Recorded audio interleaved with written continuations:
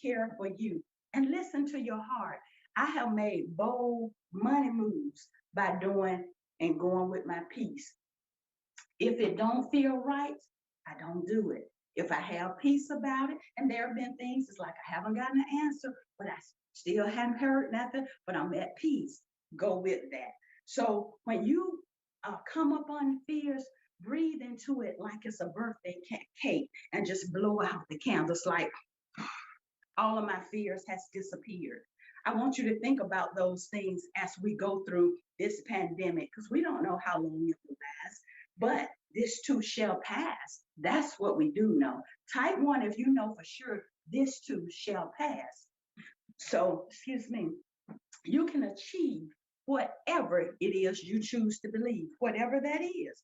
You can achieve it. If you say I'm a winner, it's just like an echo coming back. You're a winner, you're a winner, you're a winner. If you say the opposite, that's going to come back too. So choose your words carefully. So don't bring up past mistakes. Okay, we've all done some things. And don't bring up past mistakes or hurts of others.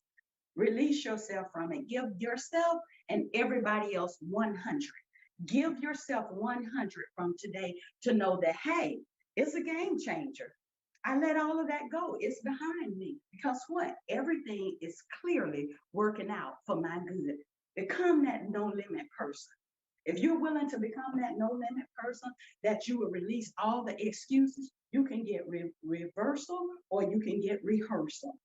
If you want to keep rehearsing the same problem over and over again, that's what happens when you keep talking about the problem. But reversal, say, when there's no money in the bank, I'm a millionaire. I'm a millionaire now. I'm a millionaire in the making. You have to allow those things to come to you and help you to be all that you would have, that God would have you to be. Allow those things into your life. Allow the money, allow the husband, allow the wife. And even if you have the husband or the wife, allow them to be great. Don't tell them, even if you're married, don't tell them the bad things they do. Focus on the good. Focus on the good that you do. Even if you say, you know what, I went to class for one day. Okay, it was good. If the husband take out the trash, oh, honey, look at you. Look at those muscles. What? You know that man a bust a vessel taking out that trash. You got to remember that even our children, even when I was married prior to, and our children were coming up, we would do king and queen for a day. What king and queen for a day means, you can't say anything negative about the person, but you have to say everything that's good and what you really love about the person. So you say, well, I like the way you help clean the kitchen or take out the trash or make your bed. When you do those things, watch how the people in your life and your family or coworkers, how they light up when you focus on the good. It's attractive and people want to be around you. So be that no limit person.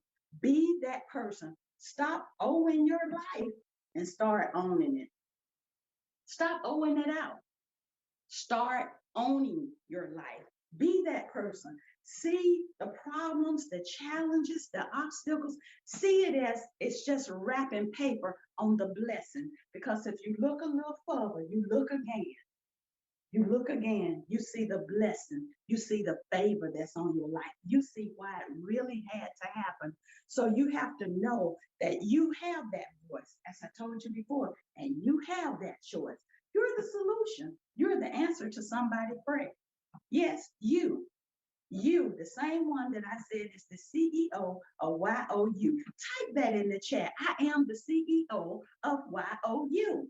You're that CEO of you. You're that game changer. I know you have it in you. I know that whatever you choose to believe, you can achieve it. If you say, I'll pass this test, you will find every strength to pass it. So you have to ask the question. If you want something, ask for it. Ask, where's my $5,000? Where's my $1 million? Where? And watch how the different things start coming to you, ideas, dreams, projects, anything to make those things come into fruition. So invest in yourself, like going to trainings like this, becoming iconic. Be that person, maximize your gifts and talents, learn all you can, upgrade, network, because it expands and increase your net worth. So you have to remember those things. If you're the smartest person in your group, you need a new group, boo. You need a new group. So say need a new group because you need to expand. Take actions daily. Even if you do just one thing, take that action daily to make those things happen and recognize you have that power in you. You have everything you need on the inside of you. You have everything. So I want you to dream it by seeing it. I want you to believe it by speaking it and walk as if it's already done. Walk like the husband is the best husband in the world, or the wife is the best wife, or the job is the best job, and enjoy it while you're there. Tomorrow is not promised, but today is. Enjoy it to the fullest. See yourself where you want to be. If you want to be that millionaire, I challenge you. I'm not saying run up the credit cards, but go out and buy yourself something out of your comfort zone. Make it happen. Not something that's going to be a continuous no, but say if it's a, a purse or something you normally don't do, or go to a nice restaurant and order a meal and don't look at the price. Make it happen. Do these things for you. When I divorced, I began to date me. I learned how to love me, the whole entire me. As I said, lips, hips, and fingertips. Be all of that. Tell it. You are one relationship away from your breakthrough. First of all, that first relationship might just be you. So share it. Don't decide, well, I'm not going to tell, don't tell the naysayers, but tell somebody or tell them, well, I'm trying to do this or that. You never know who might help you. Plan and strategize for it and work it and enjoy. Enjoy as you go through that process. Enjoy. Remember, you have BBA. That's bounce back ability. So I want you to face your faults by doing the evaluation of saying, yes, that happened, but it's over. It's done. No more rehearsal. Eliminate or forget anything in the past that was not positive to push you forward. Concentrate and focus on the presence of now, of your presence in life and determination. I want you to fight and finish with persistence. I'm Dr. Joyce S. Perry, the income maximizer, the greatest strategizer sent before you, not to bore you, keeping it live with strategies for life for you to create, dominate, thrive, and maximize. If you would like to connect with me, go to www.theincomemaximizer.com. That's www.theincomemaximizer.com. I thank you all so much for your time. Go and be iconic and let's maximize.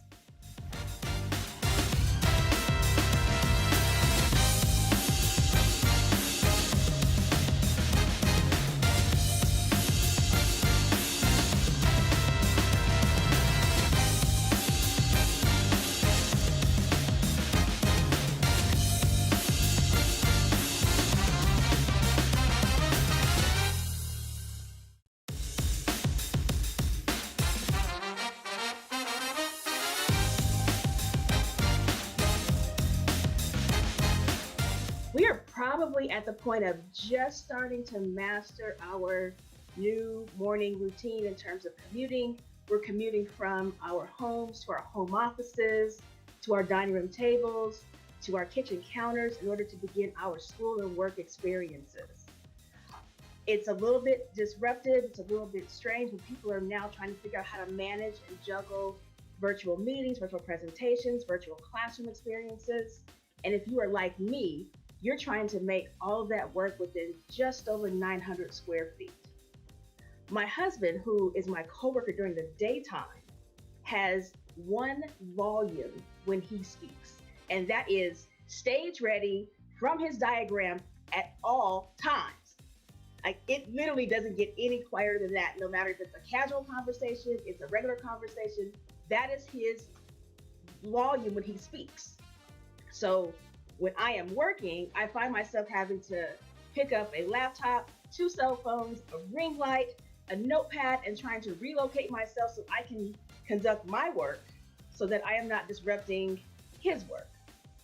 If we had children in this mix, oh my goodness, I don't know how we would manage. And for people that do have kids that are trying to do virtual classrooms and you're virtual teaching and you're homeschooling and new into that, while trying to run a business, do your job, and manage your household, my hat is off to you. But in the midst of trying to juggle virtual algebra, virtual history, what we have learned are two critical things. One is that school is a center point of our community in a way that we have never really thought about it and appreciated more now that we don't have it to go to. And then two, we have also seen significant gaps in our childcare infrastructure. What we know is that the way we do childcare right now, it is failing working families. I think we knew those things before, but what we've seen in the pandemic, it exacerbated how vulnerable those structures are, those services are. So we're now in the midst of trying to do school, do childcare, managing clients, colleagues. You see kids in the background. It's the sweetest thing, but it is all very, very complicated. Now, moving forward, there is going to be some sort of a new normal. What that is and how it's defined is still to be determined. However, I ask you this question: who gets to decide what that new normal is? Who gets to be a part of those conversations? And whose ideas and input are going to be included in that decision-making process? We need to have critical conversations about reimagining workplaces, schools, childcare, youth sports, parks, play spaces, and the like. Who says that you should not be at the table when those important conversations are happening, because those outcomes will direct impact you effectively, for sure.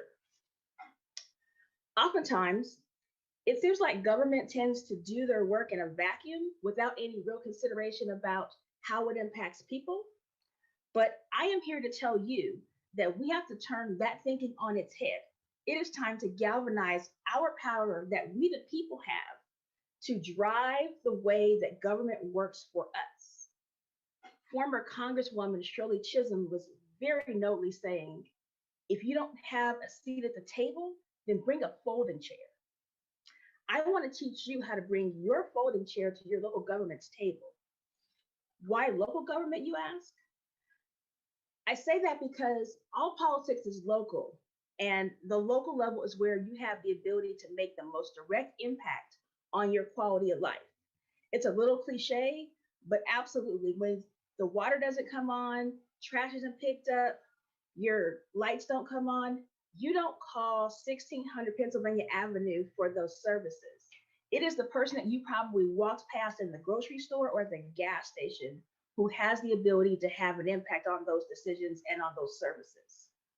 So while we see that elected officials are there to help us, we don't always know how it is to pull those levers, make sure that they're helping us properly.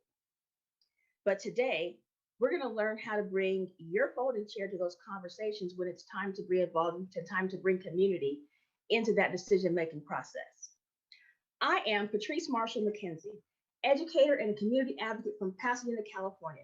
For the last 15 years, I have spent my professional experience working in local and state government in the areas of policy development, community engagement, issue advocacy, community organizing, and doing intergovernmental relations. What does that mean? So day to day, I write concept papers that become policy. I write policy statements that get voted on by elected officials. And when I'm not doing that, I am attending a lot of community meetings and events. Those things are happening virtually now, but in the before COVID time, I could easily go to 3 to 4 events per week. So in that time of talking with friends, neighbors, business owners, community members, stakeholders, elected officials, even sometimes people that are not always those that agree with you, you learn lots of things about what's important to them, where their priorities are, and how to use that information as currency to help make better policy.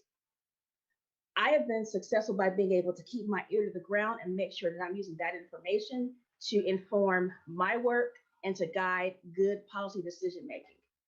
But most important, I have to nurture and manage relationships, because in politics, like any other organization or any other profession, people will work with you when they know you, when they like you, and when they trust you.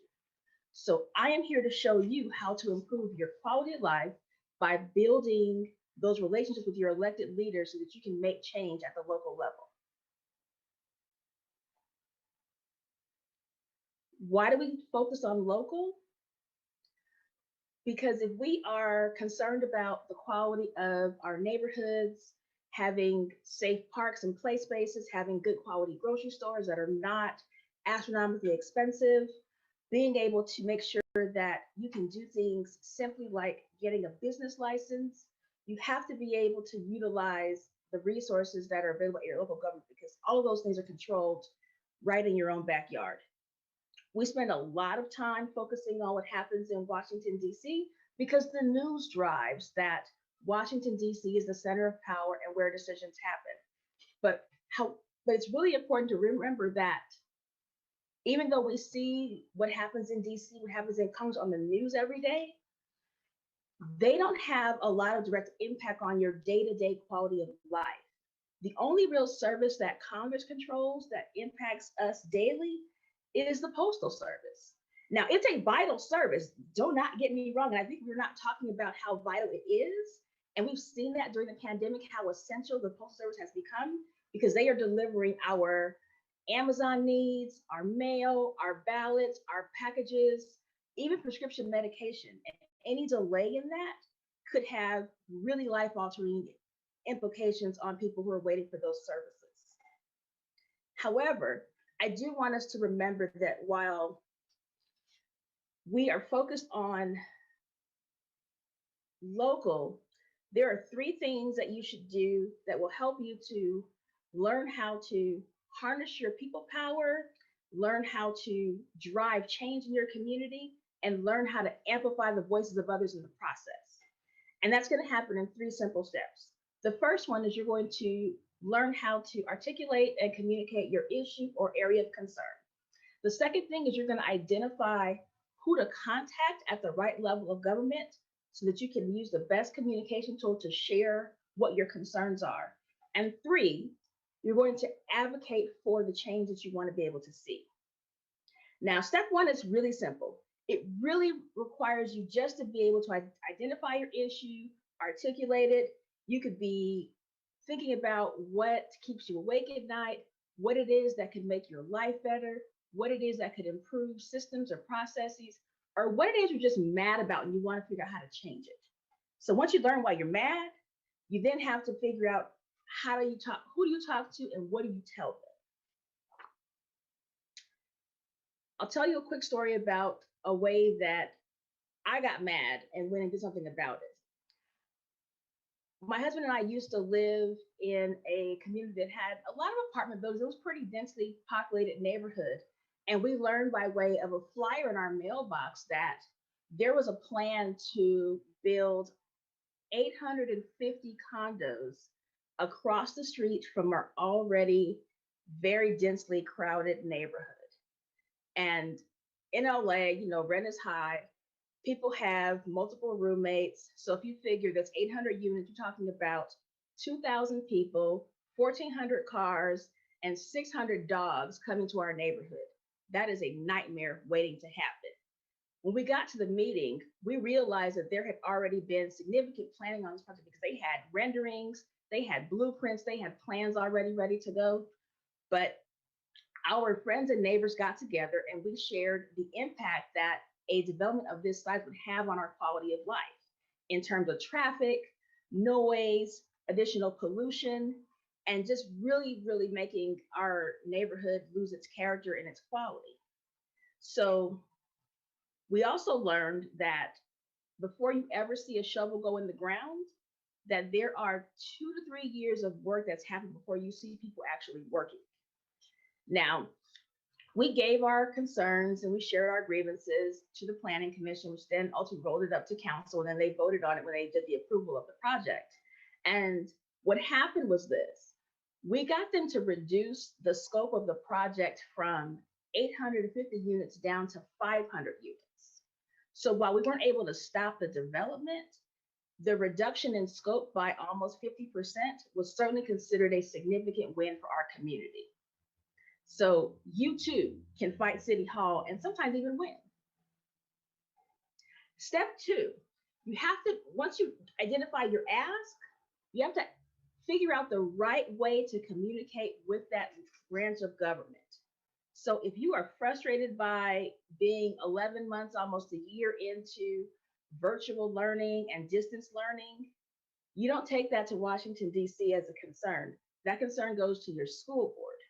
If you're frustrated about DMV and being able to get your license renewed, having a waiting list of 6 months to get an appointment for getting your license renewed, that is a state agency. So you have to go to your state legislature for help with those kinds of DMV issues.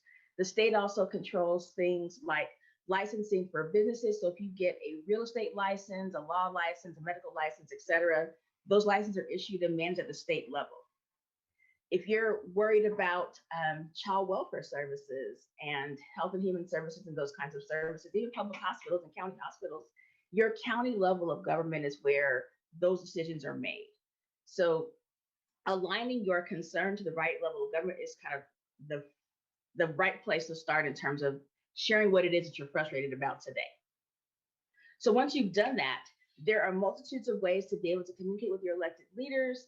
They take phone calls, emails, still handwritten letters come in and they read those and they respond to those, postcards or other sort of written communication.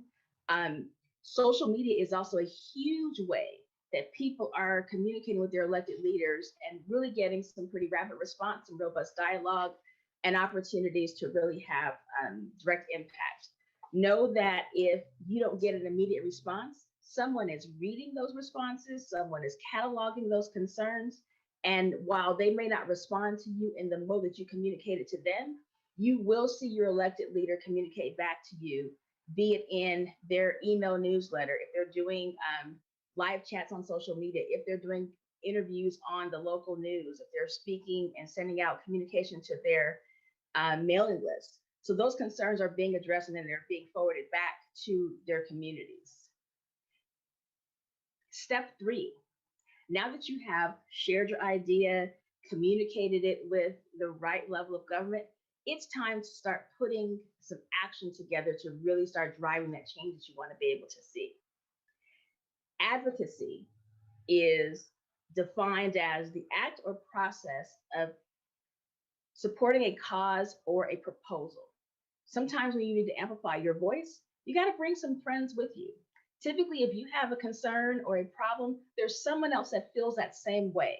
So once you find your people and you find your crew that are sharing that concern, when you all get together and you all share a message, if you're all sending an email about the water quality, if you've got brown water coming out of your pipes, if everybody's emailing about the fact that trash is not being picked up on time, if everybody is emailing about the fact that there are potholes in your street that are causing you to get flat tires, then the volume of those conversations and those concerns being amplified by multiple people are going to get your issue to have a little bit more attention than if it's just you alone. And know that those people are out there and you can find them pretty easily. And sometimes there may be a situation where people that you might consider an enemy or in opposition to where you normally are, they may have an issue that aligns with you. It's okay to coordinate with people that don't always align with you if, in fact, there's some alignment on the policy.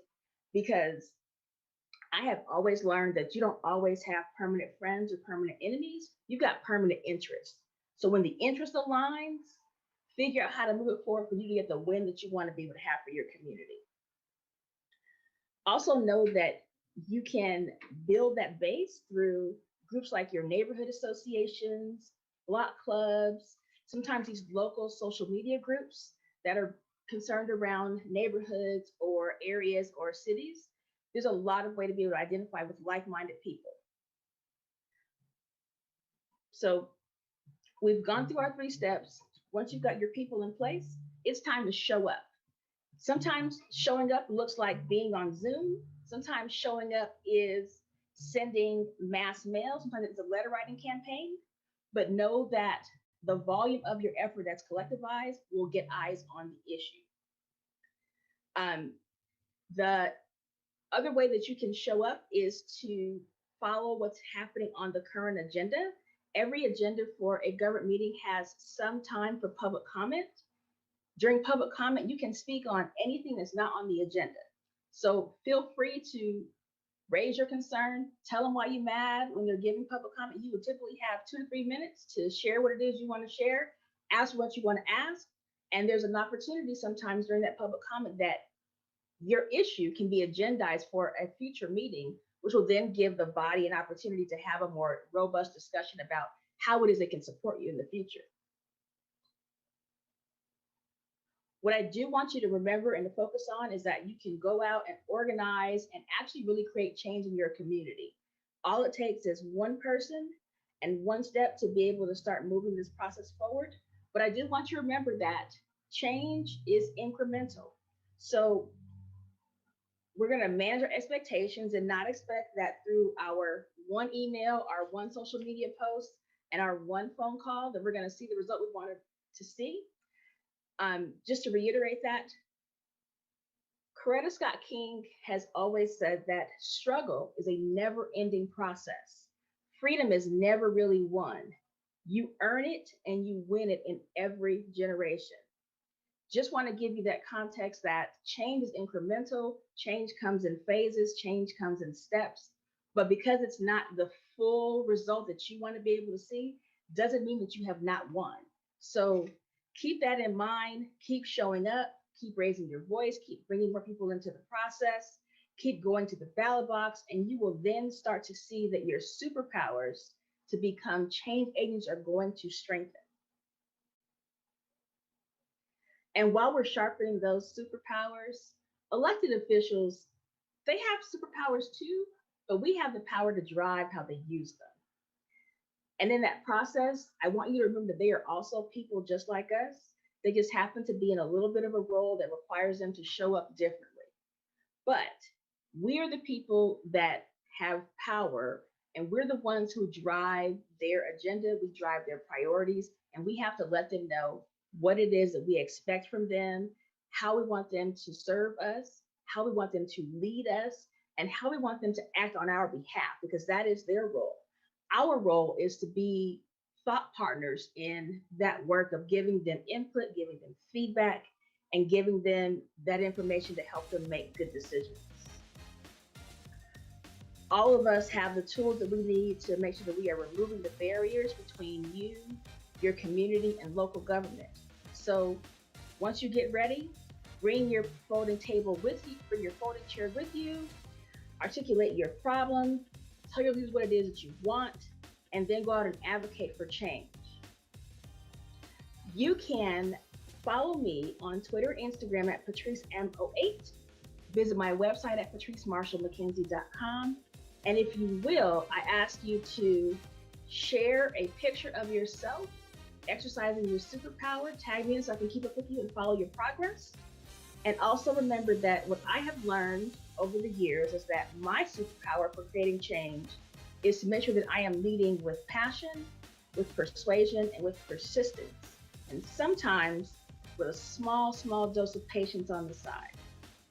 Thank you.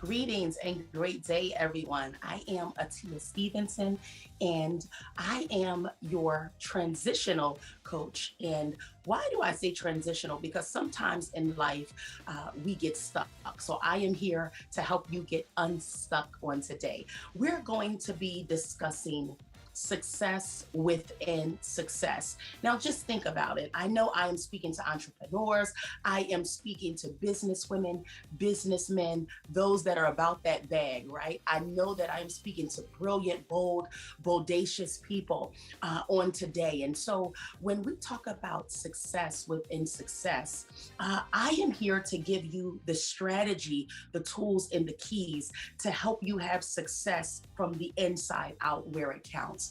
If I were to ask you today, what is your definition of success?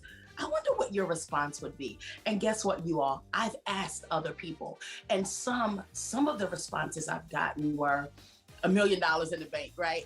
Some responses I've gotten were, Bitcoin and all of these other things, and reaching your goals and things of that nature. And I did also hear about good family. I am one because I totally believe in transformation, and I believe in living my life authentically. And how do you do that? From the inside out. I am a firm believer that transparency, my friends, is derived of two things. Transformation is derived of two things: authenticity and transparency. So my commitment to you today, I'm going to be transparent. Why? Because that's who I am. I'm also a firm believer that one person's journey, it creates the path of another. So let's go ahead and get right on into it. We are talking about success within success. And I am here to show you how not to be a public success and a private failure, right? How many people do we know today that have had billions and millions of dollars, but yet have committed suicide? Why? Because although they were successful with tangible items, there was something that was lacking on the inside. So let's go ahead and get right into it. The first tool to having success within success is being able to identify where you are. That is assessment. And again, this is in a non-tangible way, because we live in the world, you all, and I know you can agree with me, where sometimes we can hide behind success, right? We can hide behind tangible things. And a lot of times what I found out is that, of course, we all want to be successful, but success is holistic. And when we fail to, and when we lack to do what is necessary internally, then we begin to hide behind our homes, our cars, our monetary success, our financial goals, right? And our entrepreneurial goals. So again, my reason for being here today is to help you live from the inside out. So number one, we're talking about assessment. Make a complete assessment of where it is that you are. What is your mental capacity? Okay, so do you really feel okay with who you are? Are you really okay with who you are? When you look in the mirror, do you really like what you see? Do you really like what you see? I'm not talking about, yes, I just, hit that 7-figure mark this month. Because guess what? That's tangible success. But I'm talking about you, my friend. When you look in the mirror, what is it do you see? Do you see that I'm bold, that I'm brilliant, that I accept myself even in my flaws and my imperfections? Because you know what I've learned is that when we accept ourselves for our flaws and imperfections, then we don't have to hide, right? You don't have to put on a facade. So my first recommendation is to do what? To do assessment. And you have to understand that our thoughts create our feelings, right? And then our feelings create our actions, and our actions create what? Results, right? And so it's very important to do assessment, Assess where you are emotionally. This is a big one, because a lot of us, we hide from our emotions, or because we are, big time entrepreneurs and we have to keep going. Again, friends, I'm the first to say that life happens, and when life happens, you must keep going. But I also am a firm believer that when life happens, you have to allow it to happen, and you can't act like it's not happening. I'll say that again. When life happens, you can't act like it's not happening. And what do I mean by that? You have to deal with it or it's going to deal with you. And this is how, again, my reason for being here today is to teach you how not to be a public success and a private failure. Because when life happens and if we don't uh, deal with things, then those things are dealing with us on the inside. So I want you to be able to assess emotionally where you are, right? And now I'll be the first to tell you, in entrepreneurship, if when we're leaders and things of that nature, we're trained not to wear our feelings on our sleeves, right? I totally get that. I don't mean that the world has to know what you're going through, but I do mean, and I do recommend that you deal with things on the inside, that we cannot just continue to move forward in life as if something did not happen when it really did. I'll use a prime example. If you fell and you hurt your knee, right? Uh, if your knee hurts, say it hurts.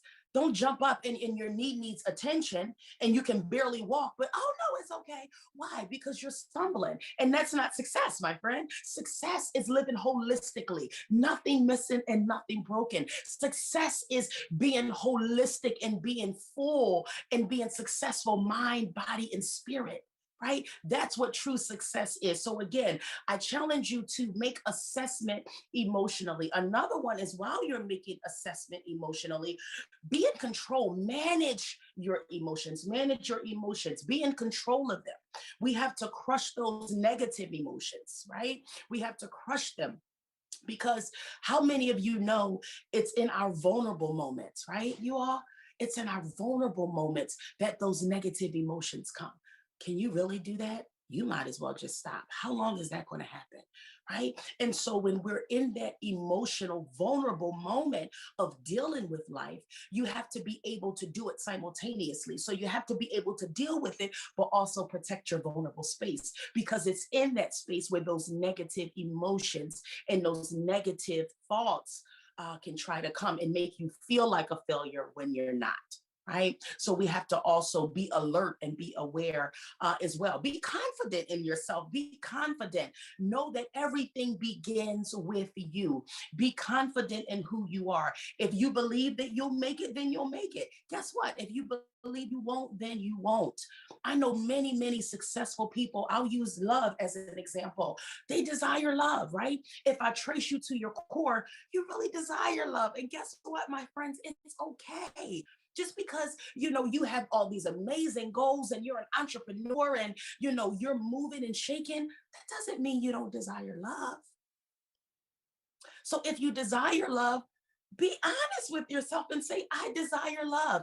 And not only be honest with yourself, a part of authenticity is not only realizing it and being aware, but then putting yourself in that space to receive it. Right? Put yourself in that space to receive love. If it's, I've been really working. I am a workaholic. My friends try to get me out. Take the time to take time for yourself. Do the things that you really enjoy, because guess what, my friend? Who you are spiritually, emotionally, psychologically, all of that makes up success. And at the end of the day, we want you to be a public success, right? And then a private success as well. We don't want you to be a private success, a private failure and a public success. So you have to see beyond where you are. What is success within success? Seeing behind where you are. And what I am giving today is non-tangible reasons for success. I'm giving you non-tangible because success outwardly, in the world we live, success is based on what you have. Let's be honest, right? Let's just be honest. You see someone in a Lamborghini and you think that they're successful. You see someone in a mansion and you automatically think they are successful, but not even realizing that when they go home, they are the most empty person you could ever imagine. We're talking about the intangible reasons and items of success. Another one is seeing beyond where you are. You must have vision beyond sight. You must have vision beyond sight. My friends, I will never forget it. It's almost like it was yesterday. In 2013, I had gone through a divorce. And when I went through that divorce, my friends, I lost everything tangible. I literally remember on May the 6th, I was sabotaged out of my position of work. May the 6th, I lost my job. May the 13th, I was forced to move out of my home. May the 26th, I heard the chains from the repo truck coming to repossess my car. In less than 2 weeks, everything that I had tangible, right? I had no place to live. I had nothing to drive. I had nothing that would give me a sustainable income because I was actually in corporate at that time. And so while I was going through a divorce, right, you all, so at that point, I can remember the thought coming to my mind, I have nothing tangible left. And so at that point, my friends, a homeless shelter became my home for my children and I for 8 months. Yes, I said it. For 8 months, I was in a homeless shelter while going through a divorce. I had to rebuild my life from ruins. Now, outward success, right? It would make everybody think you're not successful. Here's this girl. She's in a homeless shelter, right? She has no car. She has no job, right? So outward success looks like you're not successful, but my inward, my friends, who I was on the inside, my ability and my grit to rise up and have vision beyond sight. And it's very important that you have vision beyond sight because sight is what you see around you. Vision is what you see beyond you. I'll say it again. Sight is what you see in front of you, but vision is what you see beyond you. And I had to have vision to be able to see beyond where I was. I had to have vision beyond my sight. The times that I had to go in other rooms so my children wouldn't see me cry. I had to have vision beyond sight when I did not have a car, when I had to work temp jobs, maybe 5 hours a week here, because that's all that they had. I had to have vision beyond sight. I had to have vision beyond sight. And in that moment, I had to have my confidence. I had to have my grit to say what? That I am successful because who I am on the inside is much more important than my tangible success. Because tangible success, my friends, are things that we generate with our hands. Intangible success is things that are unfading. Let me remind you, in 2 weeks, I lost everything. But who I was on the inside internally gave me the grit and the wherewithal to be able to rebuild from ruins. Right? So I'm here to tell you today that you do not want to be a private success, a private failure, and a public success. Who you are on the inside is so much more important. Those are the things that will never fade. Those are the things that will never fail. We are literally smack dab in the middle of a pandemic where unemployment has gone through the roof. People are afraid to step out. People are afraid to do things. People have lost their jobs, have lost loved ones. But it's in the midst of a pandemic, and it's in the midst of you having vision beyond sight, seeing beyond where you are, seeing beyond what the world is showing us, what the current circumstance is. It's all about what it is that you show yourself. And also in this process, you want to be able to surround yourself. And let's backtrack, of course. I am no longer in a homeless shelter. That was a launching pad. Why? Because I used it. I used my internal success, right, to rebuild, right? And so now I've been able to rebuild my life. I've been able to rebuild my life. And I don't regret it because it was a power. It was a part of the grit that I needed. It was a part of the grit that was necessary for me to have an unwavering foundation on the inside. We're talking about today how not to be a private success, how not to be a private failure and a public success.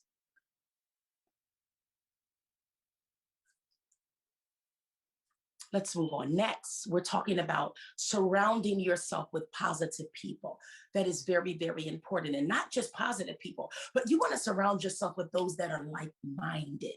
If you're going to have success beyond success, if you're going to have success within success, you have to surround yourself with those same types of people that have a desire to get to where you want to be, that are even beyond where you are. Why? So that you can reach up. I always say, I need to have people around me where I can reach up to. But then I also have to have people. Why? Because one person's journey creates the path of another. So it's also my responsibility, right, to be able to pull others along.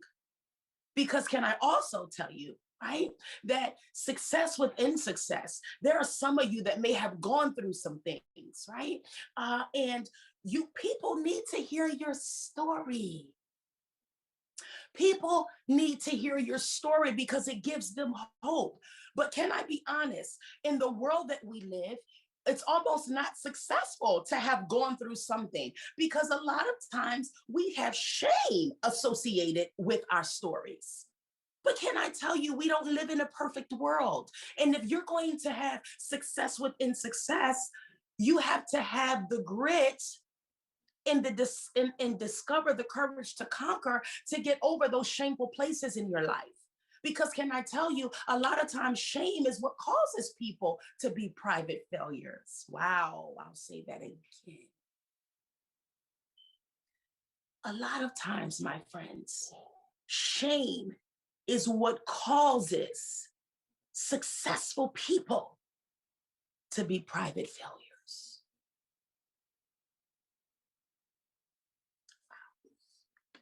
We're talking about success within success. So let's move on. You have to have healthy coping mechanisms.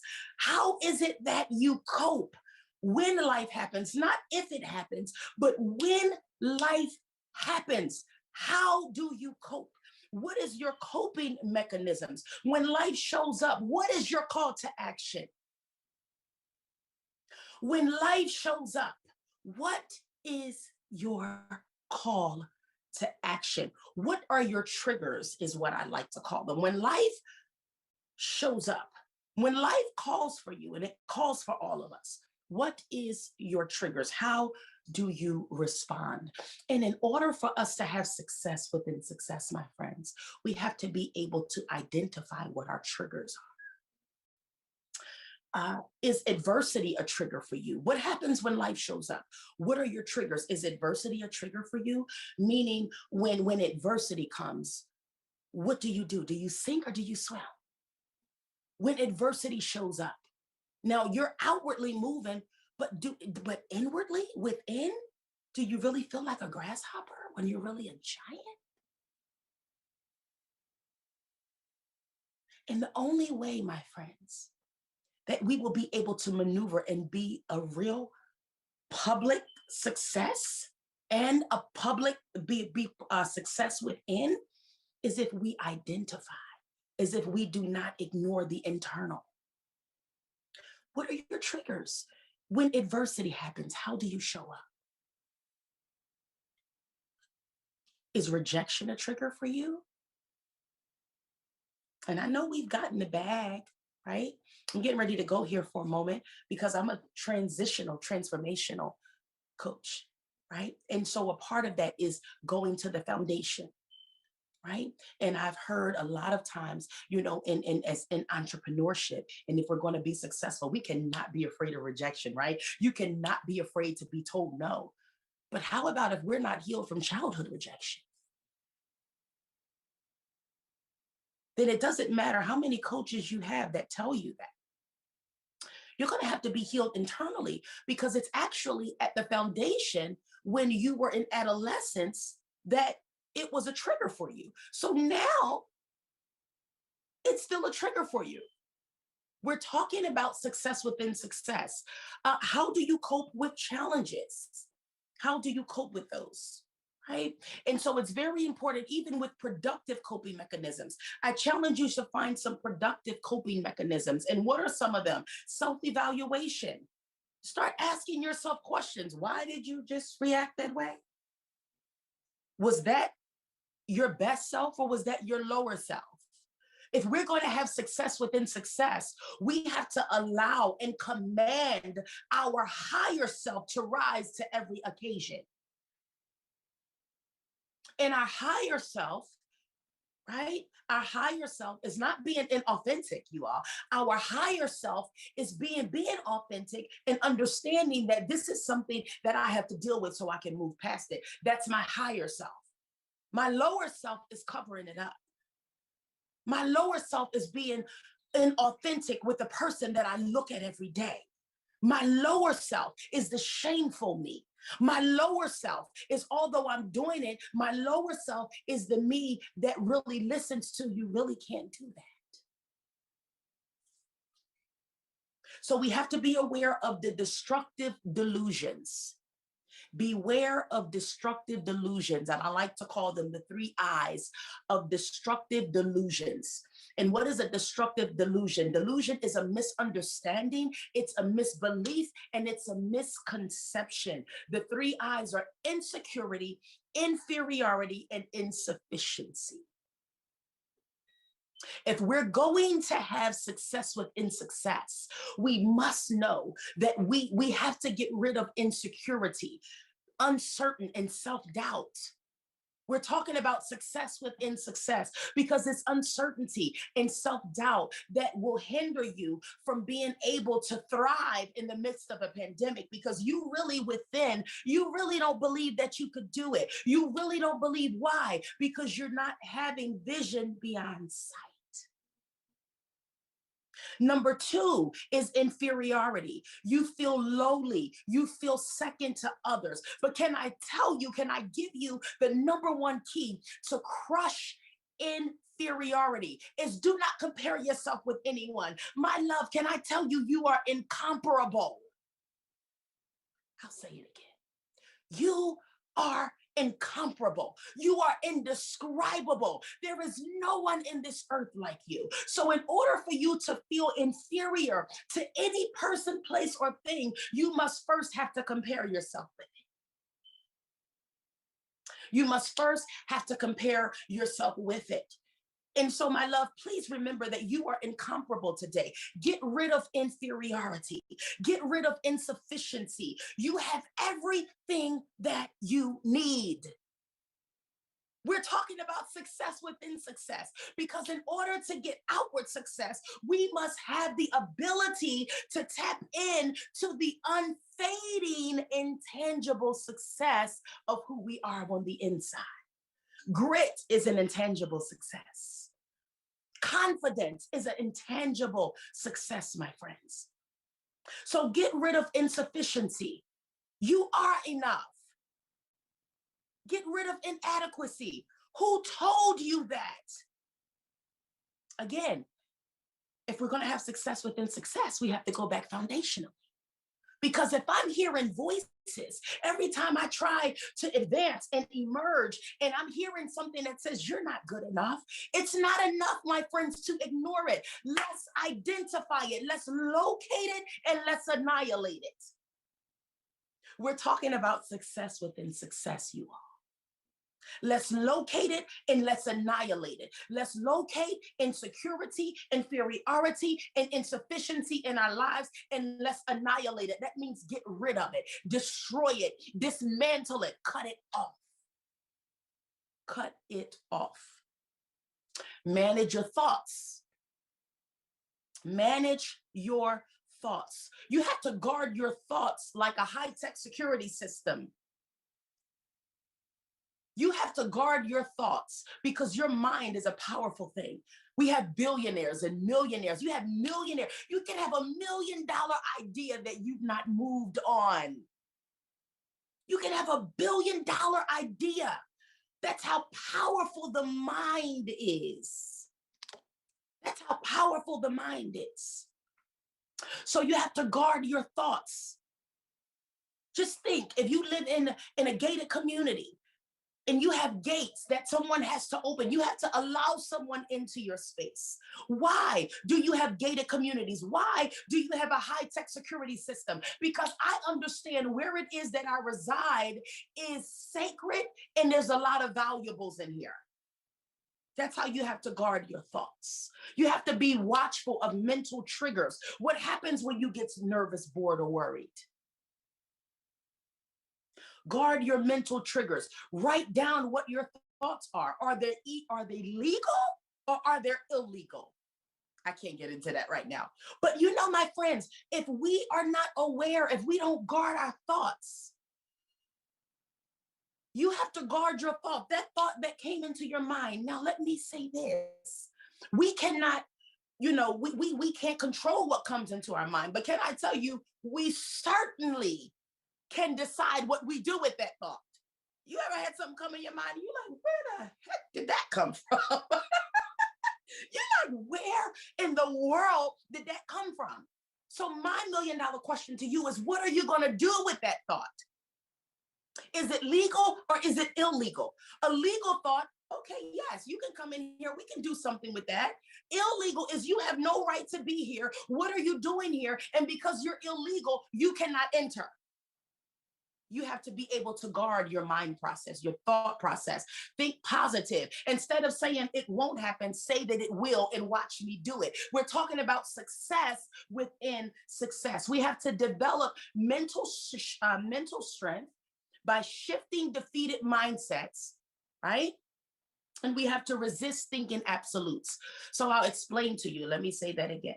We have to develop a mental strength, right? Because we have to shift defeated mindsets and resist thinking defeated absolutes. What is a defeated absolute? This will never happen. Never? I mean, I get sometimes, but never? Never means never. This will never happen for me. That never happens. I never get anything. Never? Or do you mean sometimes? Sometimes means sometimes, never means never. Life and death is in the power of what we say, right? Nothing good ever happens to me, ever? Nothing good ever happens to you? Nothing good ever happens to you? No one ever helps me, ever. So you can't think of one time in your life that someone has helped you? I'm talking about shifting the mental absolutes, the mental destructive absolutes. I always get the short end of the stick, always. You never come up on top? Or do you just decide to think and allow your mind to stay in those illegal thoughts? Or do you just continue to allow those illegal thoughts to enter and take residence in your space? Okay? We have to shift them. Okay, we have to shift them. And because when we think of mental absolutes, it affects our emotions and our behaviors, you all. It affects our emotions and our behaviors, mental absolute. When you have a mental absolute mindset, we're talking about success within success. When you have a mental absolute deficiency, you take what comes to you. You play yourself short. You allow yourself to get the short end of the stick. You have so much value in your product, but yet you have a mental absolute and you don't believe that you are who everyone says that you are. People can tell you how wonderful and how amazing you are all day. But my love, if inwardly, we're talking about success beyond success, if inwardly you do not hear that, you do not believe that, it's all for naught. So how you value yourself is portrayed in other people. You have an amazing product. You have amazing value to offer to people, but you price yourself low. You give yourself low. Why? Because you don't see yourself in the same. We're talking about defeating mental absolutes. You go with the flow instead of creating your own current. Can I tell you, success within success? How do you know when a defeated mindset is occupying your space when you go with the flow instead of creating your own current, my friend? We're talking about success within success. I don't care what they're doing over here. I'm creating my own current because I don't go with the flow. I am the flow. I don't go with the flow. I am the flow. And if you're going to have success within success, that has to be your mantra. I don't go with the flow. I am the flow. I create my own current. I love it. So let's go. In closing, you are a champion. I need you to know that you are a champion. We are talking about intangible success. We're talking about intangible success, success that you cannot put a price tag on. You cannot put a price tag on your confidence. You cannot put a price tag on how you authentically give to others. You cannot put a price tag on your gentleness. You cannot put a price tag on your ability to help others grow. You cannot put a price tag on who you are. Your intangible success is costly, but it's priceless because the intangible success has cost you something. It's cost you something to have success on the inside.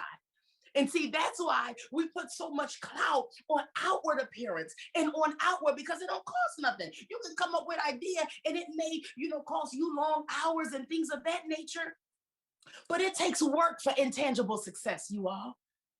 It takes work, where if something happens today and everything you've worked for is gone, your intangible success is what is going to cause you to arise and rebuild.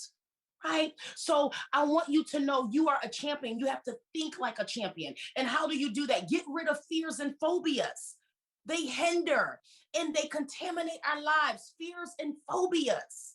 Now, I'm not talking about the human emotion of fear. I really don't care for dogs. So if a dog comes up behind me, I'm probably going to be afraid. Why? Because that's a human emotion. But fear is not going to grip me and keep me in a prison from stepping out on something that I need to do. Fear is not going to grip me from writing that book. Fear is not going to grip me from doing that thing that's always been in my heart, but I can't see the end result. My love, when you have vision beyond sight, you're not going to see the end result. All you have to see is one step. And you won't see the next step until you follow the first. So we have to speak positive affirmations over yourself. Speak positive affirmations over yourself. Play your part. Implement and then execute. Get a picture beyond where you are currently. We're talking about success within success. Get a picture beyond where you are currently. Create a plan. Follow the plan. Follow the rules of a plan. Find a mentor or a coach. Because remember, one person's journey creates the path of another, right? And then have faith. Don't doubt yourself. Know that you can do it. You are not a failure. You're strong. You're amazing. You're resilient. You are brilliant. You are brave. You are not a victim, so don't act like you are. You come from a place of victory. Victory is an intangible place, whether you have 7 figures or whether you have 7 figures on the inside. You are victorious. You're not a victim. Don't act like it. And remember, you are a winner. You are a winner. So if you're going to have success within success, I challenge you today, my friends, to do the internal work so you can be successful, not only on the outside, but that you can be holistic, nothing missing and nothing broken. That is what success within success is, my friends.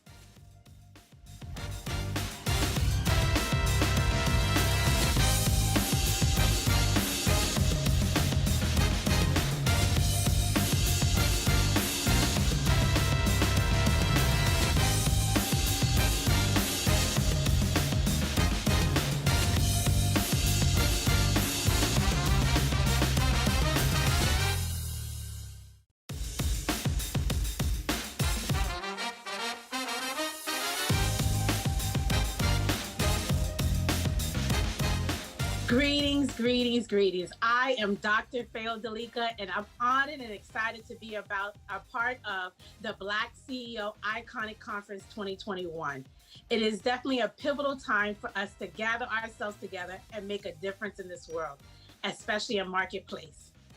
Today, I want to talk to you about making sure that you show up in life, because really what the key is to succeeding in the business world is bring your own table in this season. In this season, we are definitely in challenging times as we are dealing with a pandemic we're dealing with racial injustice, we're dealing with political challenges, but we cannot lose focus. We cannot be distracted by what is taking place in the rest of the world, but realize that we have a mission and assignment as social entrepreneurs, as nonprofit professionals, as ministry leaders. In this season, this hour, we can't take no for an answer. No matter what challenges may come our way, we have to understand we want mission accomplished. Whatever goals, whatever visions, whatever dreams that we have set out for 2021, it will come to pass no matter what. I truly believe that if we look at economic history, we understand that during economic downturn, that is when wealth is created. During economic downturn, that is quantum leap takes place. During economic downturn is when things truly shift. As we look at the Great Depression in the 1930s, many of the families that we see now that are very wealthy found their first opportunity to gain wealth during that season. As this is our Great Depression for us, during this global pandemic, there are challenges. People are dealing with health issues. People have lost their jobs, dealing with financial hardship. But we can seize this moment. We can take this moment and find that opportunity to pick up the momentum. As I believe, as business owners, ministry leaders, and nonprofit professionals, we have to understand what can we do in this season, this moment, that will help to be a solution to the problem that people are having. We really have to understand the principle of the low-hanging fruit. What is in your hand? You may have been in an industry that now that industry is closed or you've lost your job. That does not mean that your purpose is over. That does not mean your dreams to impacting the world is over. Actually, this is the great moment in time to do that.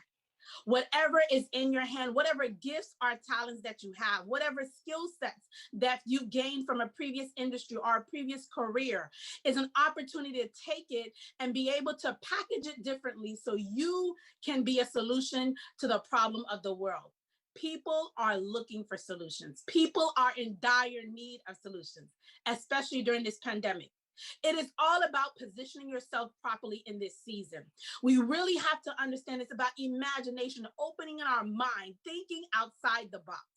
I don't know about you, but you may have been that student who colored in the between the lines. You didn't go outside the lines. The teacher told you to trace whatever that picture was, and you did so, and it told you to color, and you stayed within those lines. But in this season, this hour, we are going to color outside those lines. And yes, they do have adult coloring books, so we are still in the game. But I really want us to understand that we are on our opportunity to embark in building an empire that will last in bringing your opportunity, your way of making a difference in the marketplace. Because see what happened during this season, this hour, is that the playing field is leveled out. No longer was it the big dogs against the underdogs. We are all on the same playing ground. We are all able to do what needs to be done in order to build that business, build that ministry, that nonprofit, and ability to start creating generational wealth. It is no longer a season to play small. No matter what has happened in your life, this is an opportunity to go and be great. As Zig Ziglar says, you don't have to be great to start, but you have to start to be great. Greatness is on the inside of you. And no matter what people have told you no to, you're not going to take that for an answer. No is not in your vocabulary. If we look at 7-Up, that 7-Up happened because he tried 7 times before he got it right.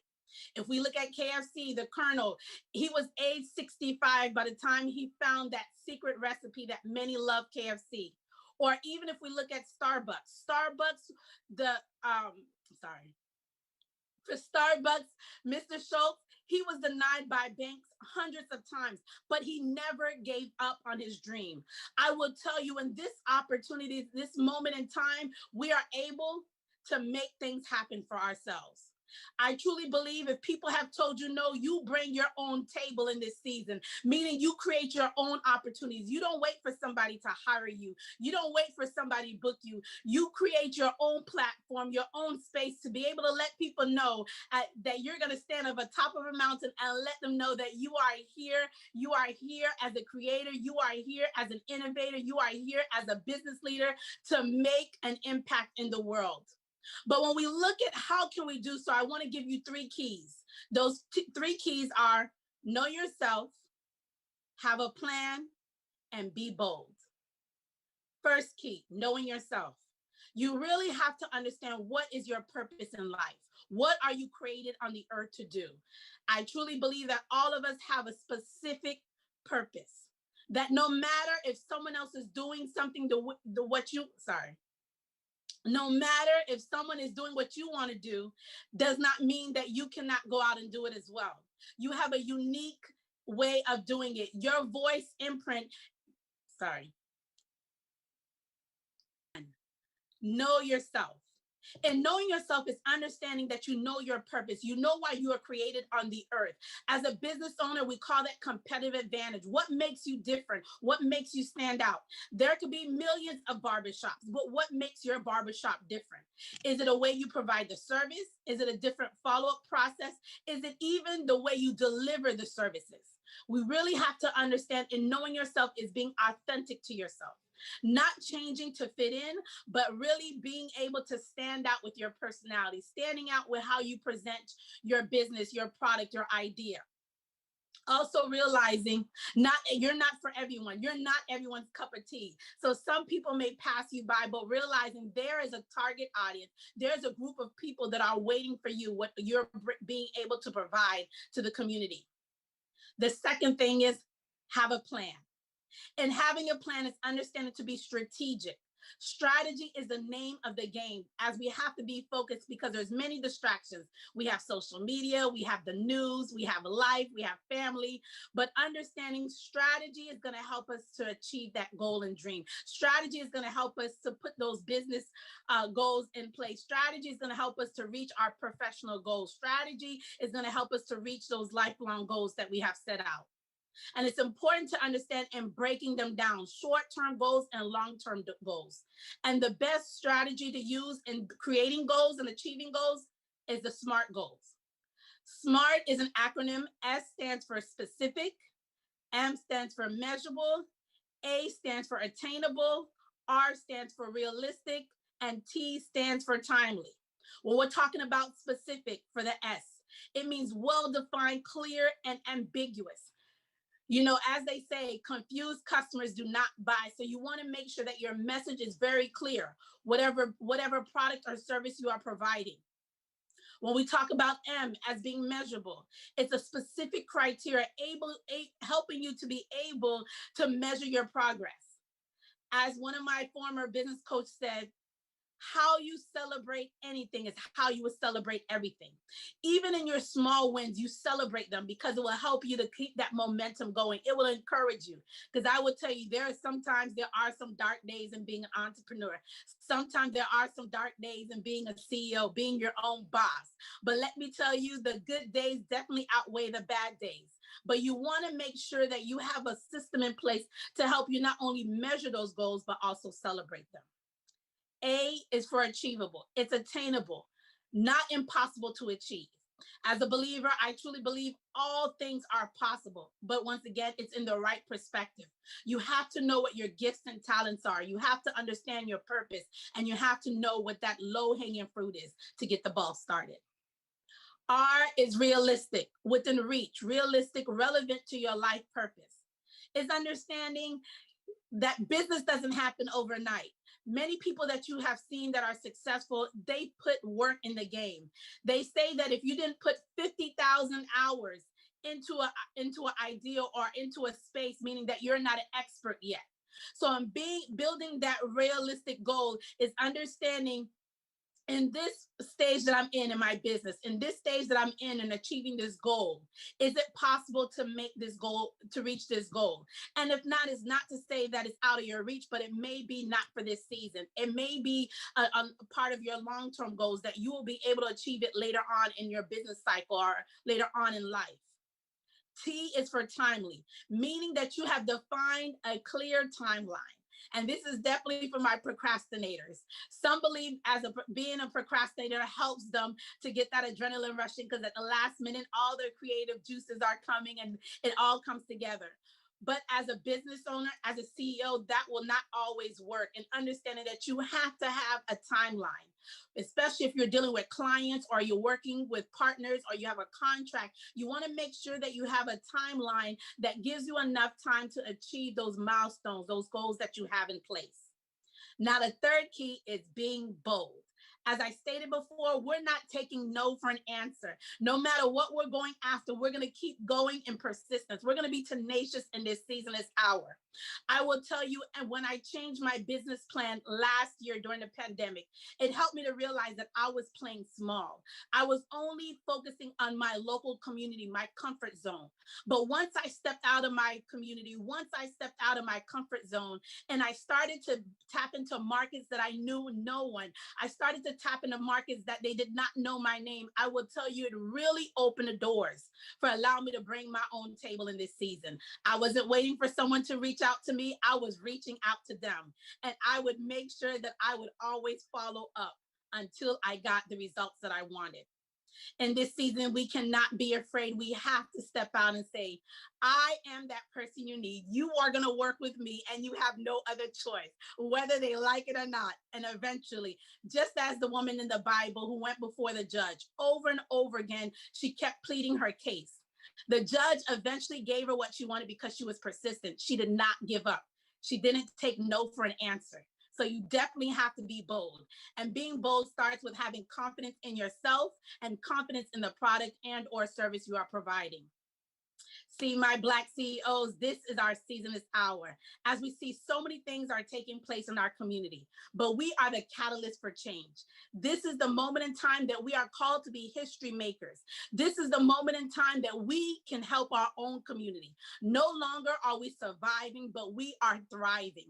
Recently, we had a beautiful inauguration ceremony for the United States for our new administration, the Biden and the Harris administration. And let me tell you, it is inspiring. It is uplifting to see a person of color for the first time being the Vice President of the United States of America. A few years ago, we had the first person of color as the President of the United States. And I truly believe that our community will continue to have vibration and understanding that we too are part of this American dream. We too are global citizens. We too can influence this world. So my brothers and sisters, I want to tell you, I am here alongside of you as a CEO. Yes, it gets challenging. Yes, you want to give up. Yes, you want to throw in the towel when things don't work out your way. But in this season, I am bringing my own table. I am not waiting for someone to give me what I am needing. I am going to create it myself, and then I'm going to let them know that I am the one to be able to be the solution to their problem. We have no excuse in this season, this hour. We have too many things working for us than against us. There are many things at our advantage. We are in a digital age, and information is at our fingertips. Opportunities are at our fingertips. No longer do we have to worry about a budget crossing over the world to be a speaker, to be a consultant, or whatever space you are in. Even in the comfort of your home, you can be an influencer. You can make a difference. I want to encourage you in this season, this hour. It is not always easy, but I would tell you, if it was easy, everyone would be doing it. This season is not for the faint at heart, but we got it because we are bosses. We are the Black CEO. And you are in this conference because you resonate with being an influencer. You resonate with understanding if they don't help you, you're going to help yourself. Well, I thank you so much for this opportunity. I hope this inspires you to let you know that this is your season to bring your own table, that you are our boss and we are waiting for you to boss up in 2021. No more excuses. Excuses are tools of incompetence. And so in this season, this hour, we know you are competent because you are part of the Black CEO family. Once again, I am Dr. Fayola Dalika. I am your passion and purpose activator. I am an international award winning in the following categories: healthcare professional, speaker, beauty queen, serial entrepreneur, multiple #1 international best-selling author, multiple #1 Amazon best-selling author. And you can find me on all social media platforms. I'm on Facebook, LinkedIn, Twitter, and Instagram, and of course, the new Clubhouse app.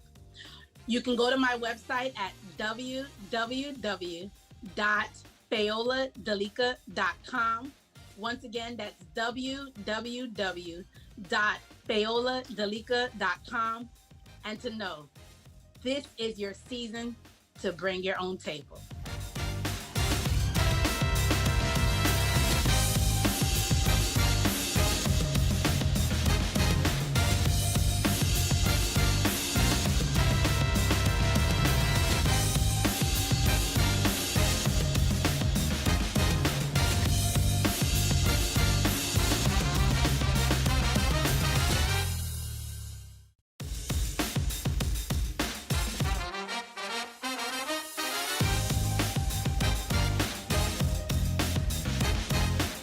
Good afternoon or evening, ladies and gentlemen.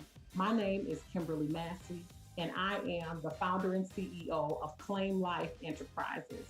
I am super excited to be before you on today to share with you just something that comes from my heart and hopefully will help and penetrate yours. I am super excited to be a part of this platform of the Black CEO Iconic. This summit is designed to just empower and to share the gifts of the speakers with those in the world who need our gifts. And so I'm just excited again to be one of the individuals to share with you something from my heart. And the theme of this message is let it go and grow. And I'm just going to share with you a little backstory on me so that you understand how this theme or this portion of my speaking came about. As a kid, I was the quiet, shy girl. Kim is now the speaker, but was then the quiet little cocooned individual who really didn't trust her voice, who really didn't think others cared to hear what she had to say. And it was during a time in my life and in my household where a lot of stuff was going on.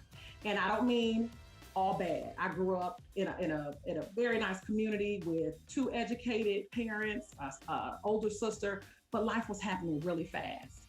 And I felt like I got lost in the sauce, or just in the mix of it all, was being overlooked. And honestly, Claim Life came about because I was at that time feeling unheard. But as I journeyed through my life and experienced more of who I am, encountered individuals who challenged me, who supported me, who also maybe threw some negative things in the pot that helped fortify me, I realized that I do have a voice and someone needs something from this voice. And so I can no longer hide it under a bushel. I can no longer be afraid of its resounding sound. And also that time of quiet, when my parents were dealing with relationship issues, when my sister became a teenage mother, and Kim had to keep everything in order, keep everything on this level, neutral playing field so that it didn't shake the other dynamics of the household. That unheard girl eventually had to be heard. And so I'm excited to share with you some of the things that I learned during that time and that journey thereafter, that I had to let some things go in order to grow. And so I'm just going to share again with you some things that will hopefully help you as we are in this 21st century, the year 2021, when 2020 has brought us its share of ups, downs, and all arounds. It's time to let some things go. Things you can't change. The eggs can't be unscrambled. The situation, the relationship can't be redone. But if you let some things go, some weights you didn't carry or you don't have to carry, if you are courageous enough to let them go, you can step into your own flow. So let me just state with you a little bit of information. One of the words that cropped up for me as I designed the Let It Go and Flow was liberty. And that's a word that we don't hear often, but it is basically a state of being free. And so, of course, then that made me look up, what is freedom? Freedom is that power to act or to speak or to think without hindrance, nothing guarding you. As that little girl who felt unheard, who felt unseen, and stayed quiet and just did the status quo, my freedom was squashed a bit. And part of it I did to myself, because quite honestly, had I spoke up then, maybe some individuals would have heard me. But because there was so much noise going on around me, and sometimes there's noise in your world, I know it is. And sometimes the noise is inaudible, you don't understand it. But I'm challenging you to step into your liberty, which is your place that's free from oppression. Step into your freedom where you can think clearly, you can speak freely, and you can act in ways that are not hindering you from being your best self. Those days of limiting who we are to make others happy or to keep peace or to not rock the boat are over. And it's no longer going to hold you back from shining and being the best you, whether it's in your personal relationships, in your career, where you sit on a board or as an executive, whatever that looks like, or your fear of maybe just jumping forward and leaping into your best you as an entrepreneur or doing anything with using your creativity that you've been blessed and designed with. So let me share a little bit with you. One of the things that we have to do is we have to let go of what happened. That's point one, letting go of what happened. You can't undo it. And that's the thing that most people get stuck, or the place where most people get stuck. What happened? Oh, this happened to me. Oh, why did this happen to me? It happened because you could endure it. The mere fact that we're still here today allows us to know that we are overcomers. Don't focus or hyper focus on what happened. Take that bit of information or that life lesson and use it as fuel. Because if we don't move forward from those things that happen to us, I promise you, we hinder our health. When we start dwelling on those things that happen, we live in a place of yesteryear, and depression can set in and sadness can develop. And then we don't realize that we're not even living to our optimal potential, but it can cause health issues. Depression leads to internal issues, sadness, anxiety. All those things are health hindrances. There's no need for us to live in that place. So that we have to do some things to help push us forward out of the past. Another key up under living beyond what happened is that it allows us to live in a place of peace when we can move forward. And at the end of the talk, I'm going to share with you some steps that you can execute in your world to help you live more peaceful. So one is health, two is peace.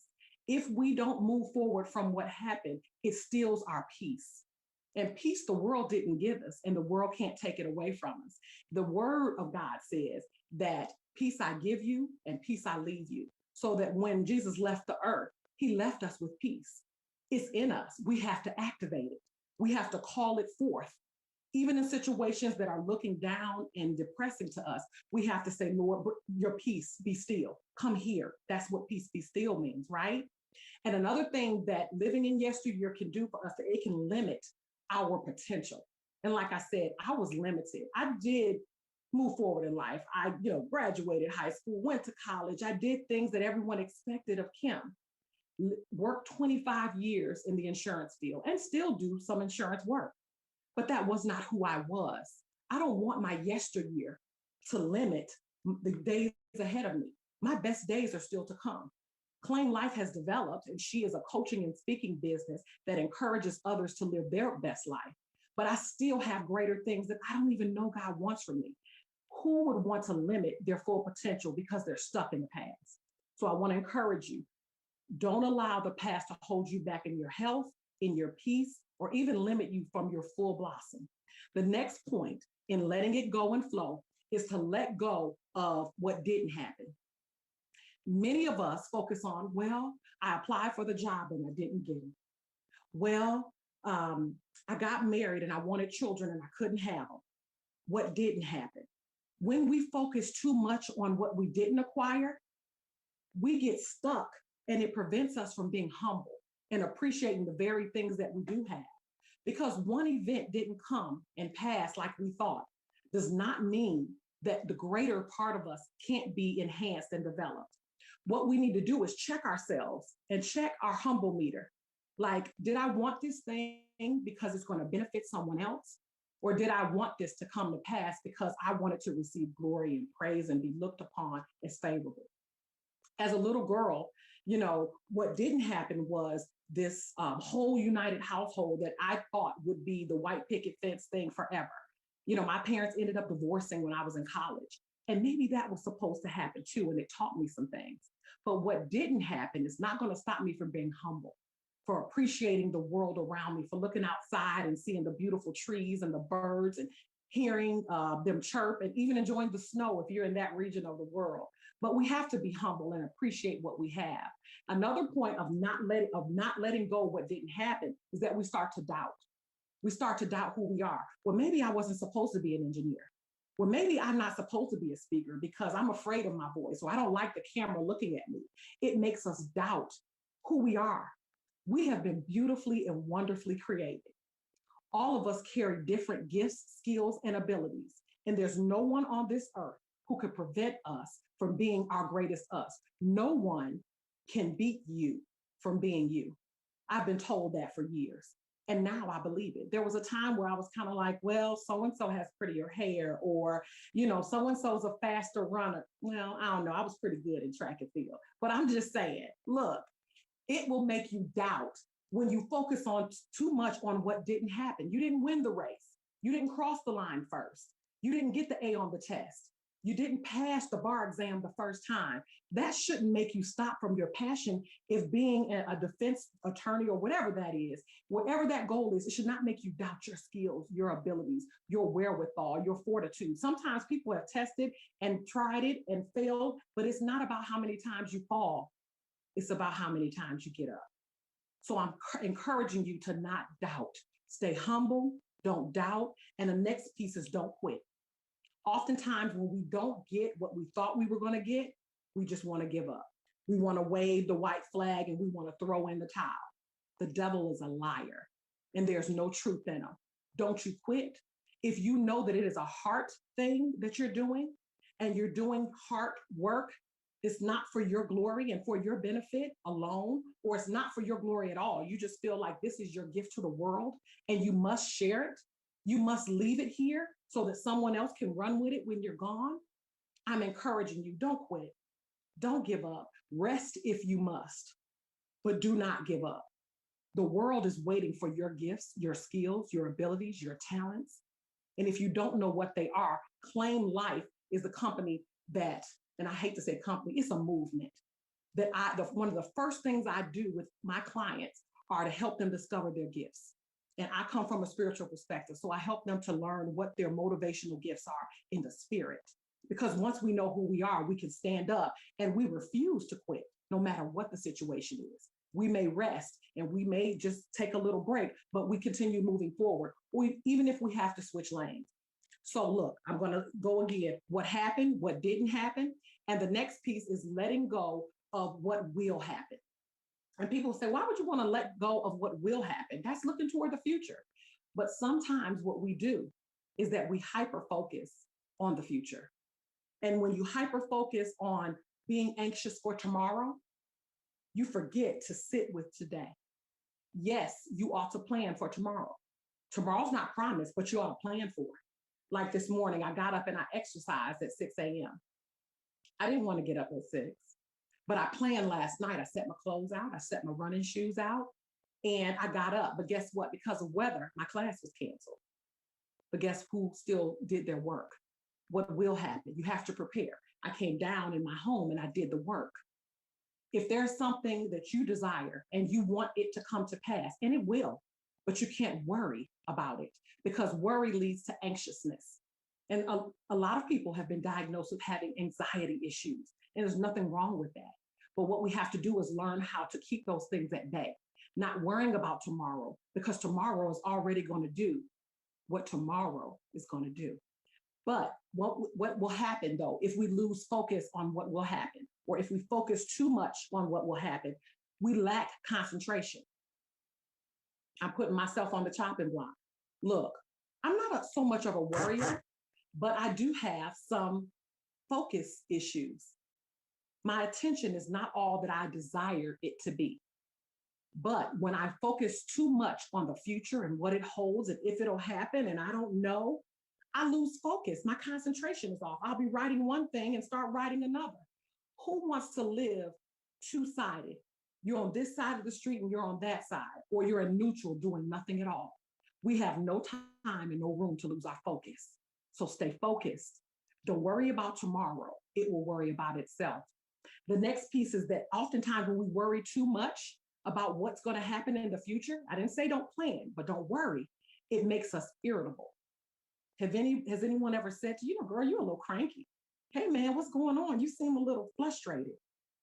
Let me tell you, it comes across when we're thinking about, okay, I'm working on this project, but tomorrow I have to do A and B and C. Plan for the time to give thought to A, B, and C. But for now, just focus on the very thing in front of you. It's a beautiful thing, not to just be single-minded, but to just give full intentional focus on what's before you, whether it's a book you're reading, a report you're writing, or a child you're focusing on, listening to them share with you, or your partner saying, hey, I need you to hear my heart today. It'll make you less irritable when you can say, you know what, I'm going to set all other weights aside. I'm not looking at tomorrow as if I can fix tomorrow today. I'm going to plan for it, but I'm going to give you my undivided attention. And that will make you a little bit more at ease and less irritable. The next piece is that when you hyper-focus on what will happen, it distracts and disrupts your rest, your sleep. And let me tell you something, lack of sleep can lead back to that second point I just gave on irritability. But let me tell you this that I love to share. To rest is to reward. When you rest your body, this temple that we've been granted, and we only get one, we reward ourselves with rest. After you put out all the energy, after I do the workout, after I go and do the claims work or counsel someone or work in coaching or mentor a little sister, whatever that looks like, I need to then give myself the gift of resting. That is to reward yourself when you rest. And sometimes sleeping is not the only way to rest. You can rest by just lounging, listening to music, meditating, spending some quiet time on a walk. But I'm telling you, when you worry too much about what's going to happen, it disrupts your rest. And when you don't rest, you age a whole lot quicker. I don't want to leave this earth any sooner than the Creator wants me to, and you shouldn't either. Now, I'm not saying I want to live until I can't see, hear, or think on my own, but I want to live with every excellent quality factor that I have within me so that when I leave here, I'm empty. I'm done. My assignment is complete. I have completed the task and I've done it well and I've done it in excellence. But we can't show up in excellence if we're sleepy, if we're lethargic, if we're tired, if we're irritable, and if we're lacking focus and concentration. So those are the pieces when you want to let some things go and flow. You've got to realize you cannot worry about what happened because you can't unscramble the eggs. You can't worry about what didn't happen. This didn't happen. This didn't happen. You go ahead and prepare and plan for what you'd like to still have come into fruition. And the third piece is that you can't worry about what's going to happen. What's tomorrow going to bring? Am I going to pass the test next month? Go ahead and prepare, plan, execute, hit it, do what you got to do. But let me give you these 6 quick steps, tips that'll help you do these things and to let some things go and to live in excellence. And so I'm going to hit it quick. You can take notes if you want, or you can see if you can get this message on the replay. Listen, step 1 is to face it. You say, what do you mean face it? Face what it is you need to let go. Look it in the face. I need to let go of this relationship. It's toxic.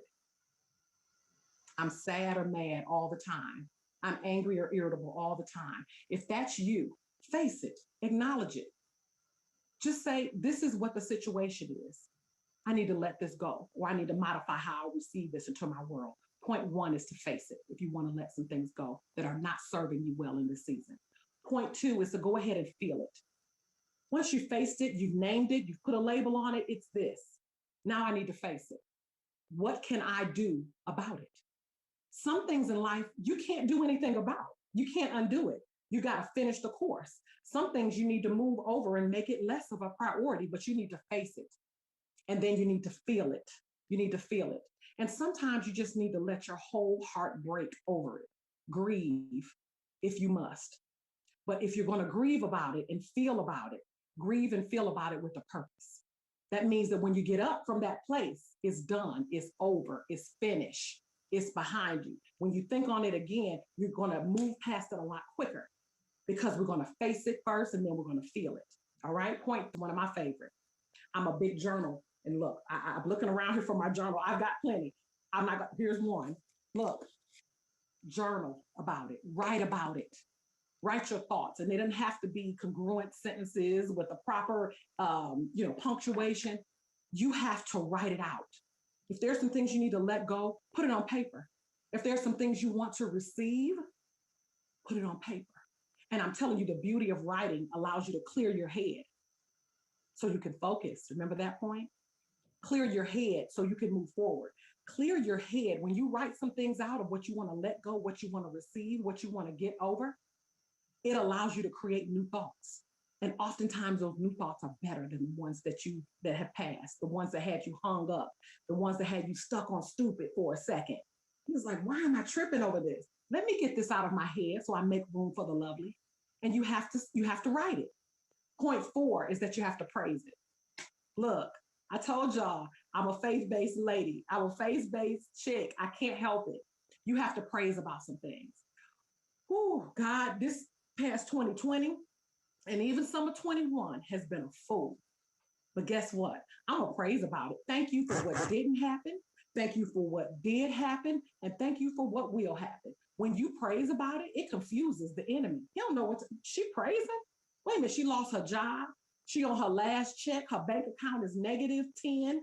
What in the world is she praising for? Because she's still here. Because the potential is still in there. Because he's still running the race and he's getting up every day, putting on a suit and interviewing online, virtually everywhere, because he knows something great is out there waiting for him. He is to control it. Control what you can control. And oftentimes people say, well, I want to control everything. No, ma'am. Control what you can and take your hands off what you can't. That's the other piece. And the final piece is to plan it.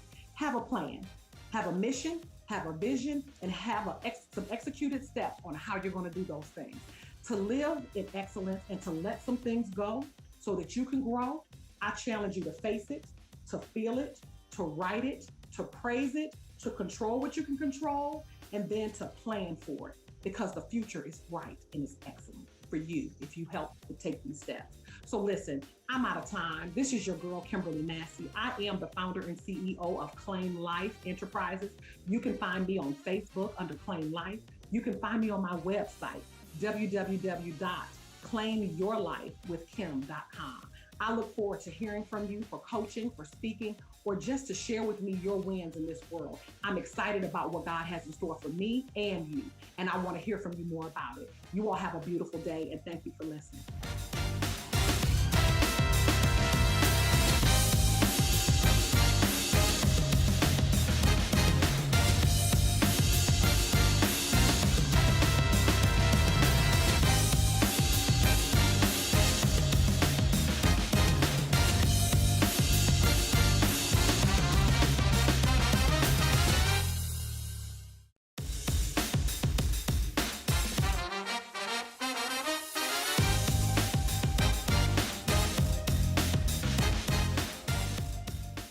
What's going on, Black CEO family? My name is Kim Ali. I am a registered nurse and a health and wellness consultant for corporations. And today I'm going to share with you some practical self-care tips for my kings and queens out there that you can implement today.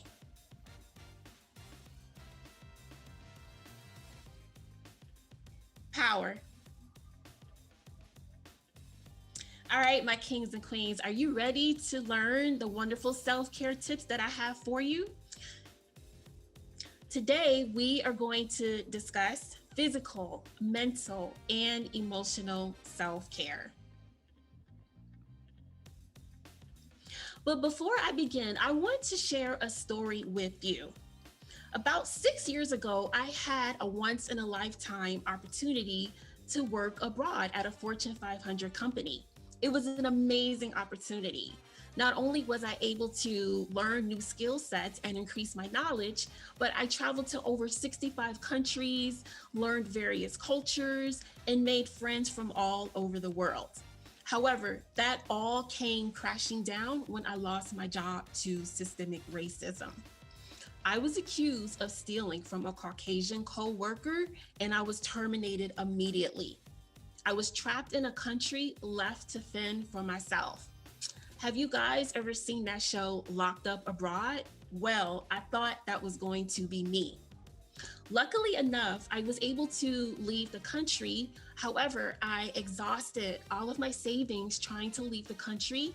I had to leave the life that I knew for the past 5 years and had my reputation tarnished and possibly not be able to get a job once I came back to the United States. My brother and his sister-in-law were gracious enough to let me stay with them until I could figure out what direction to go in. Sadly, 2 weeks after coming back to the States, their daughter, my niece, passed away. So within a span of 1 month, I was fired, had my reputation tarnished, exhausted all of my savings, unemployed, and now a debt. So why am I sharing this with you? I'm sharing this with you because there will be situations in life that will bring you to your knees and you won't know how to get back up if you let it. But that's why it's important to have the tools and the mindset to overcome stress and adversity in life. African Americans' stress level is at an all-time high. 15% of African Americans have lost their lives due to COVID-19. Plus, add in police brutality, systemic racism. It's a miracle that we can even show up with a smile on our face. So let's talk about this culprit called stress. All right. Stress is everywhere. And I'm sure everyone can agree that 2020, your stress levels were at an ultimate high. But what exactly is stress? Stress in certain situations can be a good thing. For example, I have stress now because I am presenting to a broad range of individuals. However, stress becomes a problem when it is long term, and this is chronic stress. So, what happens is there's a tiny little gland in the brain called the pituitary gland. When your body perceives a threat, it sends signals to the adrenal gland to release a hormone called cortisol. And this is where the fight and flight kicks in. So, over a long period of time, stress can have an impact on numerous areas of our body. For example, the physical signs of stress are headache, weight gain or weight loss, depending on your eating habits, high blood pressure, diabetes, sleep deprivation, and stroke and heart attack. When I moved back to the United States, mind you, I'm in my 30s. And because all of the stress that I had endured over the past month, I thought I was having a heart attack one day. Stress can literally kill you. And that's why it's imperative that we recognize the warning signs. So, what type of impact can stress have on our mood? Well, stress can cause anxiety, depression, irritability, and lack of motivation. Is any of this ringing a bell right now? I'm sure it is. And last but not least, behavior. Stress can cause unhealthy eating habits, anger, sudden outbursts. Some people even use drugs and alcohol as coping mechanisms for stress. Or it can cause us to become withdrawn and we no longer enjoy the things that used to bring us pleasure. So it's not all gloom and doom. And that's why I'm going to share some self-care tips with you to help manage stress and adversity. Number one, let's talk about our annual exams. There's a reason why they're called preventative exams. Is because these exams are used to identify diseases before they reach a chronic state. So everyone, I want you to go out there and book your wellness exams today. All right, not just a physical, but also your obstetrical exams. Gentlemen, if you're listening, book your prostate exams and vision and dental appointments as well. Next is our nutrition. It is no secret that African Americans have the highest incidence of hypertension, high blood pressure, diabetes. It's because of our diet. What I tell my clients is if it's white, it ain't right. So let's get rid of that sugar, carbohydrates, processed foods, and start incorporating more healthy foods like lean meats, healthy fruits and vegetables, water, and nuts. And I guarantee you, you'll start to feel a lot better. Next is exercise. It doesn't matter, just start. Get your body moving. The American Heart Association recommends 150 minutes a week of moderate exercise. And last, listen to your body. Pain is an indicator that something is wrong. If something is bothering you or causing you discomfort, go get it checked out before it becomes something that may require more advanced medical care. Next is mental health self-care. So I want to talk about African Americans and our limiting beliefs. All right. Trauma is passed down. There's something called epigenetics, which is the study of passing trauma down to our next generation. So that means the trauma that we sustained from slavery is in us, all right? So in order for us to be the people that we want to be, we have to get rid of our negative thoughts and limiting beliefs. And when I say that, I mean, if you feel like you need therapy, go ahead and get therapy. It's for whatever reason, and I don't know where this came from, but it's taboo for African Americans to get therapy. Also, we have a habit of just praying our problems away or God will take care of it. We have to be proactive and start taking accountability for our lives if we want to see change. Next one is for my sisters. Women, I love you, but we don't have to be strong all the time. I mean, Black women, we can get run over by a bus, plane, train, car, and we're good. We're willing to help everyone but ourselves. That leads me into my next self-care tip. It's okay not to be okay. If you're struggling, let someone know. If you feel like you need therapy, go get it. Talk to your loved ones. If you are a single mother, let someone know, hey, I'm struggling, I'm having a hard time. Can you watch my child? And last but not least, set boundaries. All right. Life is a marathon, not a sprint. When you're tired and exhausted from taking care of everyone except yourself, it affects how you show up. It affects your mood, your attitude. It affects how you parent, what type of friend and lover you are. All right. So set boundaries, and I guarantee you, your family and loved ones will thank you for it. Moving on to emotional self care. So, the first one I want to talk about is doing self assessments. So, when you wake up in the morning, do an assessment of your emotions. How are you feeling today? Are you angry? Are you upset? Are you sad, happy? And then dig deeper and find out why you're feeling this way. Energy is contagious. And when we show up in a bad mood, energy cannot be destroyed, energy is only transferred. So that energy transfers to other people. So when we show up with attitudes and in a bad mood, we're not going to receive a positive response from other people. So that's why it's important to be aware of our emotions and our behavior. Next is support. I don't care if it's just one person, it is imperative that everyone has a support system in their life. But be cautious of who you pick. Because, like the very wise George C. Fraser says, just because someone is in your circle does not mean they are in your corner. So pick your company wisely. Next, share your story.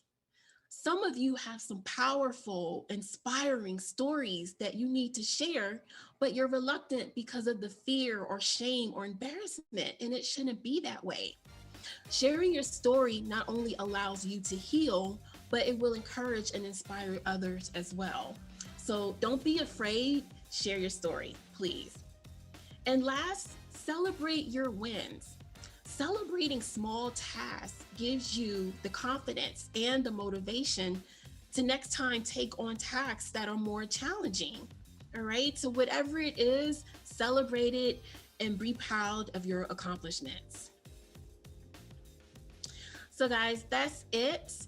Please follow me. You can email me, check me out on my website. I'm very, very active on LinkedIn, and I'm also on Instagram. However, before I go, I want to leave you with this thought. This is a quote by the legendary Oprah Winfrey. It says, step out of the history that is holding you back and step into the new story you are willing to create. Thank you.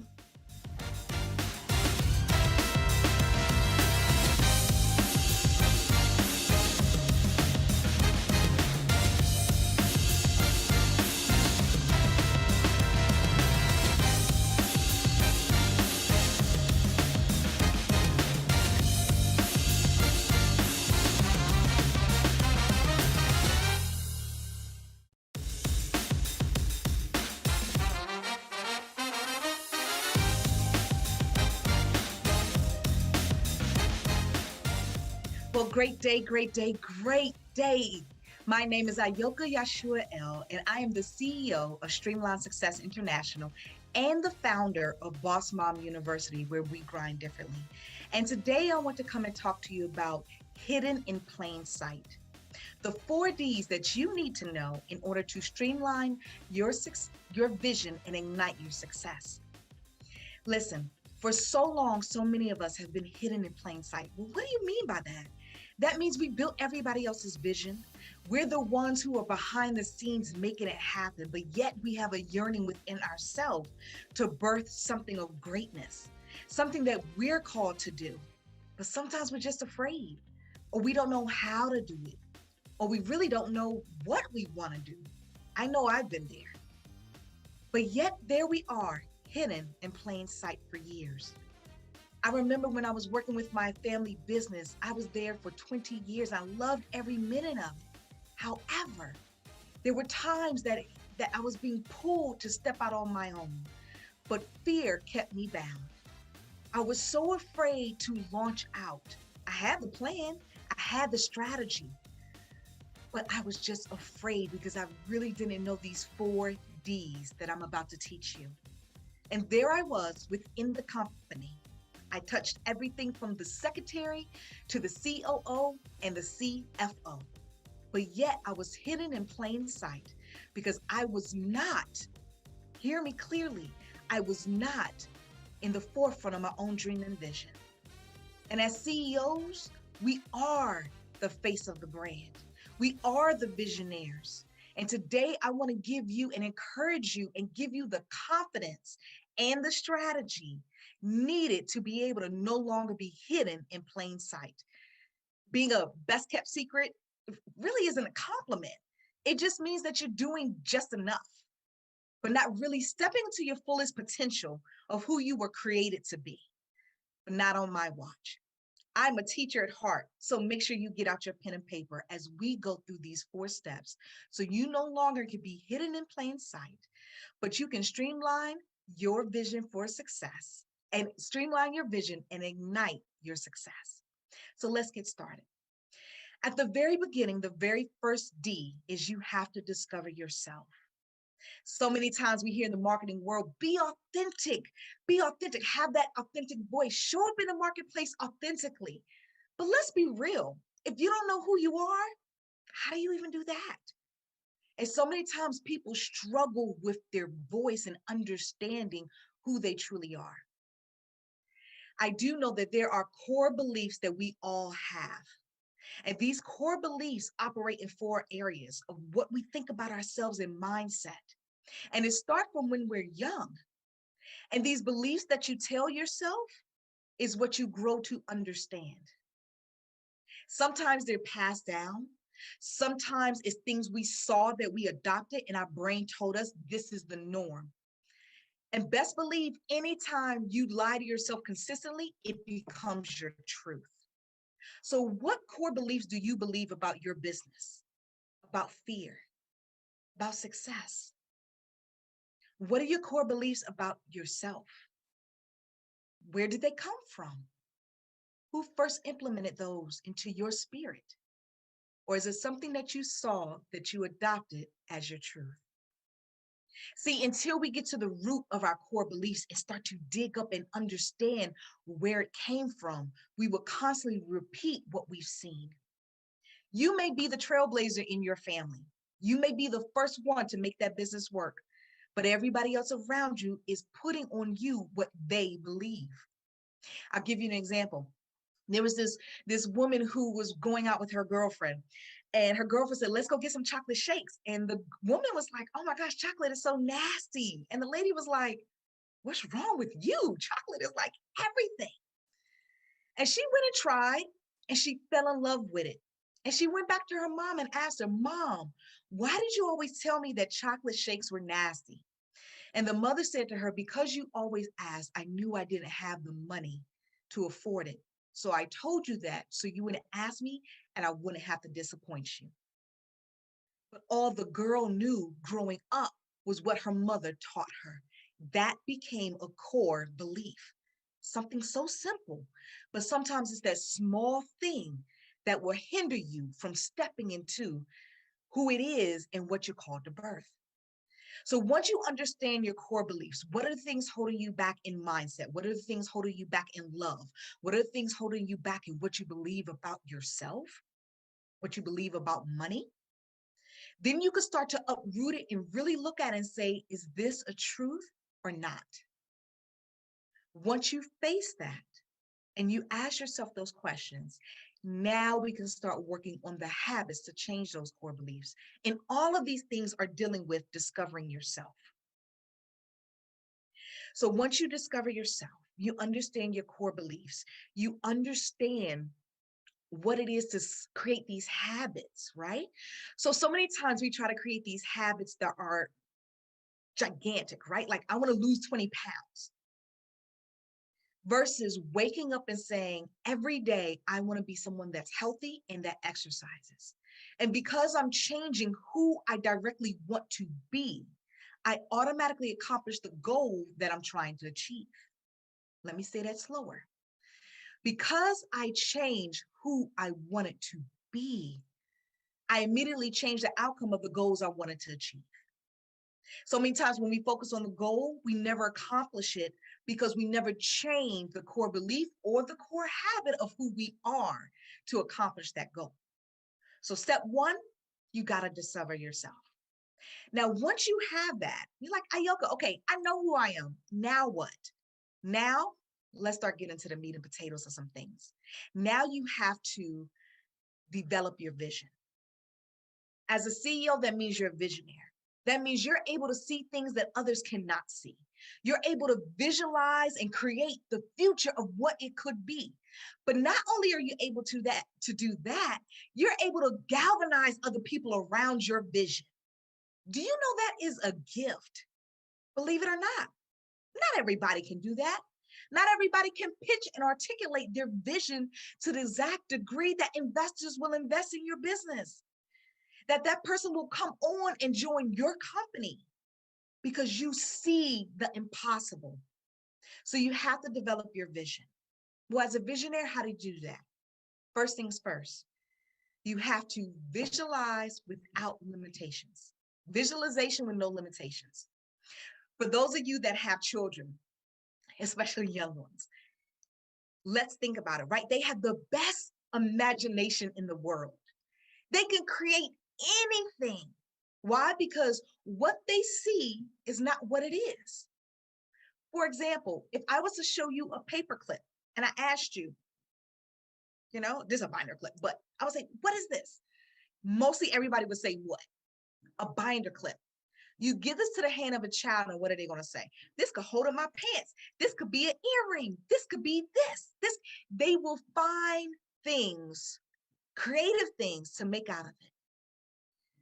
It's only because we limit what we see and what we call it to be that then we stifle the very aspect of being a visionary.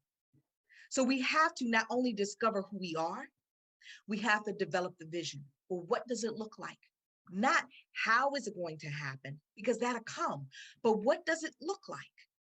Visualize it in your mindset of what it could be and how you go about accomplishing that.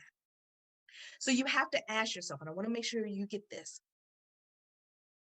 You have to ask yourself, how do the fears impact your life and your vision once you understand them? You have to ask yourself, for each fear previously mentioned, what can I do to combat that fear? And as you remove these from your life, your vision will start to flow. So we got who you are, right? We discovered yourself, you've developed your vision, and now you must determine your needs. Because it's one thing to put everything on paper. Where our planners at, right? We can plan you all day. But it's another thing to start moving to really look at the strategy to say, well, how do I implement this? Because that is important. And with that, you have to look at and really understand the gap. This is when you're doing a gap analysis between where you are and where you have to be. So here's a tip. First, write down everything that you're trying to accomplish within your goal and put it into phases. Phase 1, phase 2, phase 3. Within each phase, what is it that you're trying to accomplish? Then you have to assess, well, where am I right now? That's column B. What am I trying to accomplish? Where am I? Then C is really the gap. Well, in order for me to get from, let's say I want to be on social media 5 days a week, but it's just me and I'm just starting out. Well, what do I need? I need to take a course maybe. Maybe I need a social media manager. So that goes into column C, what you actually need to make what you're trying to do come to pass. And then you got to assign who is responsible for that and when it's going to be done. So what did you just create? You created your roadmap of your gaps. Now you know what you need to look out for. Now you know what you need to focus on to really, with each phase of your vision, be able to make it come to pass. And once you do that, you've determined your gaps, you determine your needs. You understand who you are, your voice of your brand, the voice of your vision, right? You know what your vision is. Without a clear doubt, you have a clear idea of what you're called to do and who you're called to serve, which is so important. So many times we get that wrong. That is what your business is based on. Now we're looking at the gap in our needs. So what are we missing in order to make this come to pass? So once we've done that, now comes the final four, the fourth D. Now it's time to dominate your destiny. And this is nothing but execution, execution, execution. We've heard of SMART goals, right? Specific, measurable, attainable, realistic, and timely. But I like to add a little twist to that and make it smarter goal. You must go back after you created a goal and you know it's specific, you know it's measurable, attainable, realistic, and timely. Now you need to go back and evaluate what worked, what didn't work. And once you have evaluated your SMART goal for your 3 months, your 6 months, your 9, your 12, whatever you've planned, you've seen what worked and what hasn't worked. Now it's time for the R is to remix it, right? So you saw what worked, now what didn't work, now you need to tweak it. And as you go along in the journey of your goals, you really need to keep a guide and write down what worked, what didn't work. Why? Because in 3 months, you don't remember the details, but it's that one small detail that could be throwing your whole business off. It could be that one small word or that language that is changing your avatar where they're not receptive to what it is that you have to say. It's not resonating with them. But if you're constantly paying attention to your business and taking notes of what's working, what's not working, now you could go back and evaluate and retweak, remix it, what needs to be done, and try again. And you keep doing that as it gets smarter and smarter and smarter. Not only that, you create your action plan. What do I need to do? When do I need to do it by? Who do I need to help? What are my shortcomings so that I can enlist them? And what are you doing each day? Every day you need to work on something towards the vision that you're called to implement. But this is where we go wrong, especially if you're a mom like me and a wife, you have all these things that you're managing. We overload our plate versus really looking at it and saying, what are 3 things that I need to do today that's going to move the needle, even if it's just an inch? And every day you work on that inch by inch, as Les Brown says, inch by inch now becomes a mile. Sometimes we become overwhelmed and paralyzed because we're so busy trying to eat everything. And we consume too much that we just don't take a step back and say, what can I do today? What can I do right now that would get me closer to my goal? What do I need to do that's helping me work in my business, because it's a season for that, versus on my business, because it's a season for that? And as you sit back and start to evaluate, now you can implement and move the needle closer to your goals. So I want to recap for you. There are 4 Ds to help you no longer be hidden in plain sight, that help you to streamline your vision and ignite your success. The first one is that you have to discover yourself. What are your core beliefs? What are your core habits? What do I need to change to become the person I want to be? Number 2, you have to develop your vision. Well, what is my vision? What am I missing? What do I need? Take the limits off and really be creative and visualize. You never know what you may invent. If you got children, ask them. You'll be surprised what they will actually contribute to your overall vision. And then you practice explaining that again and again as you sink into your heart, your vision and who you're called to serve and how you're solving their problem. Number 3, you have to determine your needs. That's your gap analysis. Where am I? What do I need in order to close that gap to accomplish and implement what I'm called to serve and do? And last but not least, dominate your destiny. Once you understand all the first 3 Ds, you discovered yourself, you developed your vision, you have determined your needs, now it's time for you to implement. Make those goals smarter, not just specific, measurable, attainable, realistic, and timely, but evaluate it, remix, and retweak. Create that action plan of what needs to take place. No more than 3 things a day that you will work on every day to get you closer to your goal, even if you block out the times. So I just wanted to say thank you so much for giving me the opportunity to pour into you today. My name is Ayoka Yashua El. I am the CEO of Streamline Success International, a strategy, training, and consulting company. CEO of Jana B Speaks, as well as the founder of Boss Mom University, where we grind differently, where we help creative and visionary mompreneurs of faith be able to boss up and launch their vision. Stop sleeping on themselves, stop working for others, and really go after their dreams.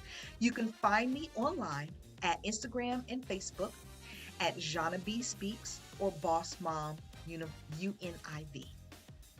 It is an honor and a pleasure. And you can also go to janabspeaks.com. I appreciate you. I thank you for your time and your effort. And I want you to no longer be hidden in plain sight.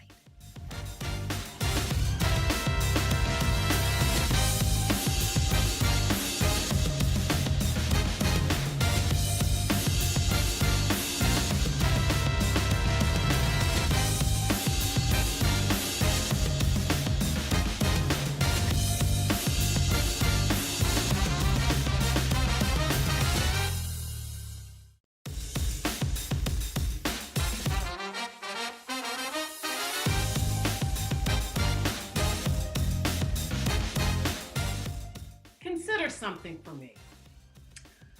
Over 42% of small businesses in our country are run by women.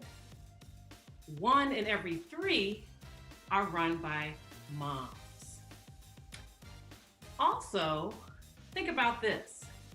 A recent survey showed that 73% of parents said that their lives started when they had children. Yet, parenting is the biggest challenge in their lives.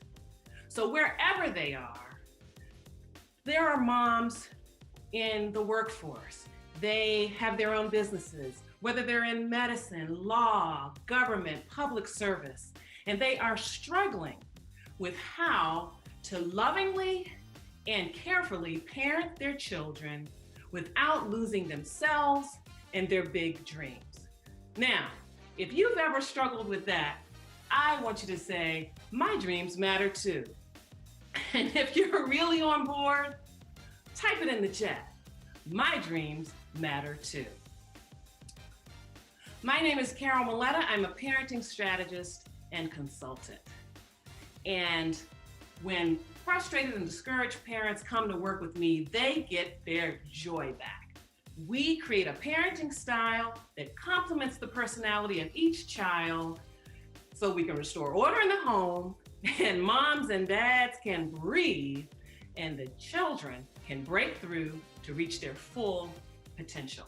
Now, in the time that we're going to have together today, I'm going to share with you 2 points from my 5-step blueprint for women who want to scale up to the next level after they have taken a little time to focus on their children.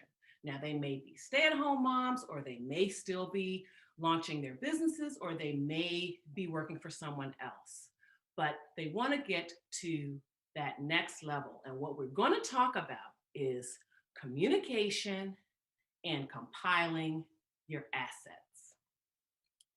So today, I am a parenting consultant and educator. I run a very popular parenting radio show. And in 2019, I was named the DC Mother of the Year by American Mothers Incorporated. They are responsible for Mother's Day. They've been around since the Civil War. But what that means for me today is that I am a part of a very big network with maternal energy, full of women who are committed to honoring, educating, and advocating for mothers and in the community and all of their work that they're doing. We support them. So I haven't always been running on all cylinders like this. Once upon a time, I was a mom with twin baby boys that I didn't know anything to do. I didn't know what to do with those guys. So I also felt like parenting was going to be easy. I know a lot of people think that before they have children. Well, that was definitely me.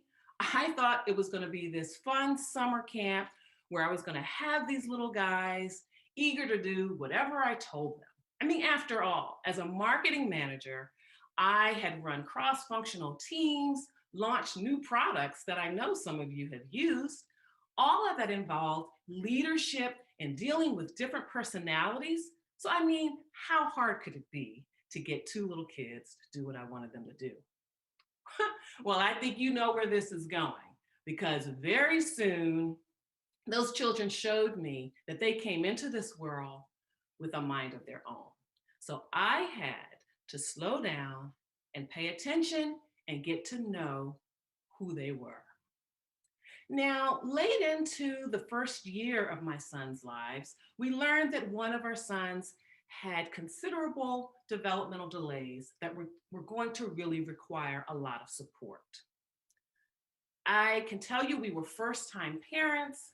This was shocking to us. We were worried. Like, what was his future going to be like? What was he going to be able to do? And the specialists that we were seeing, some of them were not very encouraging about what his potential would be. In fact, his preschool teacher said, he's always going to be like that. Well, we right away started trying to figure out what we needed to do for him. So we signed him up for speech and language therapists, occupational therapists, and other programs. We gave him the foundation, and honestly, it was a long haul. But I tell you something, he hustled. He worked hard in school, he worked hard with his therapist, he learned how to play the piano, learned how to play football, and was on a very winning team in high school. And guess what? Against the odds, he was accepted to 4 colleges, and he and his twin brother are now finishing up their junior year in college right on schedule. And honestly, I know that I would have missed the signs if I hadn't taken the time to tune in to my children and really pay attention. And so that's what we're going to talk about for just a moment. That's the first step in really building connection. Parents really have to commit to being available, attentive, and affirming.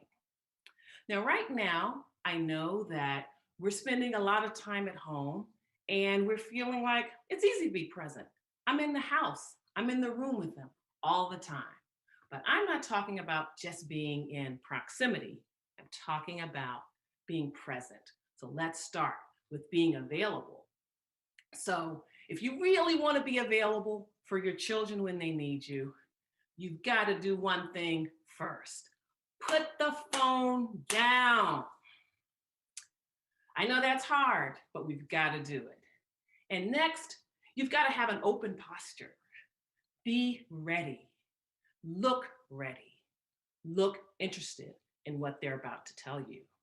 The next step is to move all the physical barriers between you. So come on their side of the table. Come down to their end of the sofa. And let's not forget about those mental barriers, because honestly, sometimes we think we know exactly what our children are thinking. There's nothing new that's going to come out of their mouths, and we just think we know. But let me tell you something, you don't. So once you have set the stage for being available, now you can be truly attentive. And so when your child is speaking with you, take in the whole picture, not just what she's saying. What's her posture like? Is she talking faster than normal? Is she very animated? What's the energy like? Do those nonverbal clues line up with what she's actually saying? I have to tell you, it is truly worth it to invest this time in building a connection with your children because it opens things up. It allows you to impart the life lessons that we know all children will need for the rest of their lives. It also lays a foundation for a mutually respectful relationship. And I've got to tell you, when those teen years come, you'll be glad that you took the time and made this investment. And I have to tell you, I often tell parents, you can pay now or you can pay later, but you're going to pay. So why don't you start today? Now, I have to tell you that this really works. It's not something I just read in a book. It's not something that I just tell parents. It's something that I've lived. I want to show you something. Here is one of the best Mother's Day presents I've ever received from anyone. So don't tell my husband I said that, but I'm telling you the truth. This is just what it looks like. It's lip gloss. My son, for years, had watched me. He was only 8 years old, but he knew that I followed a ritual every time I left the house. I got into the car, pulled the car out of the garage, I stopped. Put on this lip gloss, put it away, closed the garage, pulled out of the driveway, and we were on our way. He knew I go nowhere without lipstick or lip gloss. And here's another gift. My other son, also 8 years old at the time, gave me this book. And as you can see, it is a book about Oprah Winfrey. Now, back in those days, I used to tape the Oprah Winfrey Show. Yep, I used to tape it and watch it in the evening. I also used to talk about how much I admired what she did, not only in business, but in life and helping others. In that moment, I truly felt known and understood. And I made sure to tell my children that in those terms, to affirm their act of kindness. Now, if you are interested in forming those kinds of connections, those kinds of special bonds with your children, I will tell you at the end of my talk how we can connect and you can be part of my community. Now, as I said, we already feel like we're home with our children during this pandemic. We're spending more time than ever, but are we really there? And they need us there, present, on purpose, more than ever, because they're processing feelings of disappointment, uncertainty, fear, and just what is going on if you kind of think about very recent events. And so they need us there, tuned in and ready to help them make sense of what's going on in the world. So next, you have to compile your assets. What do I mean when I think about compiling my assets? First of all, what are you good at doing? Are you happy doing what you're doing today? And very importantly, what are you doing today that's making a lasting impact?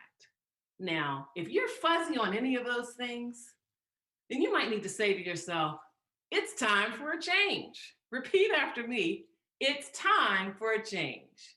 Type it in the chat, time for change. So here's how I learned about this notion of taking stock of my assets. So as an undergrad student, I studied fashion merchandising. I was determined to slay the fashion industry. I landed a position in the management training program with the #2 department store in the country.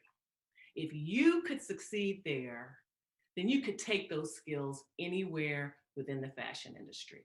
So I was very pleased to land that job. But one thing I forgot, the environment, the retail environment. So I was standing on my feet most of the day, in heels, running from department to department, authorizing checks, authorizing customer returns, and just other things that come up during the course of the day in a busy department store. Not to mention, I had my own department to run. I had to make sure it was staffed and stocked, visually appealing, so customers would buy and I could hit those numbers. It only took me 1 year to realize that the retail environment was not my scene. But I did take a moment to think, what was it that drew me to the field? Now, it goes without saying, the fashions, that was very important to me. But behind all of that, I enjoyed the research, the analysis, and the forecasting, the figuring out what people want before they even know they want it. So my next position encompassed all of that and none of that other stuff I told you that I didn't want to be part of. So within my first year on the job, I was managing a $17 million inventory program. And I was only 24 years old. So I have been using that approach ever since. And it helped me to make the transition from marketing manager to stay-at-home mom to parenting consultant to mother of the year. And I think that this will be very helpful for you. And as I said, it's only part of my 5-point blueprint for people, especially moms, who want to scale up for their next act. Now, Frederick Douglass said that it's easier to build strong children than to repair broken men. So that is why it is so important to make those vital connections on purpose with our children. And if you have the aspirations to do something after you raise your children, to compile your assets, because it's so easy to feel like parenting just is all consuming and overwhelming. That's number one. And then number two, that you may not be able to pursue your dreams. Because after all, this is an 18-year undertaking at the very least. But we have to remember that parenting occurs in seasons. And every day that goes by, our children are one step closer to walking out the door. Not out of our lives, but to their independence. And so every day, we too should be scaling up just like they are. And so using my blueprint, you will be able to do that. Now, I want to share with you, I promised that I would tell you how you could connect with me, but I also want to share that I have a cheat sheet for building strong connections with your children as you scale up to your next act. So what you need to do is head on over to parentingwithvision.com/iconic. I'll say it again, parentingwithvision.com/iconic. There are no dashes, there are no underscores, but head over there and grab your cheat sheet and be prepared to scale up. It is my pleasure to give parents direction in what they say is the most important journey of their lives. Yet, it's not their only journey. Novelist George Eliot said that it's never too late to become who you might have been. Carol Maletta says, scale up to your next act. Do it today.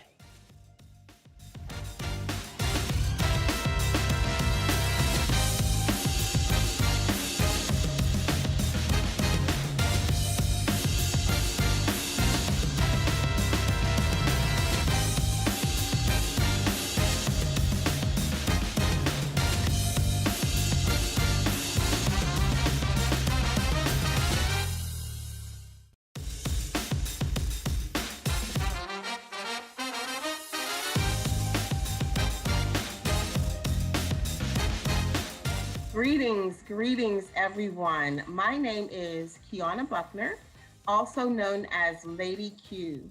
I am the founder and CEO of A Diamond in the Rough Productions and Lady Q Network. I am what I like to call a transformational specialist. I simply empower others to transform into their highest self while learning to live their lives unapologetically. I'm so very excited for you all to be here with me today, allowing me to encourage you and take you on this brief journey of self-mastery, better known as Dear Transformation. Dear Transformation is a reality. It is the truth about an individual as well as an authentic message of empowerment, inspiration, and encouragement. With this powerful message of hope, it is my prayer that people everywhere get to define their story and inspire others by their own individual transformation. I grew up as a young kid in foster care because of child abuse. As a young adult, I faced homelessness, poverty, domestic violence, and so much more. It wasn't until I began to write my first book, my story, my journey, my piece, that I began my very own process of transformation. What is transformation, you may ask? Well, there are many ways to describe this powerful term. However, simply put, in my words, it is evolving and changing into the best you that you can be, living a purpose-fulfilled life. When talking about transformation, the best way to physically describe it is to look at the foundational life of the butterfly. Not only is the butterfly the only insect that completely transforms into another type of insect, but it also has some amazing key points during its transformation that we as human beings can ultimately relate to that can guide us through our very own transformation. So there are 4 phases to the butterfly. You have the egg, which is the infant stage. You have the larva, or what we like to call the caterpillar, the cocoon, and last but certainly not least, you have the butterfly. What we will be relating to today is what I would think to be 2 of the most important parts of the process and transformational life of the butterfly. That would be the caterpillar and the cocoon. The caterpillar is the slimy, weird-looking insect whose only job on the planet Earth is to eat. It needs to eat to gain strength so that it can break out of the jail or cocoon that it creates for itself. The more it eats, the more strength it gains for the struggle later. Isn't that just like us? We sometimes take this life that we are given and feed it and feed into our minds what the world wants us to believe. We eat what we see on television. We eat what we see on social media. We eat what we hear on the radio. We eat what we hear others' opinions of us are. We eat everyone else's food except our own. When that happens, we tend to have false revelations of ourselves, such as we're not good enough, we're not pretty enough, we're not big enough, we're not small enough. We should talk a certain way. We should be what and act how the world defines us, only to get lost in the system of beliefs, losing our true identity of self. We take in and feed off of the false identity of what everyone else defines or thinks of us, losing control over the battle of our strongest muscle, which is our mind, thus building a cocoon of fear, of doubt, of loneliness, unhappiness, depression, unworthiness, and so many other mental and emotional issues. The list really goes on. We have lost the mastery of self. Because of this, we lose our very own confidence in who we truly are. The key words here are self mastery. You see, the caterpillar is the younger version of the butterfly. In order to transform, it must go into the cocoon, learn and defeat the struggle, and then become the adult or the beautiful edifice that it was destined to be. Self mastery is you. It is basically mastering who you are. I can't master you and you can't master me. It all points back to self. The first step in self mastery is self awareness. Who are you for real? What do you like about you? What do you dislike about you? What are you passionate about?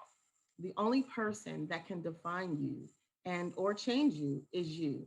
You are who you think you are. So your mindset is where it all begins. Change your thinking about you as an individual as a whole. If there's something about you that you don't like, change it. Some things are easier said than done. Trust me, I know.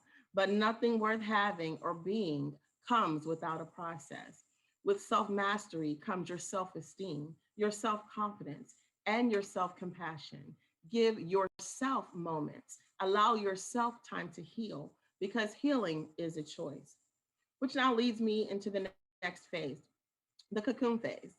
Although the cocoon may seem like a lonely or dreadful place during transformation, it is ultimately the place of struggle where the butterfly truly gets its strength and wings to fly. If I could give this phase a title, it would certainly be The Struggle is Real. Yet, in the cocoon is where transformation at its finest takes place. Your change is now happening, your wings are formed, and they are beginning to grow so that you can take flight. But again, it comes with a cost. Now that you're growing, it's time to break free from the mindset of your past. Break free from the mindset of never being good enough. Break free from the mindset of I'll never make it or amount to anything. You can begin to grow and feed off of your own self encouragement, realizing that you are and have been a champion all along.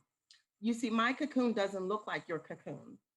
My strength doesn't look like your strength. My wings don't look like your wings. But the great news is we all get to soar. There was a little boy who loved caterpillars. One day he found one, took it home, and made a home for it. He watched this caterpillar every day, making sure it had plenty of food and water. One day, the caterpillar started creating a cocoon. Here, the caterpillar would go through a metamorphosis and become a butterfly. This was so exciting. The little boy couldn't wait to see this beautiful butterfly.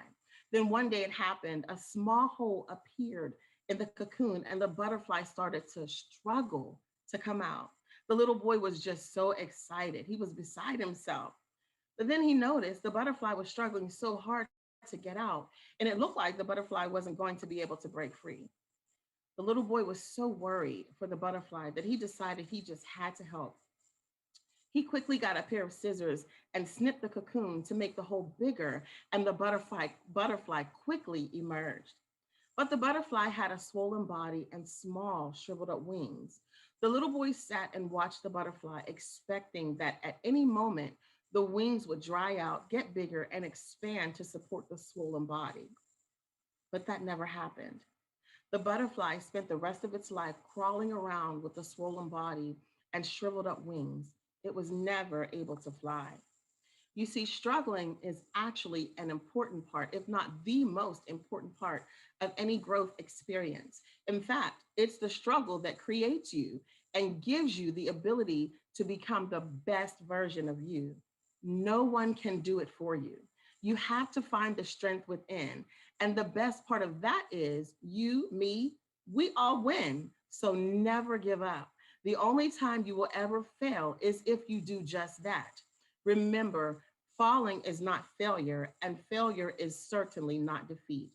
So now we have a choice to heal, a choice to transform, a choice to break out of the cocoon and be free. I hope that what I've said today has encouraged you, has empowered you, and most importantly, inspired you. So, with all of that being said, here are just a few tips and reminders to help keep you inspired on your journey to transformation. As we stated previously, self mastery is the key. Take ownership of your greatest asset and muscle, which is your mind. You are the master of your own fate. You are who you think you are, so aim high. Define and realize your purpose in life. Remember, what you have been called to do has never been done before the way that you will do it. So be encouraged. Although the cocoon is a mental place that represents your insecurities, it is also your pivotal place of transformation. Transform well. Accept yourself and the fact that you have made and will make mistakes. Our mistakes are a major part of transformation and tend to become some of life's most valuable lessons. Your affirmations for transformation are simply I see it, I want it, I transform, I own it. You have to see it, you have to want it bad enough. That way, you can successfully transform and own your transformation. Let the healing begin. Embrace the process and allow yourself to heal. Your pain is what births your purpose. Bridge the gap and seal the wound.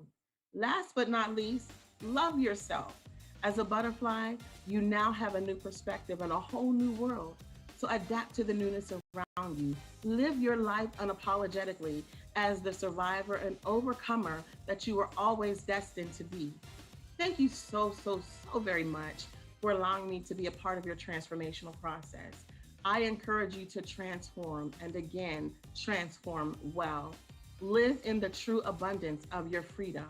I am Kiana Buckner, your transformational specialist, the founder and CEO of A Diamond in the Rough Productions and Lady Q Network. To order a copy of any one of my books, to learn more about my companies, or to reach me for any conferences or speaking engagements, please go to my website, www.ladyqnetwork.com.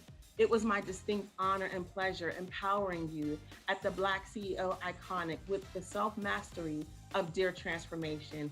Be inspired today and be encouraged always.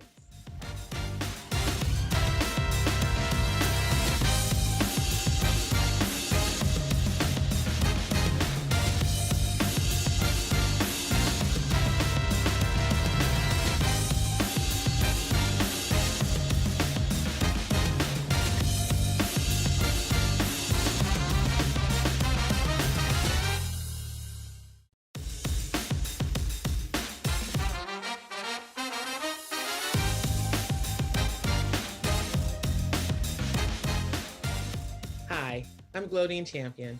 I'm a transformational leader, coach, educator, and storyteller. And if it's okay with you, I'd like to talk about love. First, a little bit about me. My journey to coaching and transformational leadership came through my process improvement work. I'm a Six Sigma black belt, and I have to say I love saying I'm a Six Sigma black belt because in that brief moment between saying it and explaining it, you were probably thinking, she must be a badass in martial arts. Unfortunately, I'm not. At least not in martial arts. Six Sigma is a process improvement methodology that drives toward perfection in a process. It's like saying you'll improve your process so that it's 99.9997% efficient. Or it's like saying you can rest assured that if you build 1 million cars, only 3.4 will have a faulty battery. Not perfect, but it gives your customer confidence that they'd be safe driving your cars. I love what I do because it allows me to use my superpowers to build strong teams and big L leaders. I get to coach the people I work with into becoming better listeners who love to learn and understand the true meaning of being a leader. I encourage them to be more open-minded so they can hear what's not working in their process without taking it personally. I teach them things they thought they knew about process and its close connection to profits, and how to be vulnerable without the fear of looking bad or worrying what other people may say. Then, without any coaching, they take their newfound knowledge and ways of being out into the world and share it with others. I learned all this from one of the best leaders I've ever had in my career, Pete Berg. Having gone through the GE Six Sigma program, Pete mirrored Jack Welch's vision. He was my mentor, trainer, and extremely strong leader. He spoke truth to power and knew what to do when they behaved badly. It didn't feel like we were working. It felt like we were changing the world one person at a time. In fact, it was thanks to Pete that I discovered I was born to do this work. My superpowers, my personality, love of people, natural servant leadership, and teaching expertise. It's not something that you find in a Six Sigma black belt. I've experienced success and some failures. As I got more into the work, I began to collect data on the different groups and organizations that I worked with. And I began to see a common thread, not only in the success or failure of the work, but also in the root cause of the breakdown in the culture and or structure of an organization. It's leadership. Leadership feels like a catchphrase these days. Everyone wants to be in leadership, but most people want the perceived power that goes with the role of leader.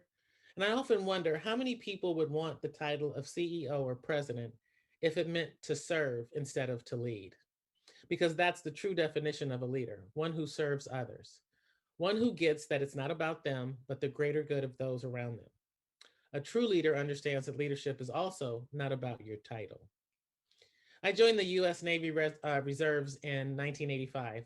And on the first day of boot camp, our company commander, Parnell, asked, "Who wants to get them on the line today?"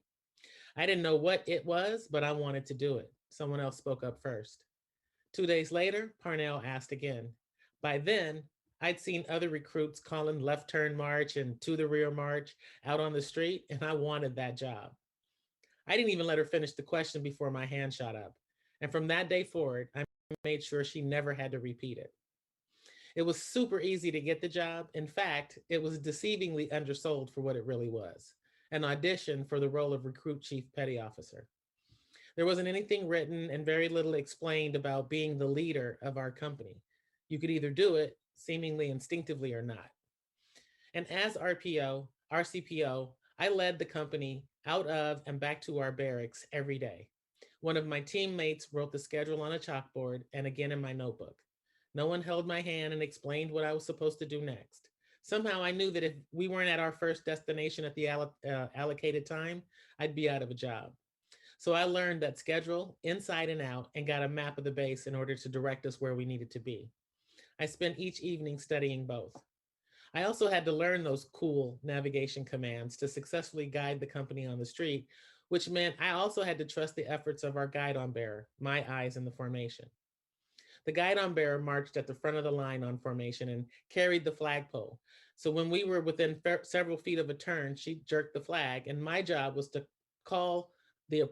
make the call on the appropriate step and turn 30 plus women around a corner without incident. It looked like fun. That's why I wanted the job. I'd made it about me and how I looked on the street making those calls, being a badass, if you will. I quickly learned everything about RCPO had nothing to do with me. I'd stepped into a leadership role to have fun and discovered that I had to look out for my teammates. When they failed, I failed. When they succeeded, they succeeded. I had to do everything first and better to keep my job. Every fitness exercise, academic exam, and challenge we faced, I went first. The hardest was the swim qualification test because I took my test first and then dog paddled in 15 feet of water for almost 3 hours until everyone was finished. I couldn't protect the team standing on the sideline waiting to jump in the pool. I had to be fully present and ready for action. On that day, I realized my level of responsibility for every recruit in my unit, and I took the job seriously. I quickly became a well-respected RCPO and went on to become platoon leader in A school. That was my first experience as a leader, and I was 18 years old. In my 3 months as RCPO, I learned all about being open-minded, vulnerable, and empathetic because it was forced upon me. After I'd been in the role about a month, and she was confident I wasn't going to mess it up, Parnell pulled me aside one day and said, "You're the first Black RCPO to have this job this long. Remember that it's not about you. The minute you accept that, the better an RCPO you will become." I've carried those words with me ever since. And I used them and my experience as RCPO to determine the type of leader I wanted to be and the type I wanted to work for. Over time, I began to classify them as big L and small L leaders. The big L leaders were self aware, great communicators, expressed their gratitude and empathy, knew how to delegate, and lead with respect and integrity. Translation, they led with love. The small L leaders were poor communicators. They kept information close to their chest, believing that things were on a need to know basis. They were self centered, forcing us to speak in we terms when they spoke in I. They were unpredictable, avoided conflict at all costs, and led by fear and intimidation, the my way or highway thinking. I've coached many small L leaders in my career, and I can tell you those that moved to big L leader did so because they wanted to do better for their team. You know that saying, when you know better, you do better? It's true. What's not true is that people don't change. When people are ready and willing and have support, they change. One of the things I noticed is when I asked those leaders how they felt about their team, the ones who said, I think they're awesome or I love them, they recognized that if they truly loved them, then they also wanted the best for them.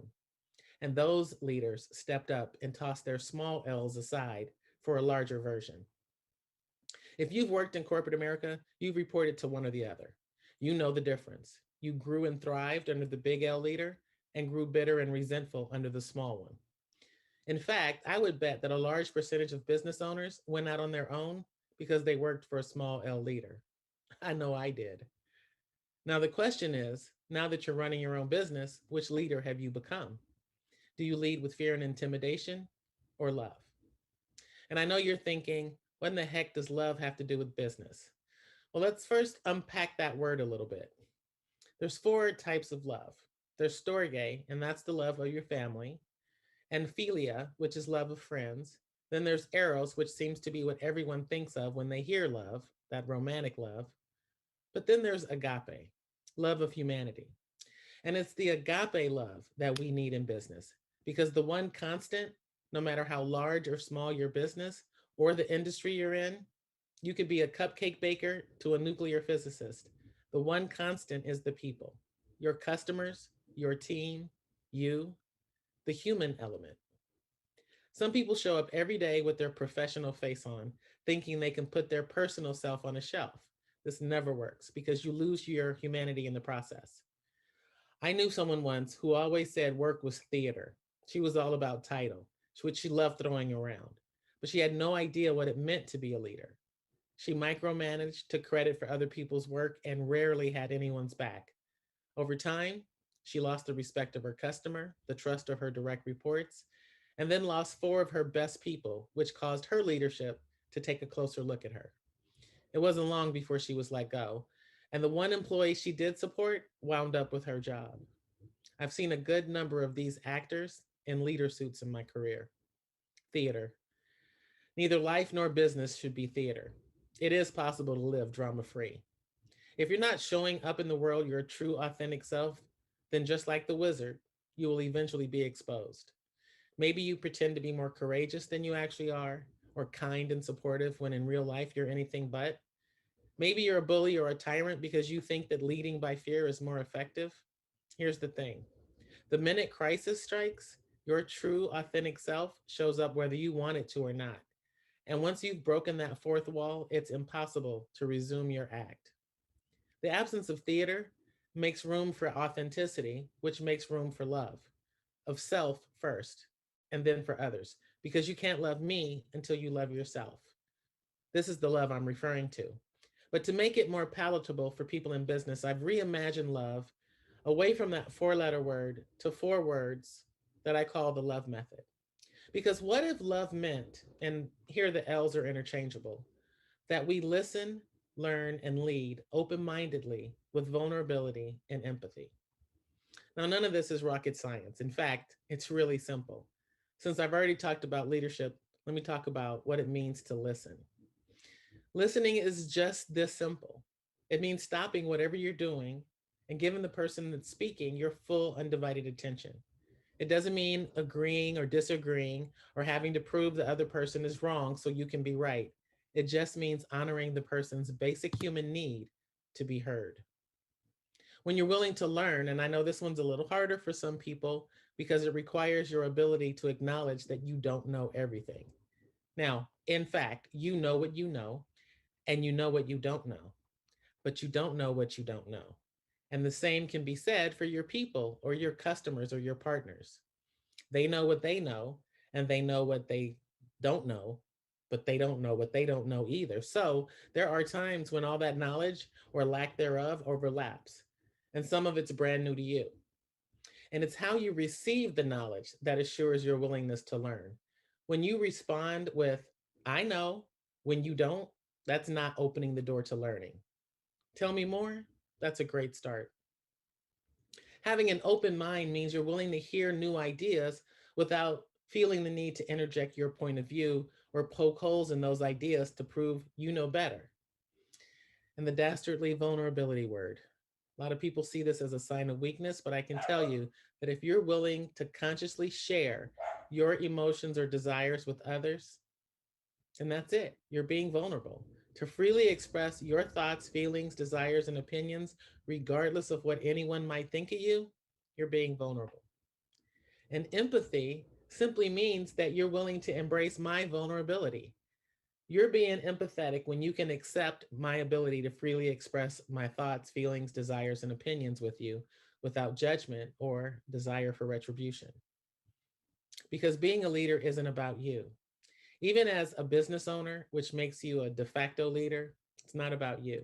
It's about your customers, your team, your community. So, if I may offer some unsolicited advice, for those of you who have started your own businesses, the burden of success and financial stability rests squarely on your shoulders. You're overwhelmed by everything that needs to be done, and because you took that first client before you were really ready, you're probably building the plane while it's flying. I did the same thing.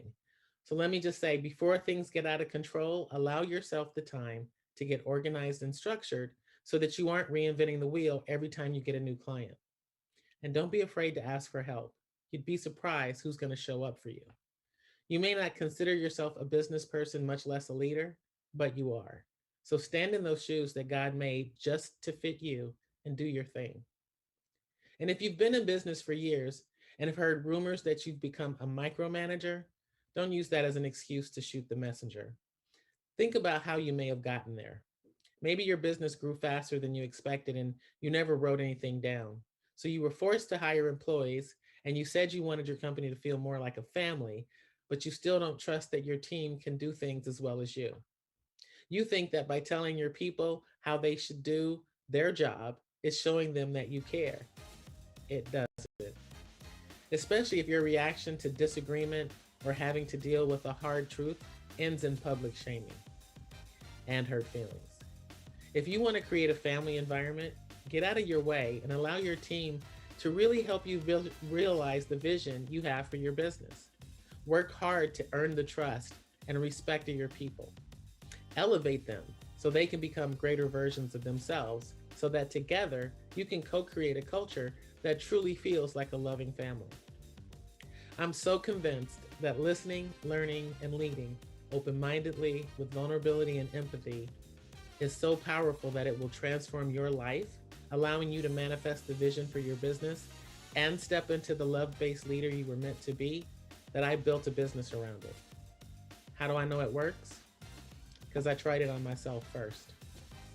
So, what's love got to do with business? Everything.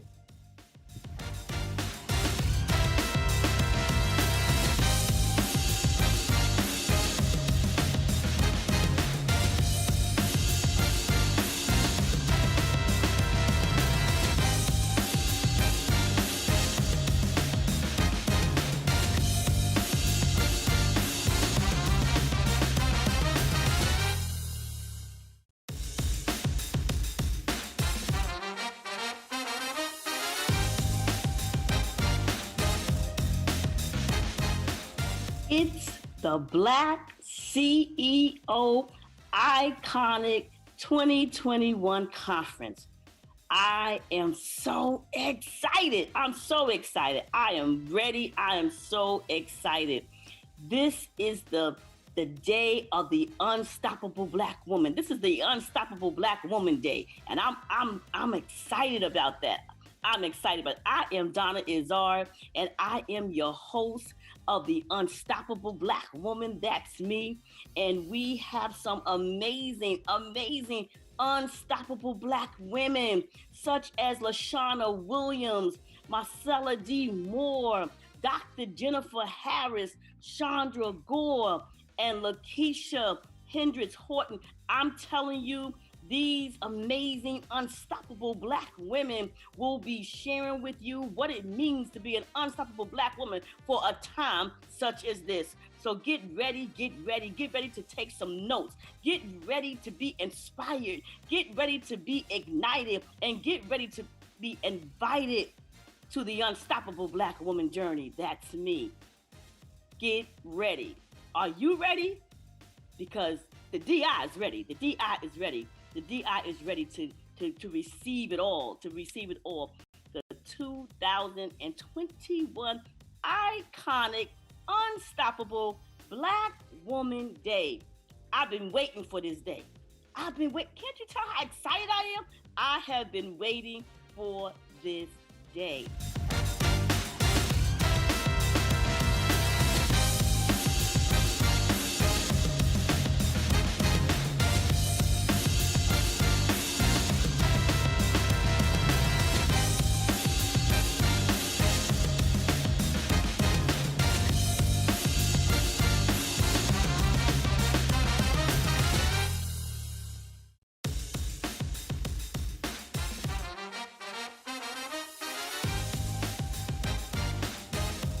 Hi, my name is Minister Lakeisha Hendricks, and it is indeed a great honor for me to be selected as a UBW speaker for the Iconic 2021 virtual conference.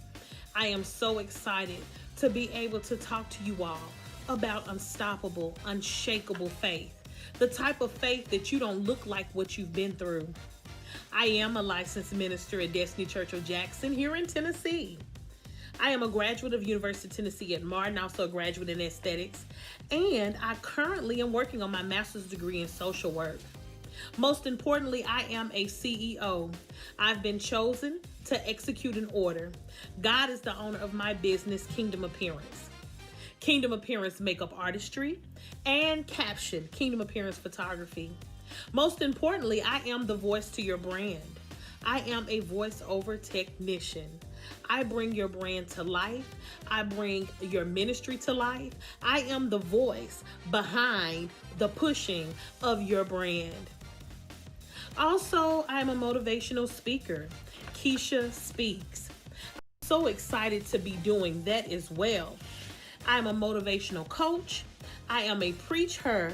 I am a push agent. Purpose until something happens. And I'm launching Hey Girl. Girl, an acronym for God, Understanding, Relationship, and Love. Interactive word teaching. I've been married for 13 years to my husband. He is my best friend and a partner in life and in business. From 2012 to 2020, we lost jobs, we lost friends, we lost loved ones, we lost belongings. We even lost our home and almost lost our marriage.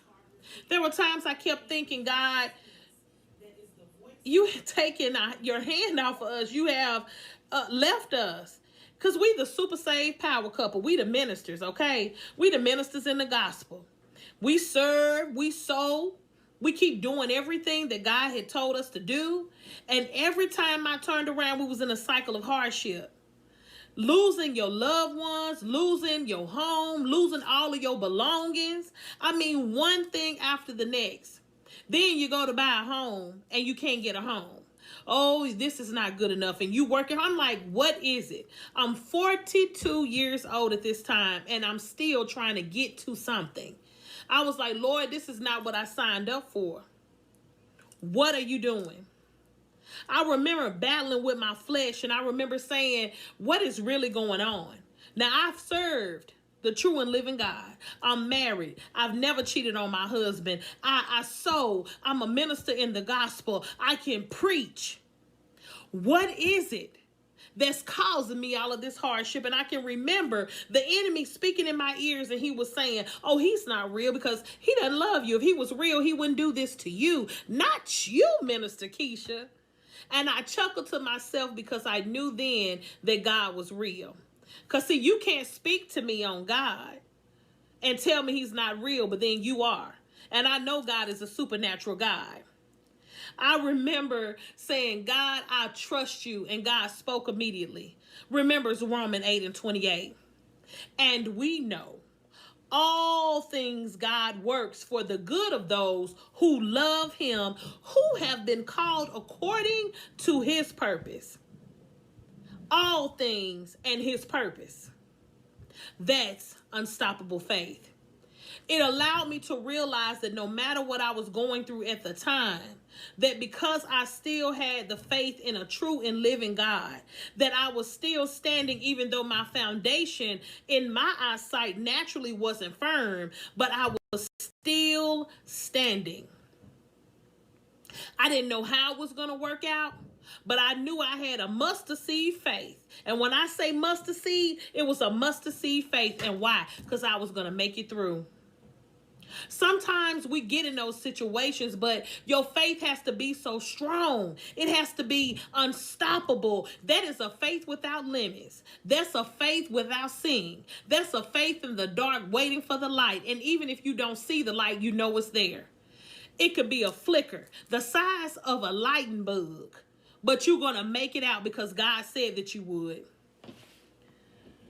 I believe that the Lord showed me that good or bad, he always works it out for our good. Unstoppable faith almost is like a seesaw. Because you up and you down, but you know that you're not going to hit that ground though. Because something's going to push you back up. You're going to still be propelling. And that it's going to work out. The call on my life is greater than what I'm going through. People see my outward appearance, but it didn't match my inner struggle because I never looked like what I was going through. My husband and I, we never stopped serving. We never stopped sowing. Our spirits were battered. They were bruised. We were broken, but we weren't shattered. See, when you're broken, you put the pieces back together and glue it back together. When you shattered, you attempt to get all the pieces back together, but sometimes it's unrecognizable. I might have been broken. God kept putting my pieces back together, but I never was shattered. It's just like if you're going in a neighborhood and there's a speed bump in the middle. The speed bump is there to make you aware, not to stop you. That's unstoppable faith. In these moments, our faith in God was put into action, and we had to have a faith that was unstoppable. I'm talking about a faith without limits. I'm talking about no limit faith, because that's all that we had. Unstoppable faith will push you into knowing the real God. Unstoppable faith is not a superhero, but it's a supernatural hero, which is God. It's a spiritual hero mode that you have to go into. Every natural superhero has a weakness, but the God that I serve doesn't. He's a perfect God. He's a supernatural hero. Jalissa McClinton. God, I'm trusting you. And I'm being vulnerable and exposed at this time. Jeremiah 29:11 will go in full effect. For I know the plans that I have for you. For I know the plans that I have for you. I choose to believe in what I can't see. That is unstoppable faith. Because if we keep looking for what's in front of us, if we keep looking for this perfect moment or this perfect time, we'll miss it. Your faith has to lead you. It's an opportunity to see the doors that are open, even when they're closed. That's unstoppable faith. My ministry has always been to encourage others in life and business to use their voice, to speak change and to see change and to step into change and apply change. Change can only happen if we can see it before it's there. The Bible says to speak things into existence as though they were. I speak what I want to see. Do I have weak moments? Yes. But it's something on the inside of you that says, hold up, I serve a God that's perfect. I serve a Father that says he'll never leave me nor forsake me. I serve a God that even though I'm in the dark and I don't have nothing but onion in my refrigerator, I know that I'm going to come through. I serve a God that's going to do that for me. Why? Because he's going to give you the tools necessary, but you can't do it without faith. And it has to be a faith without limits. It has to be that unstoppable faith. That unstoppable faith, it breaks through barriers that we can't even see. And some that we do see. I praise God today for the opportunity. Because somebody needs to know that your faith makes you strong, even though you don't understand it. Faith in the unseen, hope in what God said he's going to do, trusting in the dark, being vulnerable and exposed, and then at the end of the day, believing that it's going to happen the way that God wants to happen it. That's unstoppable faith. I'm so grateful that I have my faith in a true foundation, which is the Lord Jesus Christ. I wouldn't have made it this far without faith. If it's shaking a little bit, if it rolls around a little bit, pick yourself up and say, I serve a God that can do anything. Winston Churchill, he has a quote out that says, success is not final and failure is not fatal. That's just like it is in our spiritual life, that we can be successful at everything spiritually. We can do everything, but it's not final. God still has growth moments for us, if not for us, for other people to see. Then he says that failure is not fatal, because God's grace is sufficient. So even if I fall, even if something, if I fail at something, it's not going to take me out. It's going to make me know who he is and that my faith is unstoppable, and I'm going to get up again. And if I can't get up, he's going to pick me up.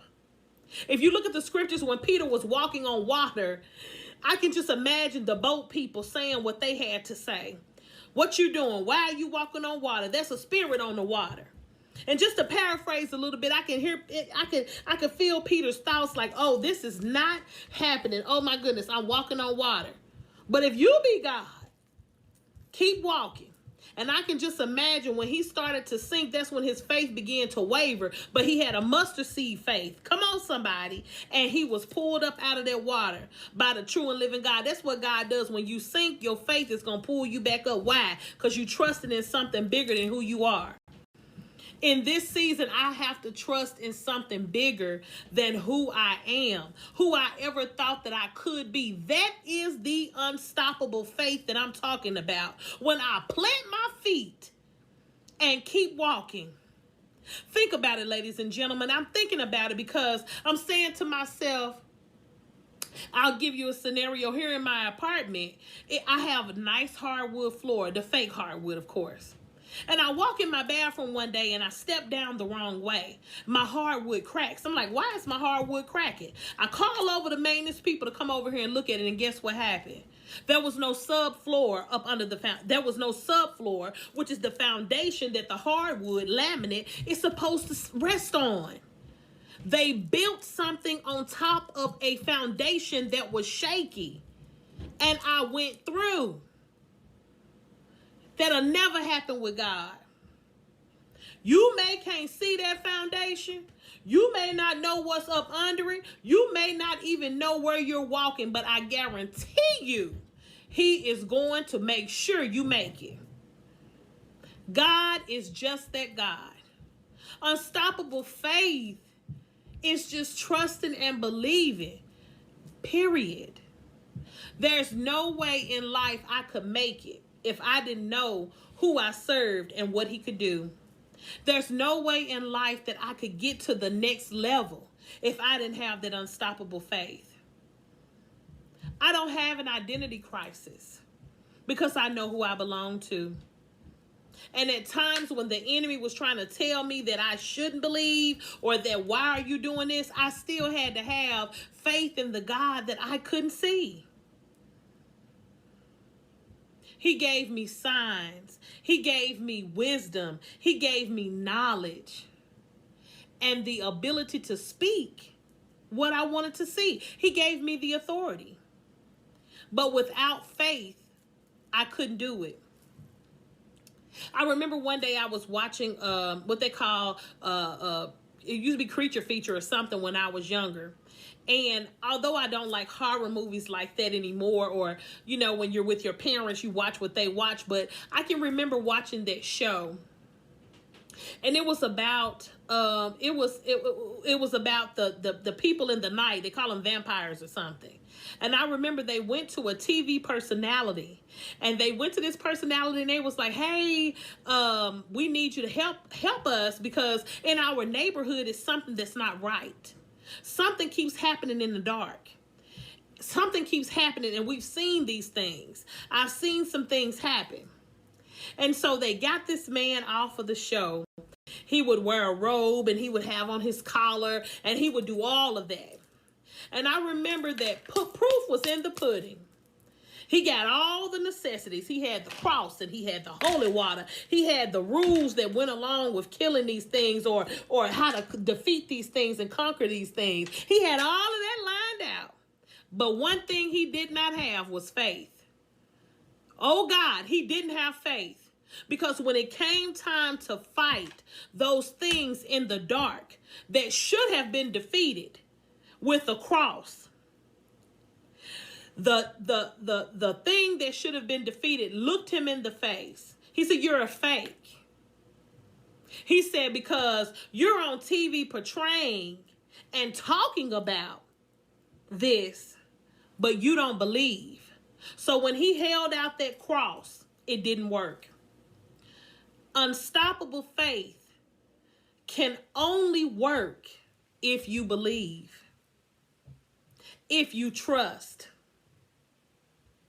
The enemy seeks to kill, steal, and destroy. So any sign of weakness, he'll come in and infiltrate. Your faith has to be contingent upon you believing and trusting, even when you can't see it. I've learned over time that I can't walk around talking and not walking. I can't walk around. Unstoppable faith is talking, walking is in alignment.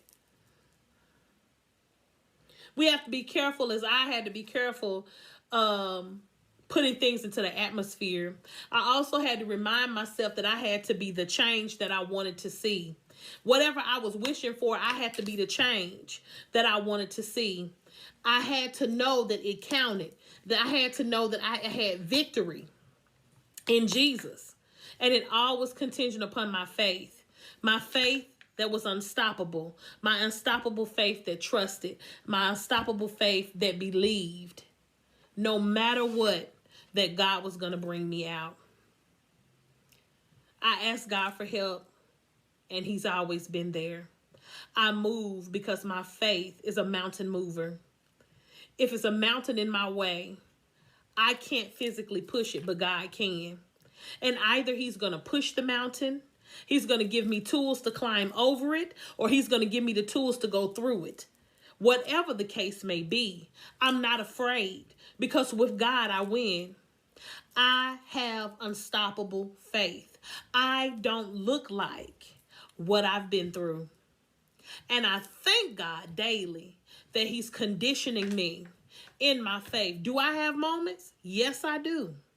But I remind myself that God's word says, I will never leave you nor forsake you. I will never leave you nor forsake you. I am your strength. I am your refuge. I am your strong tower. And even if a weapon forms, it will not prosper. That is my unstoppable faith.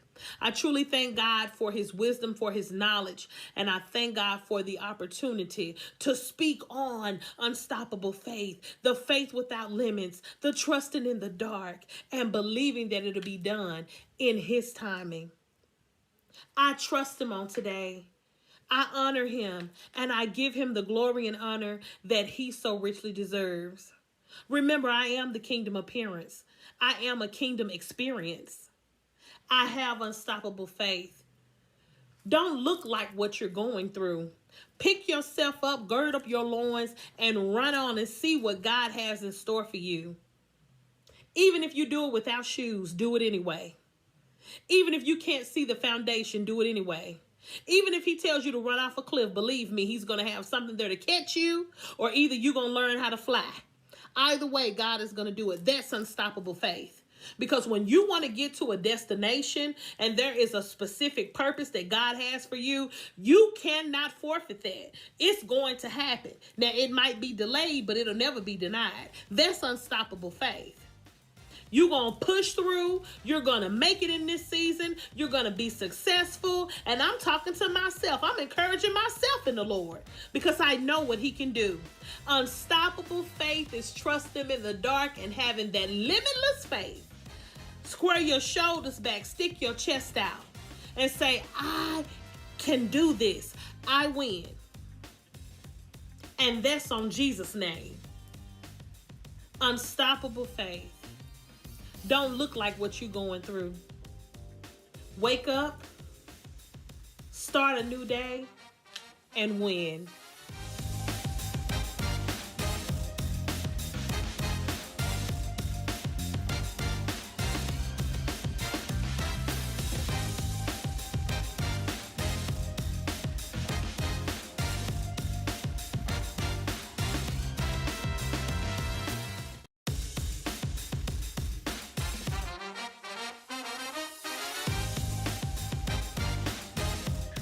Hi, this is Tony Harris Taylor, and I'm super excited to bring you this fabulous panel where we're going to discuss stepping into the best version of yourself, a Black woman's guide.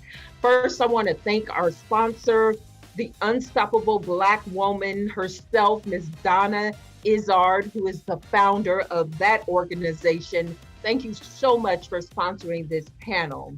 Before we jump into our questions, we're going to introduce ourselves so you'll have a good idea who we are and that we know what we're talking about, right? So I'll start with myself. I'm Tony Harris Taylor. I live in Houston, Texas, and I am a sales and marketing coach.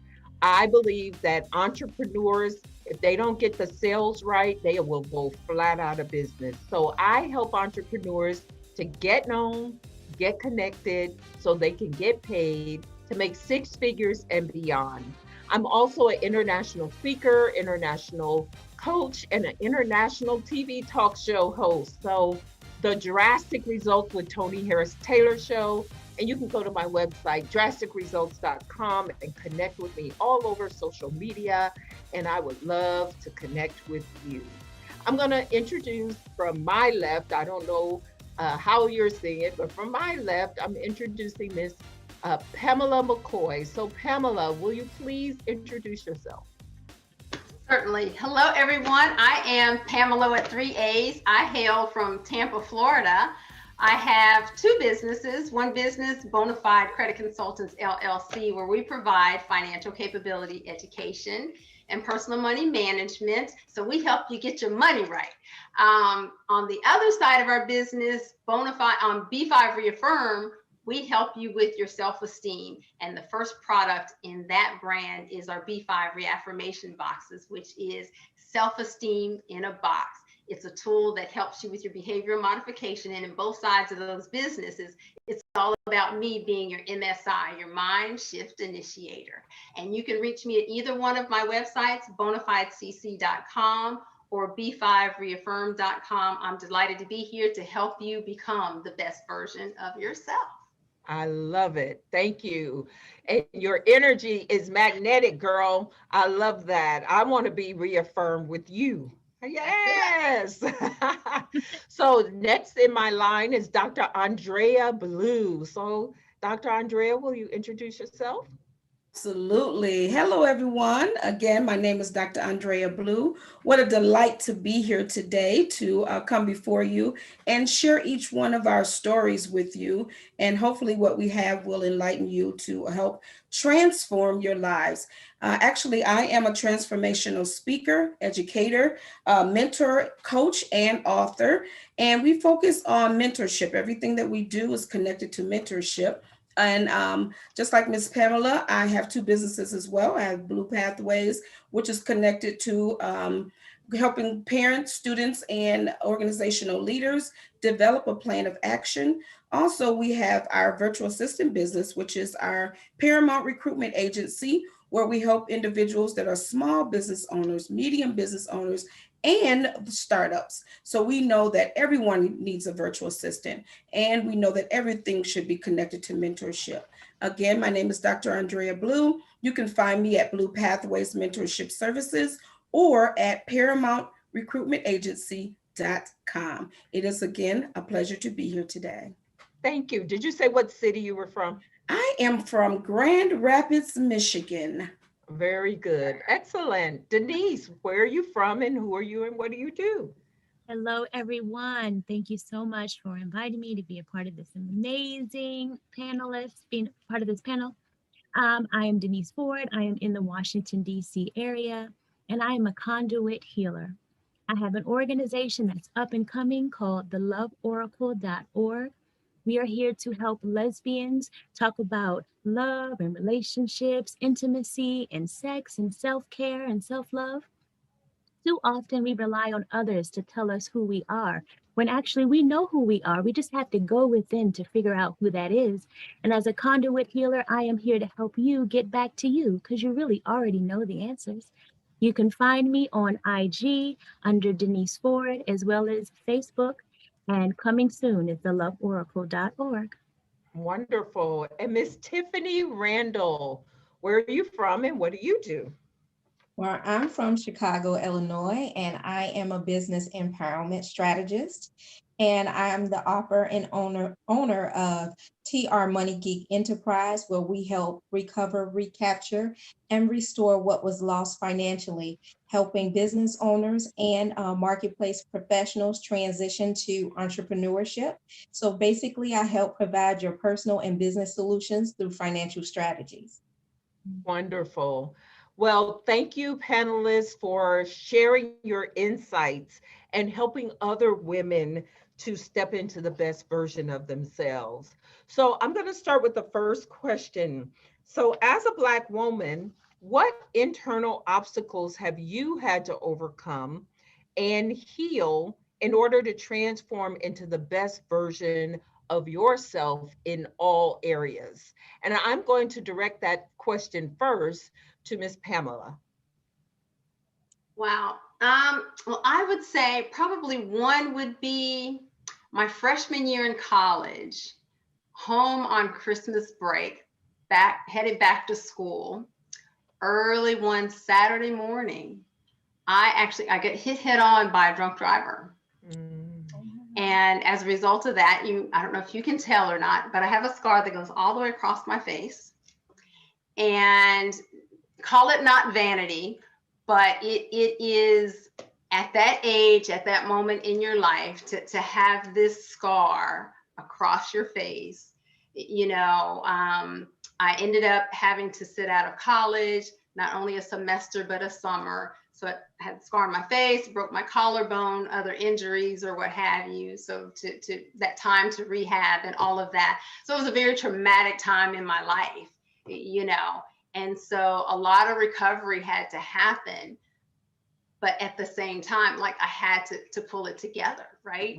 Because the show must go on. Absolutely. And had to come to that realization that the scar on my face didn't define me, right? And it took a minute, but it could not. I could not let that define me and deter me. And so now it's so funny because people, when I tell the story now, people are like, oh, I didn't even notice it until you pointed it out, right? But at that period in my time, it felt like it was like this thing that says, everybody, do you see the scar in the center of my face? Like I thought that like it entered the room before me, right? Yeah. Because it's that self-conscious and in that thing.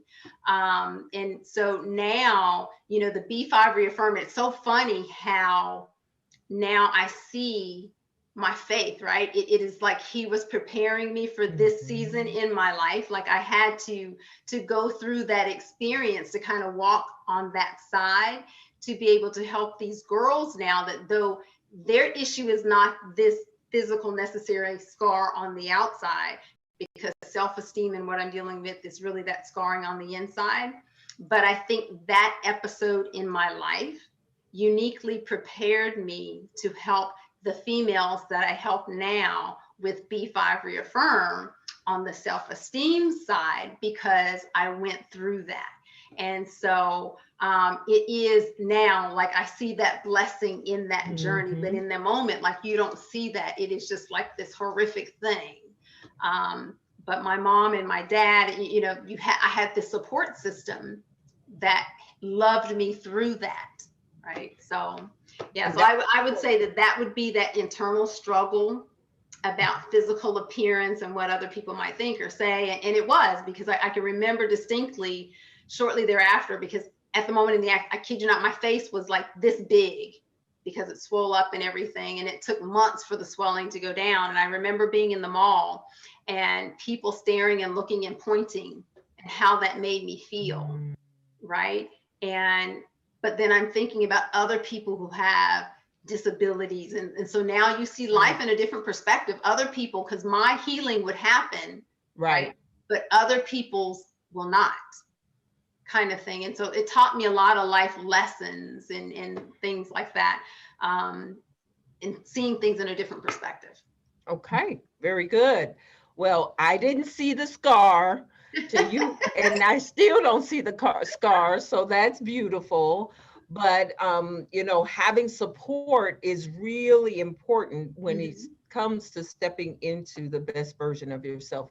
Absolutely. And how when we go through things in life, we have no idea how it's going to serve us later. That's why it's tragic when people commit suicide, because you know, it's like being in a storm cloud. I say, you know, I remember driving on the freeway one time and the storm was bad. And people were pulling over to the side of the road with their flashers on to wait the storm out. But in life, it's symbolic for you have to keep driving. You may have to slow down a little bit because the storm of life is crazy. But if you don't keep driving, you're not going to get out of that cloud. So that was awesome that you were able to move past. And now here it is, you got out of the cloud and now you are helping women do the same thing. So that's the irony is your story isn't for you. That's right. Trials are always for someone else. That's right. So I want to give this same question to Denise, please. Denise, what's your take on this? I was hoping you picked me. I was like, yes, I want to answer this one. For me, my obstacle was quite a few things. You know, being okay with being a woman, being okay with being Black, being okay with being a lesbian, you know, that's not, that can be a challenge. And being okay with being the heavier person. I used to weigh 300 pounds. And so I've definitely lost some weight. And also being raped. I had to heal from all of those things. And so many women have been violated or molested or raped, and you just don't know where to put that. You know, you don't know how to heal, and other people may not understand it because it's not their experience. So I had lots of obstacles, and being in my 40s, I really had to pick each one by one, and begin to dissect it to figure out how I can heal me. Because yes, therapists are great, family members are great, but I have to deal with me every day, look at me in the mirror every day, and continue to move forward, like both of you ladies said. So how do I do that? I have to unpack it. And I began to do that. And now with my organization, I'll be able to help women do the same, because I have been there and I have experienced it. Yeah. So you're right, Pamela. The things that you have been through are going to be used to help other women because they've experienced the same thing that you've experienced at some point in their life. Right. Very good. So, Dr. Blue, you got something to say about this? Absolutely, absolutely. And I'll tell you, your stories are so amazing, but I'll tell you through domestic violence, through divorce, through love finding me again, it has been so many internal things because those records that play in our head that you're not good enough, you can't, you won't, you shall not. But then again, when you hear that voice on your shoulder again saying, you can. Yes, you can. All you have to do is get up one more time, try it again, go one more time. So through all my trials and everything that I've gone through my life, I give the glory to God. Some people don't want to say his name, but I give my glory to God because he is the reason that I'm here. And I will share one story with you about my life. I have gone through working at so many different universities and dealing with individuals and waiting for someone to give me a chance and a turn and an opportunity. And I'm asking this one and that one, and what do you think I should or what shouldn't I do? And then one day I just heard the voice of the Lord just speak to me. Stop asking. Stop asking. I have all the answers that you need if you just follow me. And so from there, I had to go and be able to sit at the table. So I've already achieved 2 masters, my doctoral degree, because I need to sit at the table, because I need to make these decisions for our students and our parents and our organizational leaders. And so that no other person will ever feel these type of feelings of you have to beg to sit at the table. Create your own table. You can sit your own table there. Get you some glass chairs, some beautiful settings, beautiful candles, make it amazing. Make your own table. Don't wait and beg. I'm not saying you don't need a coach. I'm a coach. I'm not saying you don't need a mentor, but don't beg. You don't need to ask for permission. You need to be able to walk boldly and say, what is it that you can contribute to me to help me to see me where I can't see myself? So that's, what I have to offer to that, because I think that everyone has something divine inside of them, but they need to find out what it is. And that's what Blue Pathways and Dr. Blue does. Well, I love that you said create your own table, girl. Oh, yes. I love it. Create your own table. Don't be waiting for people to, and that's what entrepreneurship's all about. It's about creating your own table, because most entrepreneurs got sick of the rat race in corporate America and governmental and whatever area where people were dictating to them what they had to do. And so I love the create your own table. Dr. Tiffany, what you got to say on this subject? I actually definitely with Dr. Blue, our stories are a little bit similar about creating your own table. I've always been the first or the youngest in my peer group or family to be the pioneer for something, which is, I'm not a people pleaser, but it's a lot of weight on your shoulders when other people are dependent on you. And with the devastation of loss of very close loved ones and not being able to be emotionally, sometimes I will, have a hard time as far as moving on in life as it appears to go, like most people get stuck. But I had to learn that it's okay to be the first at something. And like Dr. Blue said, you don't have to ask anybody's permission because you deserve to be there with all that God has given me as far as my talent and my knowledge. And I worked to be in certain positions and be in places in life, whether it's due to my parents or my own, I deserve to be there. And not allowing the opinions of others dictate who I am and whose I am. And even actually, sometimes with a lot of us, when we experience a level of success, sometimes we also have a level of guilt for your accomplishments, or people have said where that's not for us. I've had that to be said to me many a times, even when it comes down to our zip codes. But I always tell people, know that you deserve to be there. And it is your job, your duty, and your obligation to live in your full potential. And that's something that I feel like A lot of us have a lot of guilt about, even with obstacles, you have to learn how to be an overcomer and push through things. And like believe Pamela was saying, when you push through things, you have to show people it's not for, it's not really just, it's not for me, but it's for me, the next people who to come or who I'm there to reach.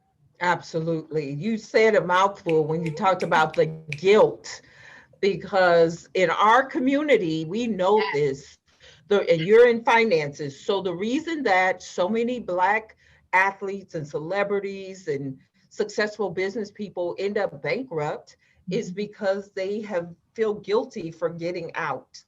And they're trying to prove to the other folks that theirs is still the same. And so they end up spending all their money.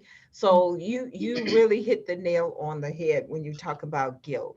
So, you know, we all have these internal negative self-talk that come from our childhood. I've done all the work. I've laid on the couch, and we have all these negative things that come from our childhood. And if we don't overcome those internal obstacles, it will hold us back. So thank you, ladies, for sharing on that question. The next question is, when, if ever, did you make the conscientious choice to be and do things differently in your life so you could shift and produce drastically different results? That ain't what the question says, is it? It says radical, but hey, they got the woman who talks drastic. So drastically different results. What is it that, so again, when did you make, and of course you did, so it's no if ever, when did you make the conscientious choice to be and do things differently in your life so you could shift and produce drastically different results? So I will start this question with, I'll start with you again, Tiffany. Okay. For me to have those drastic results, I had to change my surroundings. I had to learn to prioritize relationships. Have your friends you go to school with, you may have a mere interest in, you have the same interest, I should say, but you may spend an hour with them. Then you have expanded relationships where they are valuable and they offer something to you as far as maybe spiritual or business.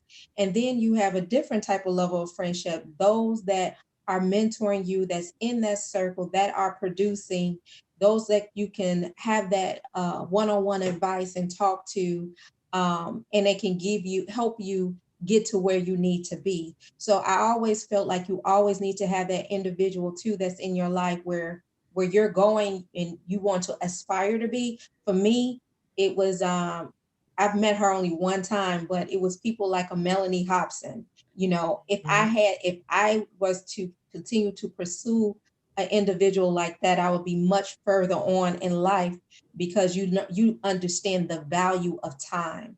And that's something that I had to learn about time, not wasting time, because you cannot get it back.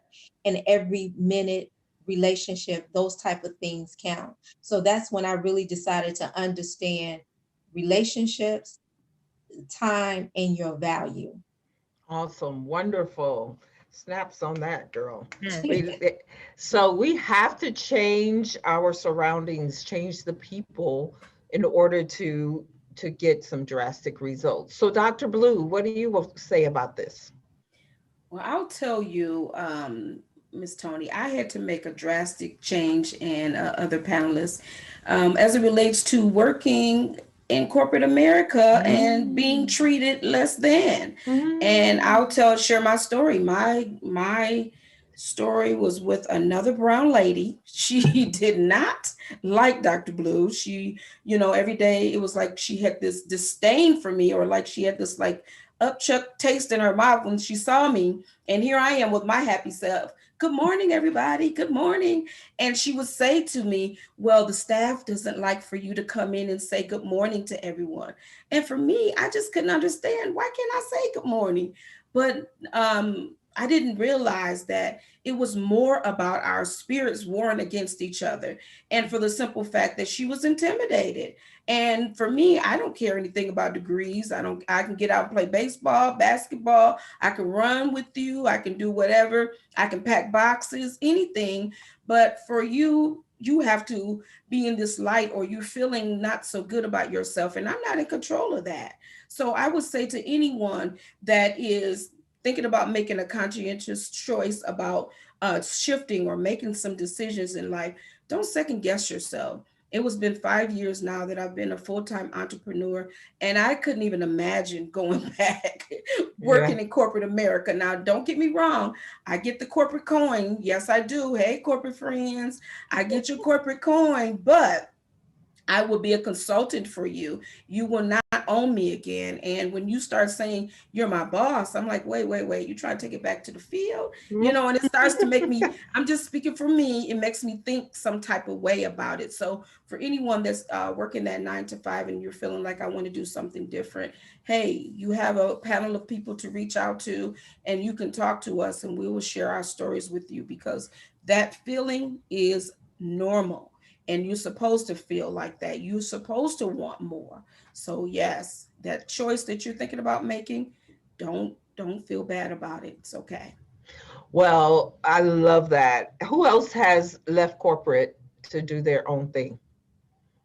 All right. So it's a conscientious, hardest decision you can make. Yes. Because that every 2-week paycheck and them benefits will keep calling your name. Yes. But once you really embrace that choice, and I left a 6-figure, almost $200,000 income, but I wanted to do me. And they love me and I love them, but I just was like, I need to go out and explore if I can count on me. Yes. And so counting on me was so critical. Who else wants to add to this conversation? Well, I'll add it, and mine is a little different take on the story. Me and my Jesus. I thought we had a conversation and an arrangement. But you all know how that is, you want to make them laugh, you come up with a plan. Well, see, I had a plan that I was gonna dust it off my resume. I was going to transition and all of that, had the plan, the master plan. I was at a bank. And I'd worked really hard for my bonus. So I was going to stay there and get that bonus because I earned it. And the bonuses were going to be paid in December. And I was going to stay through December and get the bonus, right? But when you look at your calendar, like when I look at mine, September comes before December. So what had happened was in September, they reorged the bank and eliminated my position. And so Jesus made the decision for me because I had the plan. I was going to do it, but it was later. Yes. But when I tell you, the master plan, the master and the master's plan was amazing. Right? Wonderful.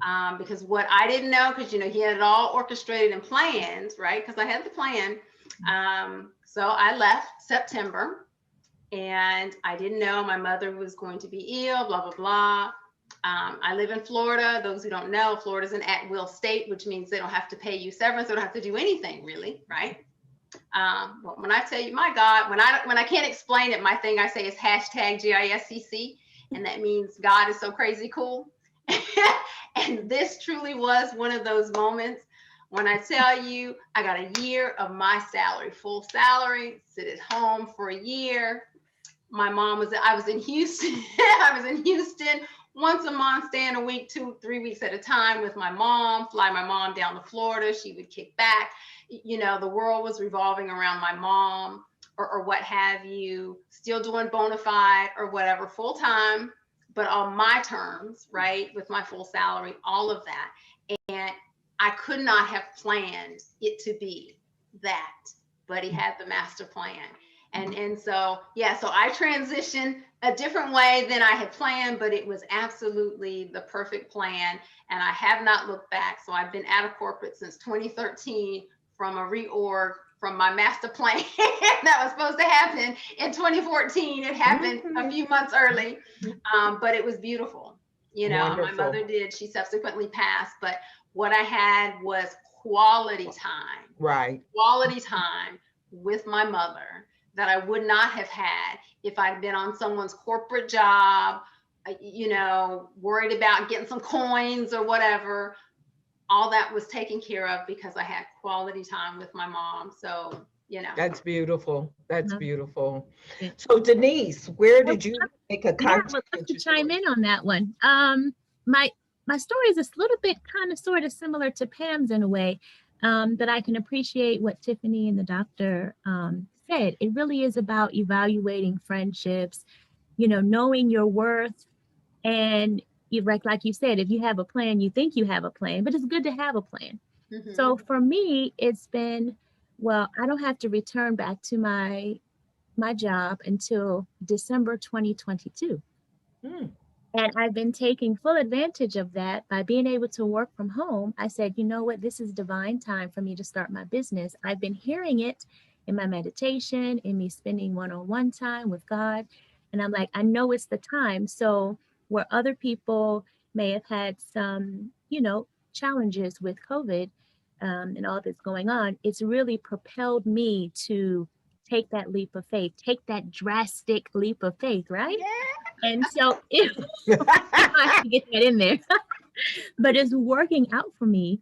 And I just bought another RV, or a new RV. So I'm getting ready to head out on the road. Oh, So I want to okay. see where I want to be, and I want to connect with people along the way. So I might just be visiting everybody. All right. I love Nice. that. Well, you are free, Yeah. girl.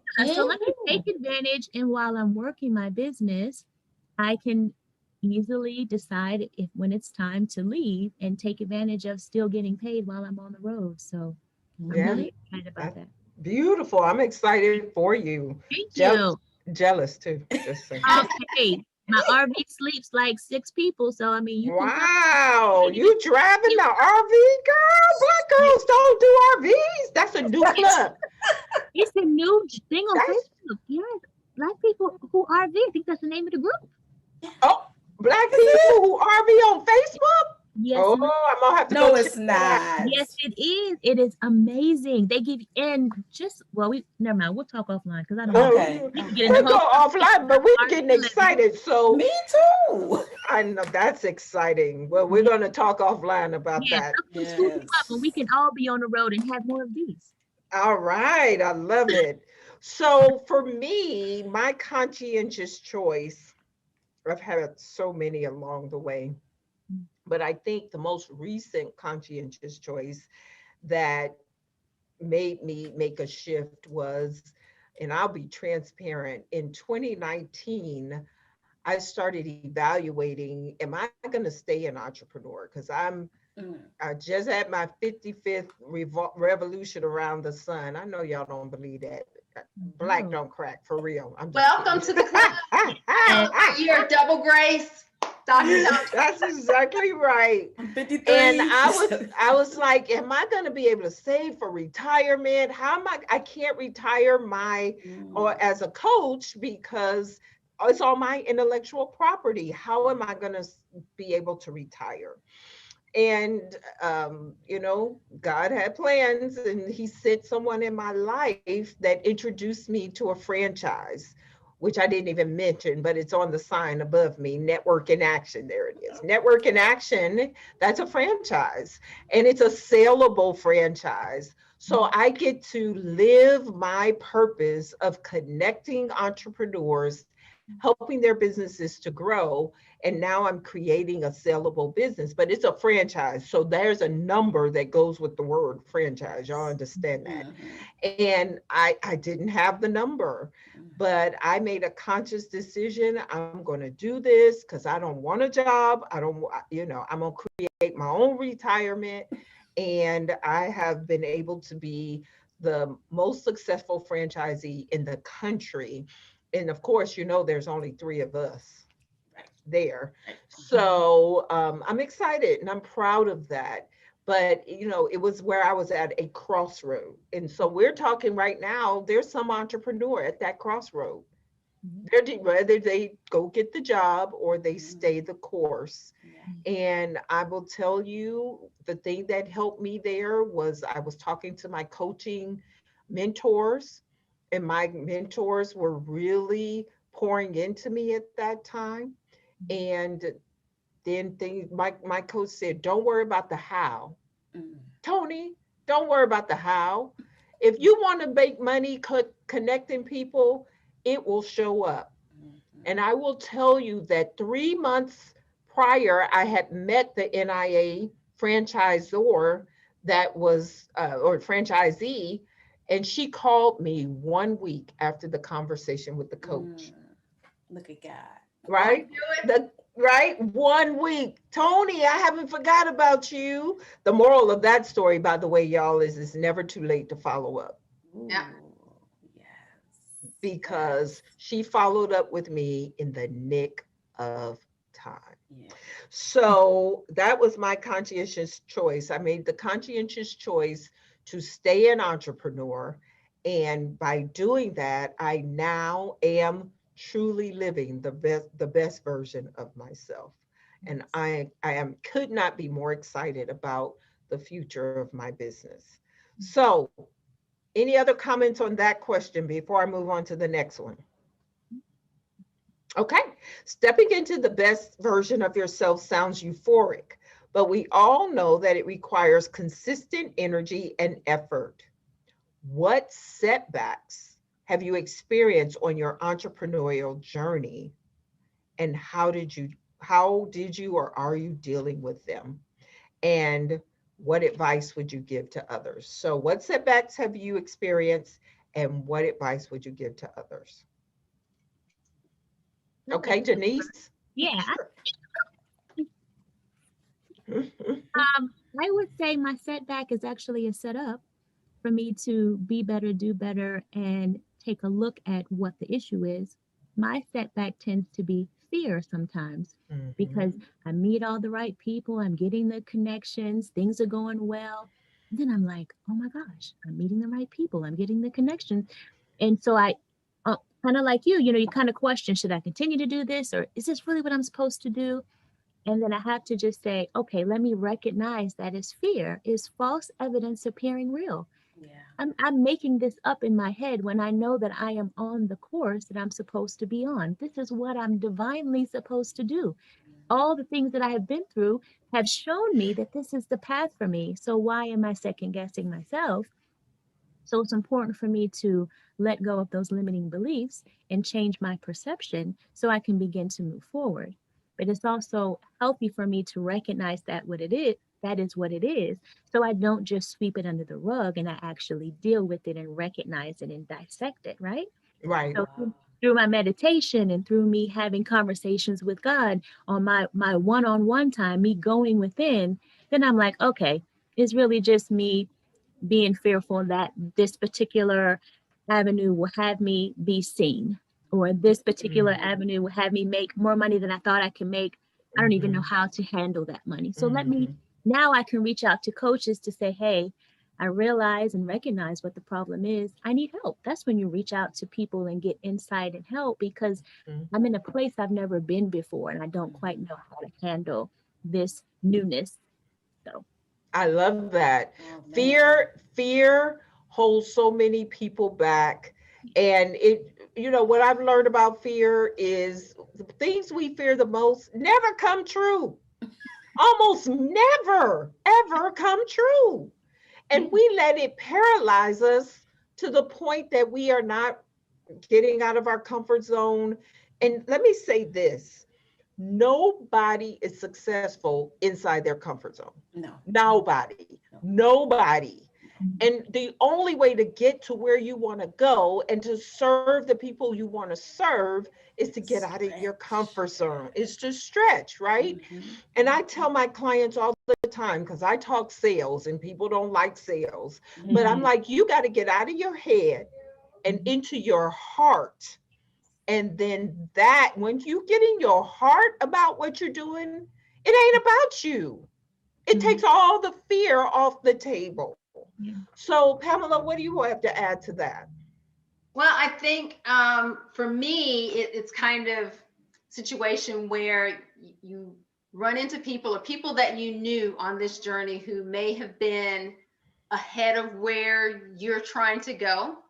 You thought or had the expectation that they would have helped you on this journey, cracked the door at least, right, for you. And they didn't, then there's that feeling of disappointment, feelings hurt, all that. Been there, done that, got the t-shirt. But then you come to this realization that really that was you, that carnal side, thinking that that's what that person would have done, but really he had a different path for you. And then, you know, for me, it's this reality check, you know, how I said the lessons are really for other people. What that lesson taught me as it relates to my B5 reaffirm and my, the title of the box, the 5 B's and everything that I do in my businesses, the bona fide is spelled different like my name. So the bona fide is B-O-N-A, the number 5D. These are B5. The reason why 5 resonates with me, 5, biblically speaking, is the number of grace. And so that's the underlying current in everything that I do.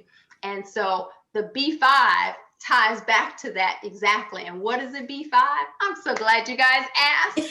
It's a bona fide boss with brains, beauty, and a believer in me. And that is the mantra, the mission of what I teach these girls. And so when I was confronted with that, that is the lesson that I teach those that I get before is, though you thought that they would have, they could have, and they probably should have, but they didn't. And the reality is that was a choice, right? Because they could have, but you can't let that stop you. You just got to believe in you. And the reason being, Antonite, all that you need, you already have. Like you didn't really need them. You already got it, right? It would have been nice, but it's not needed. Yeah. So keep it moving, press on, persevere. It's your dream. And nobody else should get the glory for it. You got to keep it moving. You got to make it happen because you and Jesus, y'all make a majority. How about that? Anything happen when y'all make that majority. So, yeah. Well, I like bona fide, boss, beauty, brains. Bona fide boss, brains, beauty, and a believer in me. All right. I love it. I love that. I want to have B5s all over the world. I want every female to be a B5. You know, I want that to be the mantra. I want us all to say it with pride and confidence in every situation that I am a B5. And it's so funny. I was working with these young girls and I said, you know, it's kind of like, you know, when you're confronting that bully, you know, when they call you that other B word, right? But when you're confident in self, they called you that other B word. But then what you say is, see, what I heard you say was that I'm a B5. And you're right. I'm a bona fide boss with brains, beauty, and a believer in me. And you too can be a B5 if you get your act together. Right. I love it. Miss Tiffany, what setbacks have you had in business? Well, you know what? It is I've had like the fear of failure and the fear of success. Also, with fear of failure, it's for me was being overwhelmed, not learning how to ask for help, delegate. I always wanted to do stuff. I had this like excellent thing, like, you know, it has to be done a certain way. So that really can sometimes matriculate to procrastination and that's just who I am. I'm really big on presentation about things as well. But I also understand that sometimes you just got to do and let the details, you know, work out itself. The fear of success is sometimes that was a setback is, to be honest with you, to be a leader, most of the times you walk alone and you have to be okay with that. And sometimes, and it depends on different seasons, of course, in your life, when, you know, what that's for. But I always think of eagles. Eagles always fly alone, and they always sit at the top because that's what make them the leader in the bird kingdom, if you will. And that's something that I really, you know, struggle with, because sometimes for me it'll be lonely because you can't talk to everybody about everything, because they may not understand, especially if they're working and you doing something totally different. They can't really give you an advice. Like they said, what can a poor man give a rich man who's already wealthy? You can't really tell him how to be wealthy because he's not.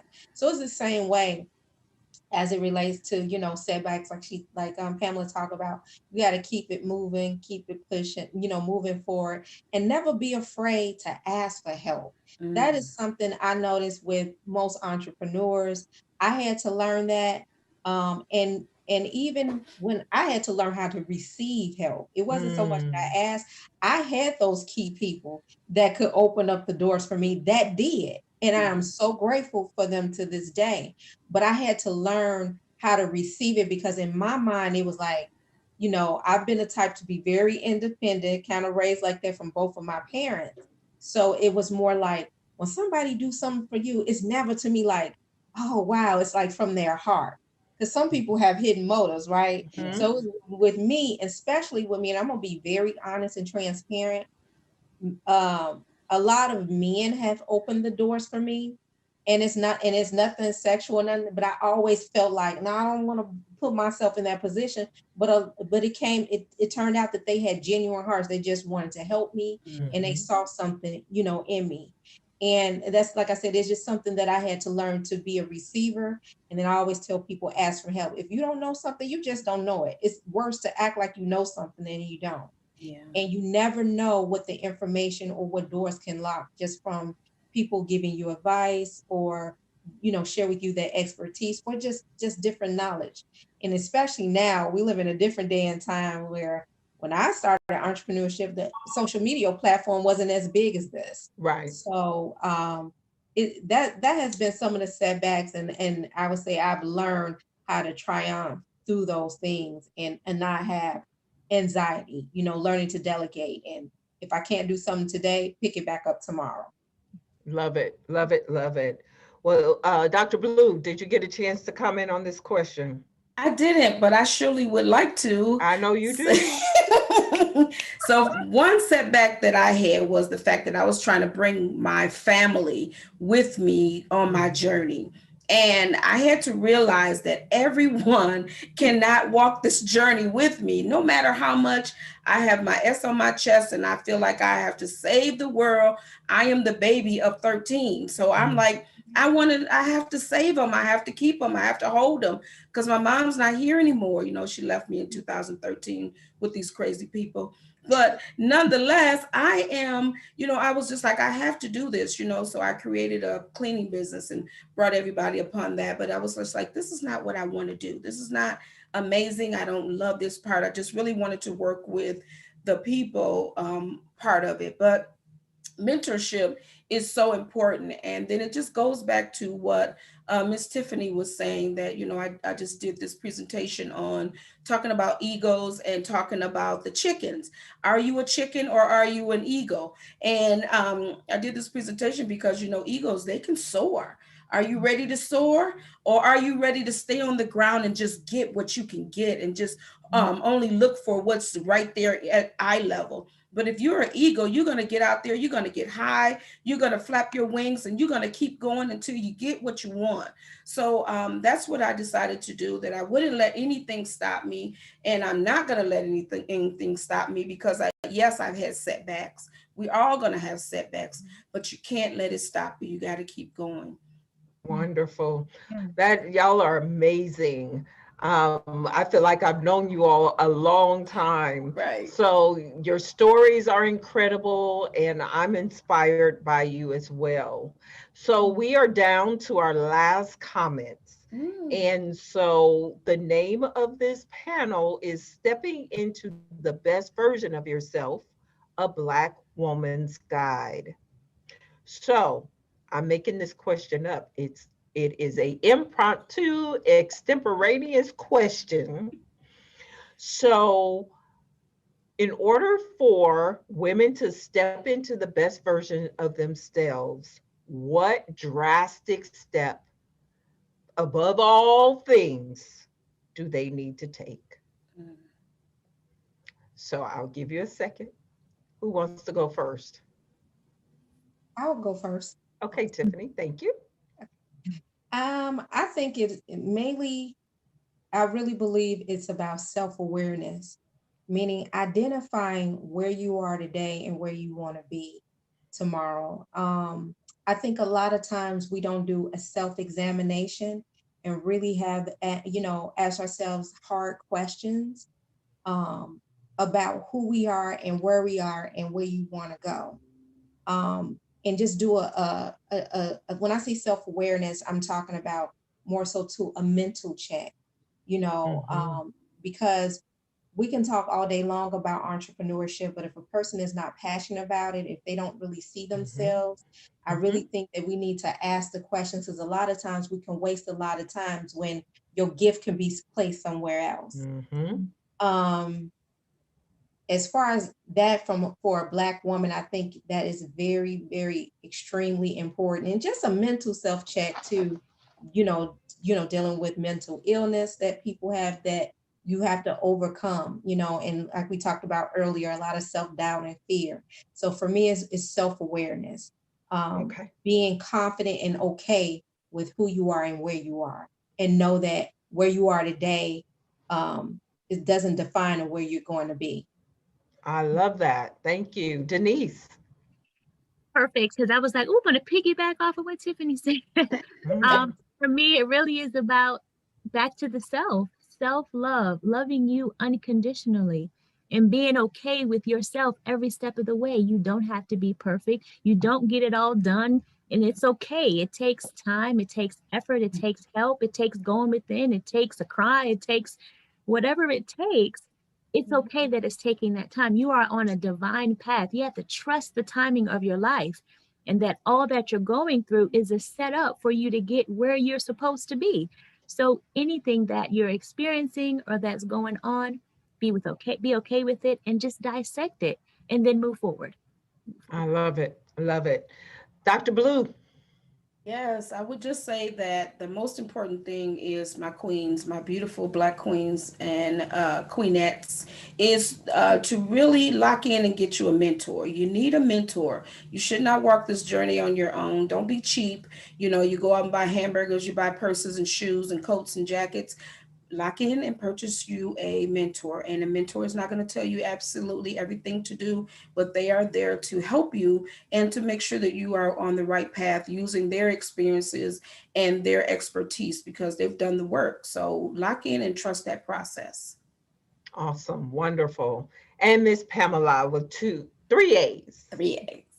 Well, I guess I have to kind of just tie it all together because my fellow queens have nailed it right on the head. Miss Tiffany, Miss Denise, my Dr. Blue, you're right on point. I was going to say, know thyself is the first rule of thumb. And that is from the mental health side, know what you want. Having a mentor, Dr. Willie Jolly is one of my mentors. And as he likes to lovingly say, sometimes he is my tormentor because he asks and demands the difficult things, but that's what you need. You don't need someone who's always going to be that yes person, stroking your ego and you're walking on water. You had breakfast with Jesus this morning. Like, you need somebody who's going to ask the tough questions and hold your feet to the fire, because that's what makes you better. It's when you're uncomfortable is when you're growing. Right. And so, all those things are important, but knowing yourself and knowing what you really want. And as I like to say you're perfectly imperfect. And I think knowing and understanding that is important. And also knowing that this whole thing, life, is a journey, not a destination. So you're never going to arrive. You're a work in progress. And so you need to just work on that daily. And knowing that will help relieve a whole lot of stress when you know that you're perfectly imperfect and that is a journey. So I'm not perfect and I'm not going to arrive, right? Just kind of knowing that will relieve some stress as you move forward. So, I think, just go for it and dream big. Don't limit yourself. Yes. Through God, all things are possible. So wonderful. Thank you. Now you have heard from these beautiful ladies, and I'm going to allow them to tell you one time how you can get in contact with them. So Tiffany, tell the audience how they can contact you. You can contact me by Facebook or Instagram at TR Money Geek. Wonderful. Denise? You can contact me at Denise Ford on IG and Facebook. Dr. Blue? You can contact me at Blue Pathway on Facebook. Awesome. Pamela? You can contact me at b5reaffirm.com or bonafidecc.com or on any of the social media handles at Bonafide or B5Reaffirm. Wonderful. And thank you all so much. I want to recap what I heard. Number one, the first drastic step is to know thyself. And don't put pressure on thyself. Right? Do what you can. Be the best doing what you can. Don't let yourself off the hook, but also don't put pressure on yourself so that you can always be moving forward. Drastic step is to get comfortable being uncomfortable. If you are in a comfortable place, it's time to grow to the next level. Get you a mentor and invest in that mentor. That's my drastic step. I tell my clients and I tell anybody in my circle, you can get free mentorship. You can follow people on Facebook. You can look at them on social media. But there's nothing like taking money out of your pocket, your bank account, your retirement plan, and investing in yourself. And we all go to college and you invest in, the degrees, and they may or may not help. Let's keep it real. They may or may not help. But when you invest in a coach, you invest in mentorship, those people have walked the path you're trying to be on. And so it makes you do the work. That's why putting money towards your goals is very, very, very important. So, and then self-love. You got to love yourself. The only way you can step into the best version of yourself is you got to know who you are and what you want, and you have to go after it. So I want to thank all these beautiful ladies for their expertise, their insights, sharing their real world stories. They're amazing. Give them a round of applause. Yay. And I think we just made some new friends here, by the way. So for everybody that is paying attention and listening, please don't hesitate to contact any of us. My contact is drasticresults.com, and I'm all over social media, Tony Harris Taylor. So I want to thank you ladies so much. This has been amazing. And I'm Tony Harris Taylor saying take a drastic step today for a fantastic tomorrow. Bye.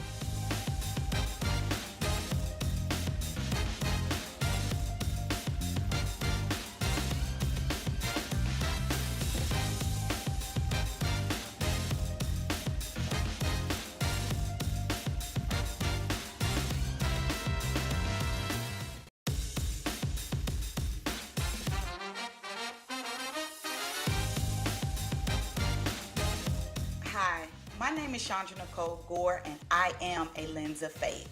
Today, I'm going to discuss with you the 3 Ds: divorce, discrimination, and doctorate. You're probably asking yourself, how can those 3 things go together? Well, let me give you a simpler term: the D life. I want to tell you right now, I'm super excited to be speaking to each and every one of you on this day that God has allowed me to tell my story. Listen, God doesn't place any more on us than we can bear. I'm going to say that again for those of you in the back that did not hear me. God does not place any more on us than we can bear. I often tell people this: if it's in my life, I can handle it. If it's in my life, I can handle it. And if it's in my life, I can handle it. Yahweh has been blowing my mind since I allowed him to take the wheel. You know, some of us always say, Jesus, take the wheel. I really let Jesus take the wheel. I want to let you know, ever since God removed me from the United States Army, God has been blowing my mind. And I want to say it's because I've been obedient, and it's because I've been faithful along this journey called life. God has been so, so, so good to me. I'm going to say that again. God has been so, so good to me. And I thank God for allowing me to be able to tell my story about this particular journey in my life. So here it goes. November 12th at about 6:35 a.m. Eastern Standard Time in 2018, I received a text message from my husband. The text message read, I want a divorce. Wow, I was completely taken aback. I was. It was a shock to my system, a shock to my psyche, all of that. I attempted to make a phone call to him, to call him after I saw that text, and there was no answer. The phone just rang, rang, rang, no answer. And eventually I got his voicemail. I didn't want to receive what he said. I was hurt by what he wrote. And I was like, a text message? I've been knowing this man for 15 years, and you send me a text message to say this right here? My God. I immediately jumped in my car and decided to drive home. 435 miles home. Okay. God had not spoken to me about divorce or any of that, or he could have been, and I just wasn't hearing him. Not sure at that particular point or juncture in my life at that time. So I'm going to say I was in total disbelief, nevertheless. Knowing that my husband had already cheated on me 17 times, to my knowledge, brought me diseases to our marital bed multiple times, I thank God it wasn't something that I couldn't get rid of. Okay, lied to me on multiple occasions, mistreated me, talked about me, just a mess. Okay, knowing all of that, I still wanted to save my marriage. Now you're probably thinking she crazy, but let me tell you, love will have you doing some crazy things. Okay, I should have left a long time ago, but I wanted to save my marriage, especially after I had 2 children by him. Actually, we had 6 children altogether, but I lost 2 sets of twins. Okay. So all of that I went through, and I still wanted my marriage. Wow. Until, I'm going to tell you this, until I had an encounter with God. My God, you're probably like, what? An encounter with God. Listen, while all of this was happening, simultaneously, I was facing discrimination. There's the other D, on my job in the Army. You probably, I was saying to myself, you know, is there such a thing? Here it comes. I'm at the pivotal moment in my career. After 19 years, now I face discrimination, because I can honestly say I didn't face any discrimination up until I made it to the upper echelon of my career as a master sergeant in the United States Army. Okay, I'm thinking, you know, I'm doing good. I'm doing good in my personal life as well. And until I encounter a person, which was my supervisor, that says, you doing too much. Gore, you doing too much. To me, that was a code for, how dare you shine? How dare you walk in your purpose and work for this government? How dare you show up to the best of your ability? That's what that meant to me. Okay. When you're supposed to be working for us, you're showing up big. Oh, how dare you, little black girl, little black woman, whatever it is he concocted in his mind about me. But it was of discrimination. Okay. In fact, I did work for the United States government, and I did a great job at it.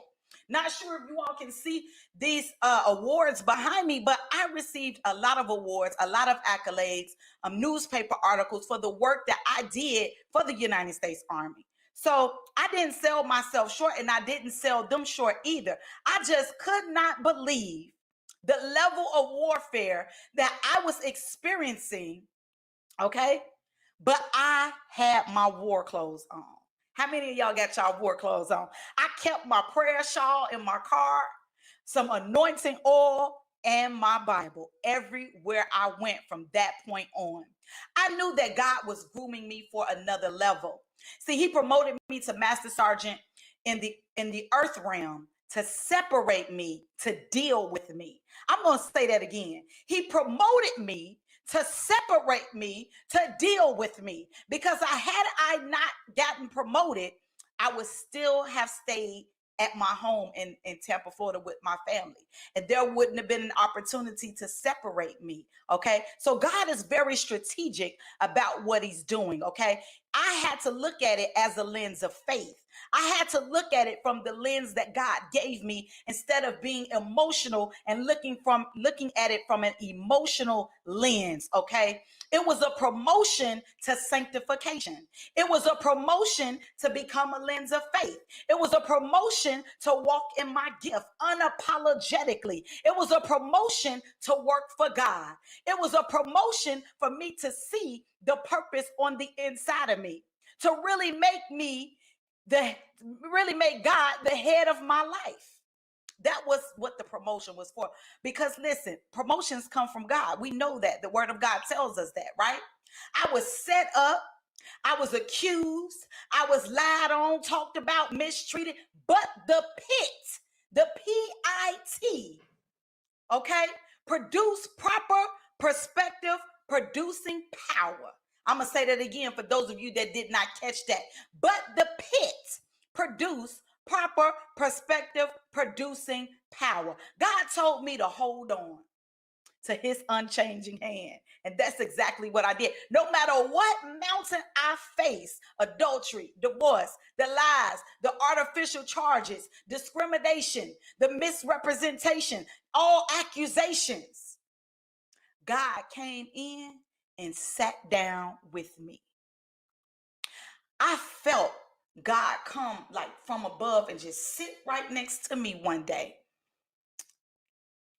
that I was waiting to be questioned. I felt God sit down next to me and say, don't you get angry. Don't you get mad. Don't you curse nobody out, because I got this.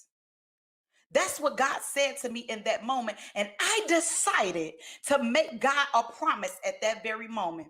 I said, Lord, I won't go back to 2007. See, that's the year that I threw in the towel and attempted to take my own life, to commit suicide. But God still has me here. Woo, Jesus. I feel my help coming. God still has me here for such a time as this, to tell this story. Had I taken my own life, had I been successful, I wouldn't be here to tell you this story. I made God one promise, and he gave me thousands of promises. God's promises are yes and amen. And I thank God for every promise that he downloaded to me, especially the ones where he say, I will protect you at all times. I will be your light in the darkness, a lamp unto your feet, especially the ones that says, I will do exceedingly and abundantly above all you can ask or think. Those are God's promises, and I leaned on every one of them. The divorce and the discrimination was a setup to get me to focus on God and the destiny-driven path that he set for me. See, God says in Jeremiah 29:11, I know the plans I have for you, plans to prosper you and not harm you. God gave me divine exit strategies from the two things at the same time: divorce and discrimination. See, God gives us that way of escape. He gave me that way of escape from the army and my marriage, because God's plan was bigger than the heartache and the pain. It was bigger than the discrimination. It was bigger than the manipulation. It was bigger than the lies. It was bigger than the mistreatment. God's plan was bigger. It was bigger than the adultery. It was bigger than anything that I've ever faced. God's plan was bigger than the lack of love that I received from a man. God's plan superseded everything I thought that I loved, everything that I thought loved me, everything that I thought to be true. God's plan. Say that with me. God's plan. While these two major things were occurring in my life, my purpose was being birthed. A lens of faith. My God. God placed me at Grand Canyon University for my master's degree in leadership at this particular time while all of that stuff was going on. See, God is a good God. I rolled right into my doctorate program right after I completed my master's. I went right into it. I didn't have any breaks. It was all a part of God's plan. See, I just said that. God's plan. It was not busy work for me because God knew I was going to create Lens of Faith Academy and that He wanted me to be the chancellor, Dr. Chandra Nicole Gore of that academy. God knew that I was going to open Lens of Faith Speaks Coaching and Consulting. God knew LFF Victorian Militant Prophetic Wear was coming. God knew all things Lens of Faith was about to be created, and He needed me to go through some things to equip me and to dress me and to clothe me in His armor. God knew that He was taking me to another dimension. See, we all say there's a giant at every level, but God will equip you for those levels if you let Him. Destiny equipped me to go through the fire, sit in a waiting room, and birth diamonds from the pressure that was designed to kill me. December 12th, 2018, I wrote this entry in my journal. Doctoral journey, I will finish because I am focused and aligned on God and not on the problems of my life. Who would have known that Focus and Align would become the first anthology project that I would birth and be the visionary of, to become an Amazon bestseller in 3 categories? To me, that signifies the Father, the Son, and the Holy Spirit. My God, Jesus. Just sitting here thinking about that as I tell you about that. I did not know. And I went back and looked at my journal and Focus and Align. There it was. God fixed my eyes and corrected my vision to 2020 vision in the realm of the Spirit so that I could move as He said move. I moved out God's way so that He could step in and have His way. No matter what that looked like to others, I didn't care because I knew God was in control. The thought of destiny up ahead was being birthed on the inside of me and had me focused and aligned on God every step of the way. It allowed me to discover who I really was, not who I thought I was, but who I really was. It allowed me to grow into the woman of God you see sitting before you today that became a change agent for such a time as this. I am bold. I am Black. I am beautiful. I am brilliant. And I am business minded, embracing all the B's and walking in the authority that God gave me. My set time of favor is now. God has unleashed a plethora of blessings upon me, and I thank God for it. I remain humble to what God is doing in my life, and I always want to tell people, God did it. It was not me. God did it. It was not what I thought about. God did it. I had to get ready for it and walk through every storm, knowing that God had my back because He gave me the armor of God for my front. I walked through every single storm with a grace upon my life. I know that God will never leave me or never forsake me. He's an ever-present help in a time of trouble. I want you to know today that you too can handle the D life. Divorce, discrimination, and doctorate. If that's your portion, walk with it unapologetically, knowing that God has your back because He's given you the armor of God for your front. Each and every one of you that can hear this message today, you are blessed. Blessings to each of you. Again, my name is Chandra Nicole Gore, and I am a lens of faith. God bless you all.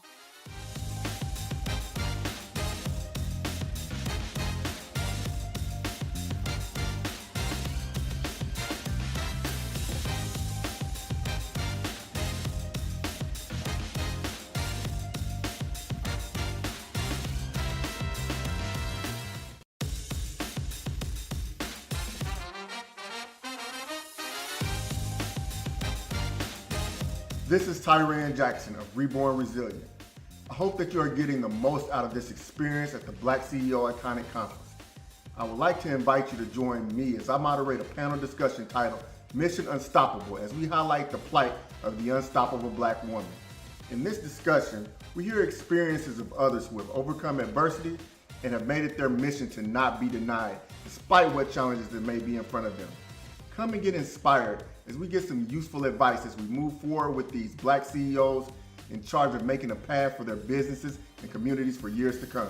This is Tyran Jackson, and be on the lookout for Mission Unstoppable.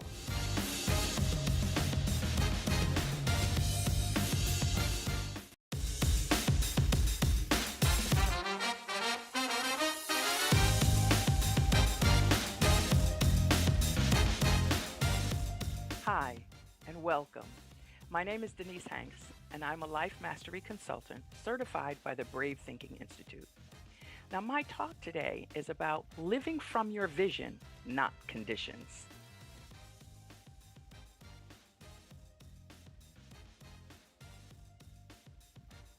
I got to tell you, you made a really great decision to be here today, and I hope that you have a piece of paper and something to write with. Now, my intention for this workshop is that you leave here knowing 3 tools that'll help you achieve your goals and your dreams for your business, that you'll have greater clarity on what those dreams are, and that you'll feel even more confident in the power that lives in you to achieve those goals and dreams. Now, to do this, I want to share a quick story. This is a story about a grandmother, Sarah, who took her 7-year-old granddaughter, Allie, to the amusement park. Now, Sarah had envisioned riding like a boat or a train, but Allie wanted to ride the roller coaster, the big roller coaster. Now, she already had to stretch herself really tall and stand up to even get on the ride. And then at some point while they were in the line, Allie could see this thing going up and down and loop de loop. I mean, it went from 0 to 60 in 4 seconds. She could even see the people's heads being thrown back as it took off. And she heard their screams, and about halfway through the line, she looks up at her grandmother and she says, "Grandma, I'm starting to get a funny feeling in my tummy." So the grandmother says, "You know, there's a sign right up there that says exit. You don't have to ride this." Secretly, the grandmother was hoping that she didn't have to ride it either. But the little girl continued, and as she did, she went back and forth, all the way up to the platform. Sarah said to her one more time, "You know, you don't have to do this. We can still exit." But that little girl looked up at her grandmother and she asked a question. "How do I make myself think so that the part of me that wants to go forward wins conditions?" Well, little Allie, she didn't take that exit. She got on that roller coaster because her grandmother said to her, "If you want to go forward, baby, take a deep breath and remember what you really want to have for yourself." Now, that's some great advice. Take a deep breath and remember your vision. Have you ever achieved a goal or a dream in your own life? Yeah? Now, did you have any idea at first how you were going to achieve it? Most likely not. See, that proves a point here that you are far more capable than you know. Now, what I've learned during many opportunities I've had to speak to different groups is that often our dreams and our goals are born out of various challenges that we're facing or the pain that we're currently experiencing. I'll bet you can imagine one person or bring to mind at least one person who started a foundation or a cause or a project because of a painful event they were faced with. You might have a challenge right now that you're experiencing. See, all of us at any given time there's some area in our life that's causing some struggle. Perhaps it is your business, or it could be in a relationship or a diagnosis, your own or someone you care about. It could be the amount of money you have, it could be the lack of free time, whatever it is, it may still be affecting your business because it's all your life. Okay, now, would you really love to have that problem solved? Of course you would. Now, we live in a universe that speaks to us through two growth signals: our longings and our discontents. Now, every business owner, every CEO has longings, and every business owner has discontent. The feeling for something we haven't created and the feeling for discontent of our current circumstances are what actually spark us to grow. Now, this is not just in the area of business.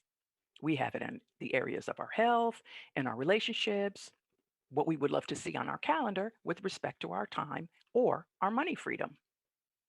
But we don't take time to pay attention to our longing or our discontent, not in a way that we, can actually use them to generate different results. We just feel the longing or we feel the discontent, but we haven't been trained in how to harness that in service of the result that would really take us and our businesses forward. Look, you can be pushed by pain or you can be pulled by a vision. But those two energies, the pain of the problem and the burning desire for what you really want, are essential for creating new results.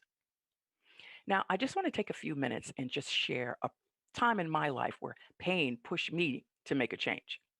I was working for a nonprofit organization as the planner and special projects coordinator, right? We all know what that means.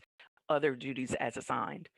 So, besides coordinating and developing the strategic plans and reporting, I was also the data manager, the database trainer, as well as program trainer for two of their other departments. Now, there were many aspects of this job that I really did love, but what I didn't love was feeling like I was not appreciated by upper management. And I was training people who weren't that satisfied in their own jobs. So they weren't that concerned with accuracy, if you know what I mean. Now, those feelings of discontent led me to feeling stressed and frustrated. And at some point, I was absolutely no fun to be around. I wasn't eating right. I wasn't sleeping most nights. I was beginning to get headaches, the whole nine. It was a hot mess. And then one day, I saw a video presentation similar to this one. Long story short, I found myself last day of a 3-day live event sitting in a chair speaking to an enrollment specialist about signing up for this Dream Builder program. But I also told them that I thought I wanted to be a coach. Now she started explaining to me everything that I would have to do, how much it would cost, the time it would take, and I immediately panicked. Right? My stomach got jittery, just like Allie's, and then my fingertips got cold. Many of you, do you know that feeling? Well, at that level of thinking, my mind went straight to I don't have the time, I don't have the energy, I don't have the money for any of this stuff. But what I did know was after those 3 days, I just knew I could not go back to my life as it was. So I made a decision. I closed my eyes and I signed my name, right? But I tell you, before long, I had gone through the program myself. I was still working that full time job. Plus, I had a part time job 4 nights a week. I was going through the rigorous training of becoming a certified coach.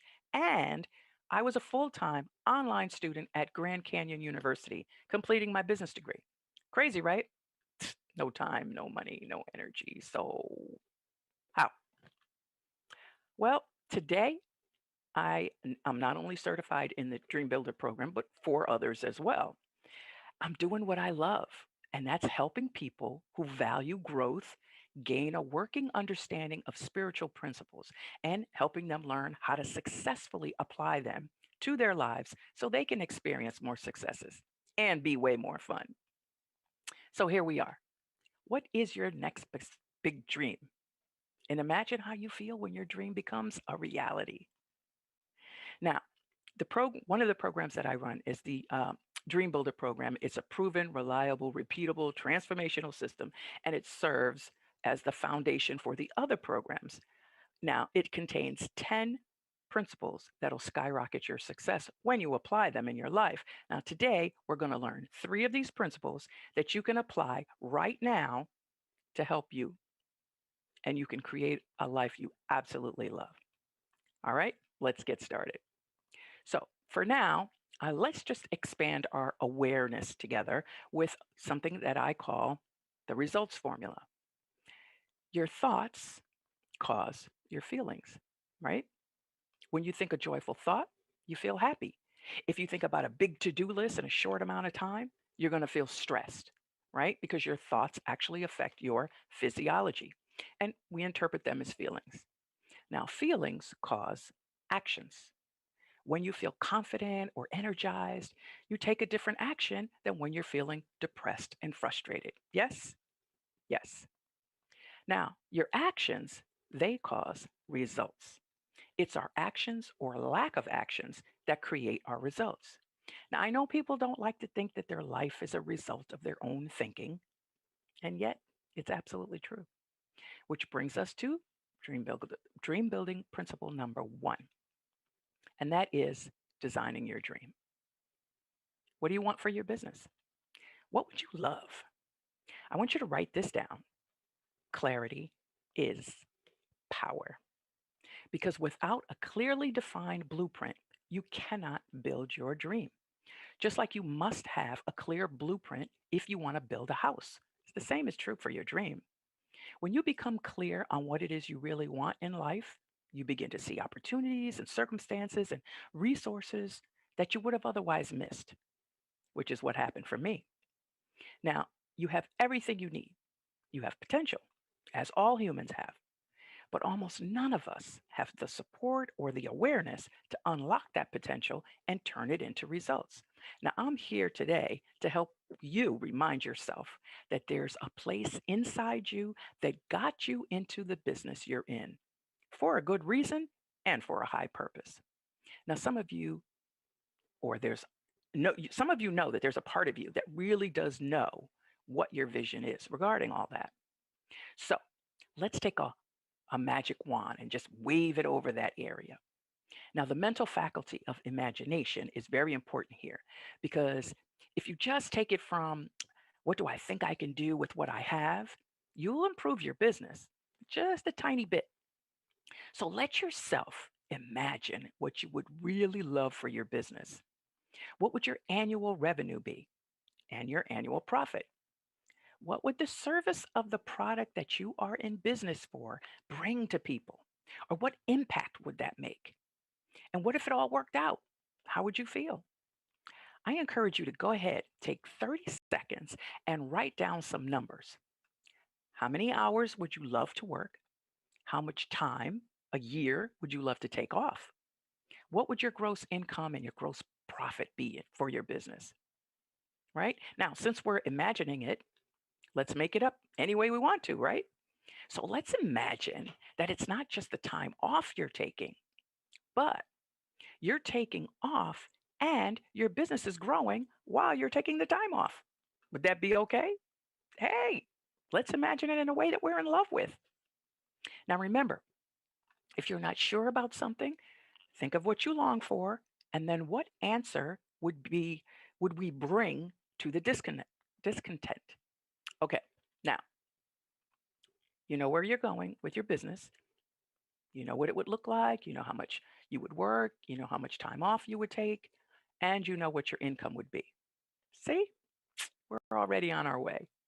Now, I encourage you to repeat that process with other areas of your life, right? Your relationships, your health and wellness, along with your vocation and time, money, freedom. They all matter, right? If you're going to build your dream home, you wouldn't just give the architect specs on the kitchen and the bedroom. You have to design the whole house. Very good. Now, let's talk about dream building principle number 2. Because once you make a firm decision, even in the absence of perfect conditions, a whole host of things begin to occur and they rush to your aid for the fulfillment of that decision. That's exactly what happened for me. Now, I had no idea how I was going to do all of that. But now my life has an entirely new meaning. So, what about you and your dreams? It starts with making a decision. It starts by saying to yourself, today is the day I say no to the doubts and the reasons that it won't work, and yes to the possibilities and the opportunities. Today is the day you're going to suspend belief in conditions and instead believe in the power that's breathing you. And to really do this brings us to dream building principle number 3, how to handle your fear. Now, what do I mean by befriending your fear? It's doing the thing you really want to do, even when fear rises up and tries to stop you, just like Allie did, like I did. You make fear your friend. Living from your vision requires the ability to suspend knowing how and take the action in absence of the answers. Now, I don't care where you are on your journey. When you decide for a dream, there's a part of you that says, oh, yeah, I'm doing this.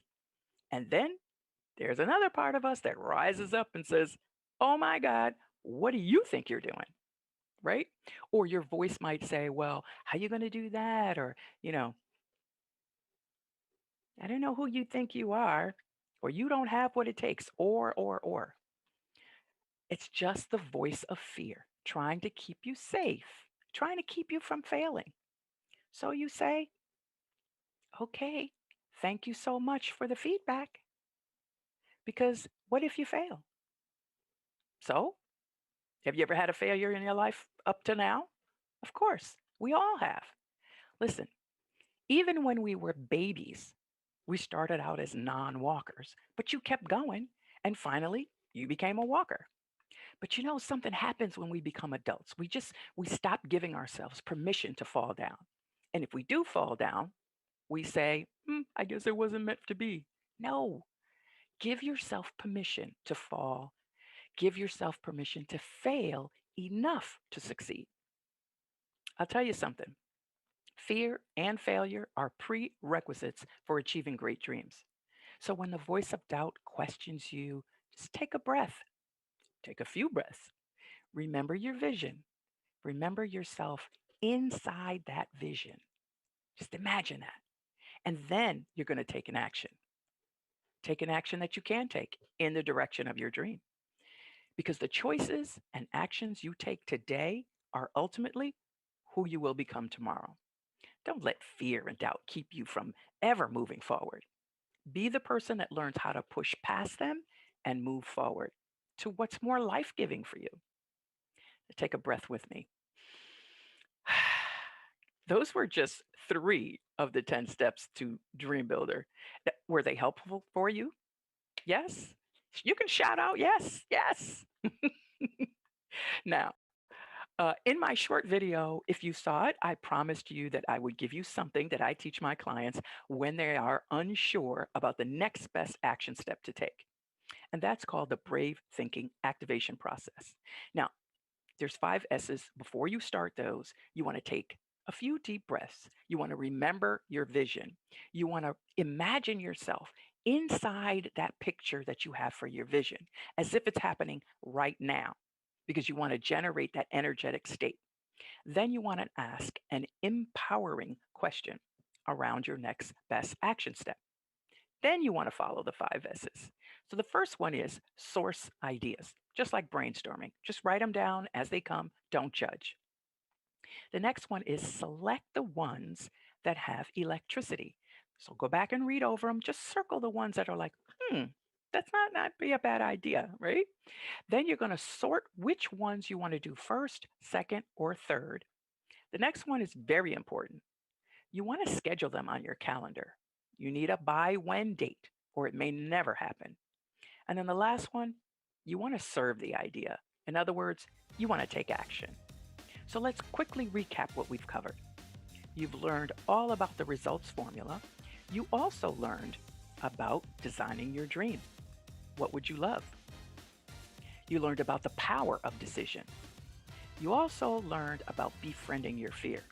Acknowledge it as feedback and then take inspired action using the Brave Thinking Activation Tool. Now, if you leave here knowing nothing else, please know that what's inside you is far greater than any challenge that you're facing. You have incredible power within you. Now, this is your moment to be iconic. So today's your day. Take a bold action. Because as the philosopher Goethe says, at the moment of commitment, the universe conspires to assist you. Commit to be a brave thinker. I want to thank you so much for attending this session and enjoy the rest of the conference.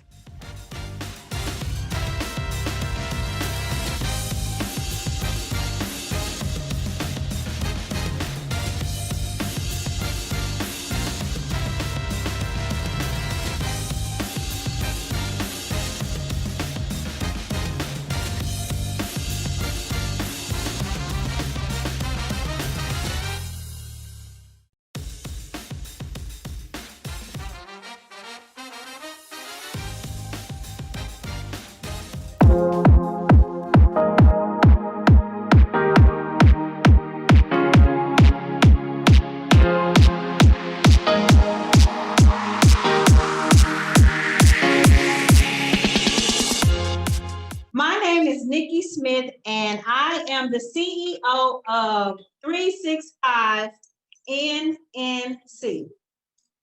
We are a coaching and branding company that helps busy business professionals have their business image and their brand reflect one another. And how we do that is, today we want to show you some tips on how to always be polished, how to always be professional, how to always be prepared. We do that in a simple system. We show you how to repurpose your stuff in your own closet, how to remix your look, and how to reinvent your image. And this helps you increase revenue right now. Right now. So let me start out by asking you a question. I already know the answer, but the question is, have you ever prepared for an event, an interview, maybe a wedding, a gala, or just something that you're doing with your girlfriends or a date with your husband? Looked in your closet and said, I don't have anything to wear. Nothing. Or have you ever been passed up for an opportunity where you know you've been qualified, where you know you have the experience, where you know you have the education, went into the interview, talked to the owner, and when you left out, you said, I got this job.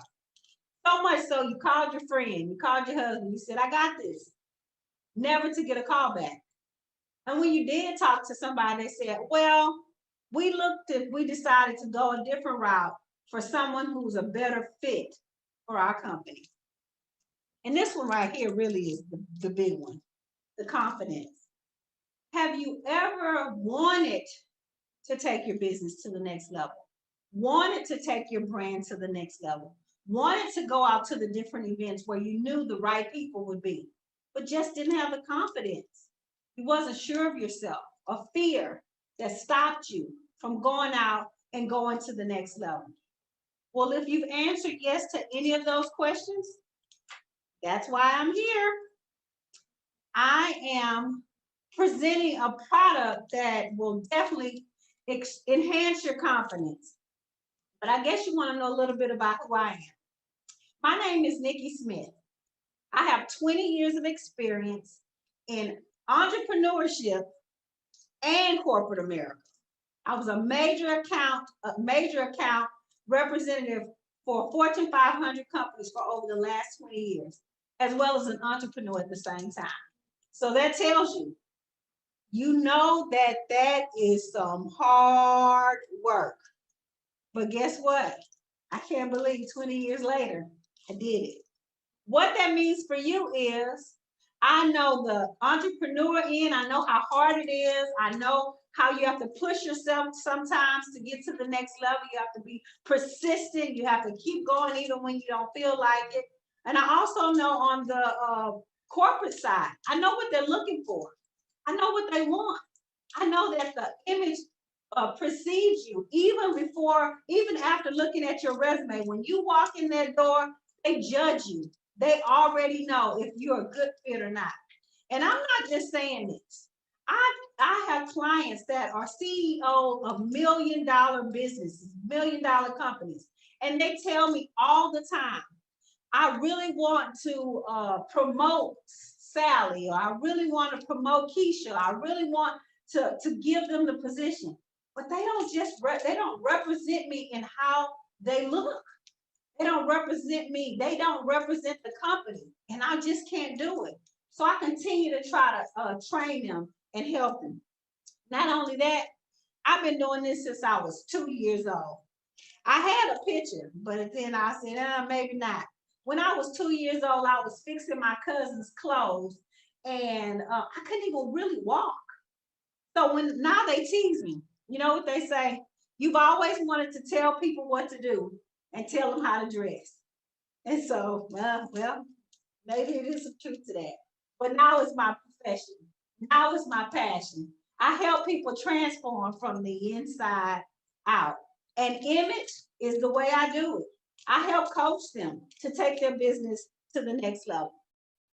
And so when I tell you that I was built for this, when I graduated high school, I went to cosmetology school. I've been to esthetician school, aesthetics, skincare.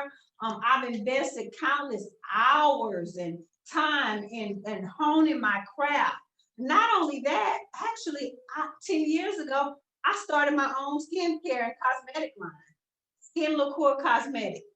That's how dedicated I've always been in the transformation of beauty and helping people present themselves in a way that takes them to the next level. So when I tell you that I'm built for this and I'm qualified for this, I guarantee you that I am. So let me tell you a story about how I got into corporate America. When I first graduated from high school, I was trying to decide, was I going to go to beauty school? And not so much. I couldn't stay in one spot for too long. So I decided to get a job in retail. I worked at this retail store for 3 years. And in those 3 years, I was promoted quickly to an assistant manager. And so while my other friends had gone off to college and started in their education, I was taking some college classes, but I love going to this retail store. I love seeing different people coming in their suits and coming in dressed up, and the women coming in their pointed toe, in their pumps with the taps on the toe. And that was something special to me. And so I would ask some questions. I would learn all about, how it was in corporate America while I was in this retail store. On that 4th year, something changed. And let me tell you what changed. My friends graduated from college. Now they were getting jobs in the careers that they'd gone to school for. They were making money, lots more money. And so I said, okay, well, since I went another route, I'm going to apply for some managerial positions. I'm going to be the manager. I'm going to make the same amount of money that you're making. So that's what I did. I applied. In that year 4, they had managerial positions at other stores. And so I said, well, maybe I didn't get it because it's at another store. Or maybe I didn't get it because I haven't gotten a degree. But then I started seeing some of the other people that got it didn't have a degree and weren't at the other stores. So then I got offended. Well, guess what? I'm much smarter than that. What I did was, and I hope this doesn't date me or age me, but we get the Sunday paper every Sunday. And in the Sunday paper, they had the job section, where you would go and you would see the jobs that were coming available for the following week. So I did that. I was looking through the paper and I saw a big ad for a job fair at a company called GTE Communications. I'm sure you haven't heard about it, but you still know the company. GTE Communications is now Verizon. And so just imagine, I'm not going to tell my age, but I applied for this position when the phone was this big, mounted in your car, and it cost $1,500 for a basic service, and you had to pay per minute regardless to what plan you had. So that tells you a little bit about how old I am. I applied, so I couldn't make the job fair. The job fair was on a Monday and I was off on Tuesdays. But I didn't have any fear back then. You know what I did? I called them and I said, hey, I'm not going to make the job fair, but I feel like I'm qualified for the job. And so I remember the person who I spoke to, the manager, her name was Diane. Diane said, tell me why you should get the job, young lady. And I said, well, first of all, I'm a hard worker. Second of all, because I feel like I can do it. And so she started asking me all these questions about, have you had this experience? And I said, well, I don't have the experience yet, but I feel like if I have the opportunity, I definitely can do the job. So with that conversation, she offered me the next day to come in and interview with her. And so I did. Well, I don't know if you remember what I told you, but when they used to come in with their business suits and the women would come in with their pumps, they would have those little taps on their shoes. Well, I had invested long, a couple of months prior when I knew I was going to start looking for a job, in some pumps with the taps on them. And so I came into that interview and I tell you, I was sharp. I had on my blue suit and I had on my pumps with the taps on them. And when I walked in that interview, here comes Diane with her blue shoes with the taps on them. And so automatically we had something in common. So we sat down and we talked on that interview, and that interview was great. It was 45 minutes long, and when I left out of that interview, she said the same thing that I'm saying. Hey, we'll call you tomorrow, or we'll call you once we get through reviewing our applicants. Well, I wasn't worried. I just told you, I was fearless back then.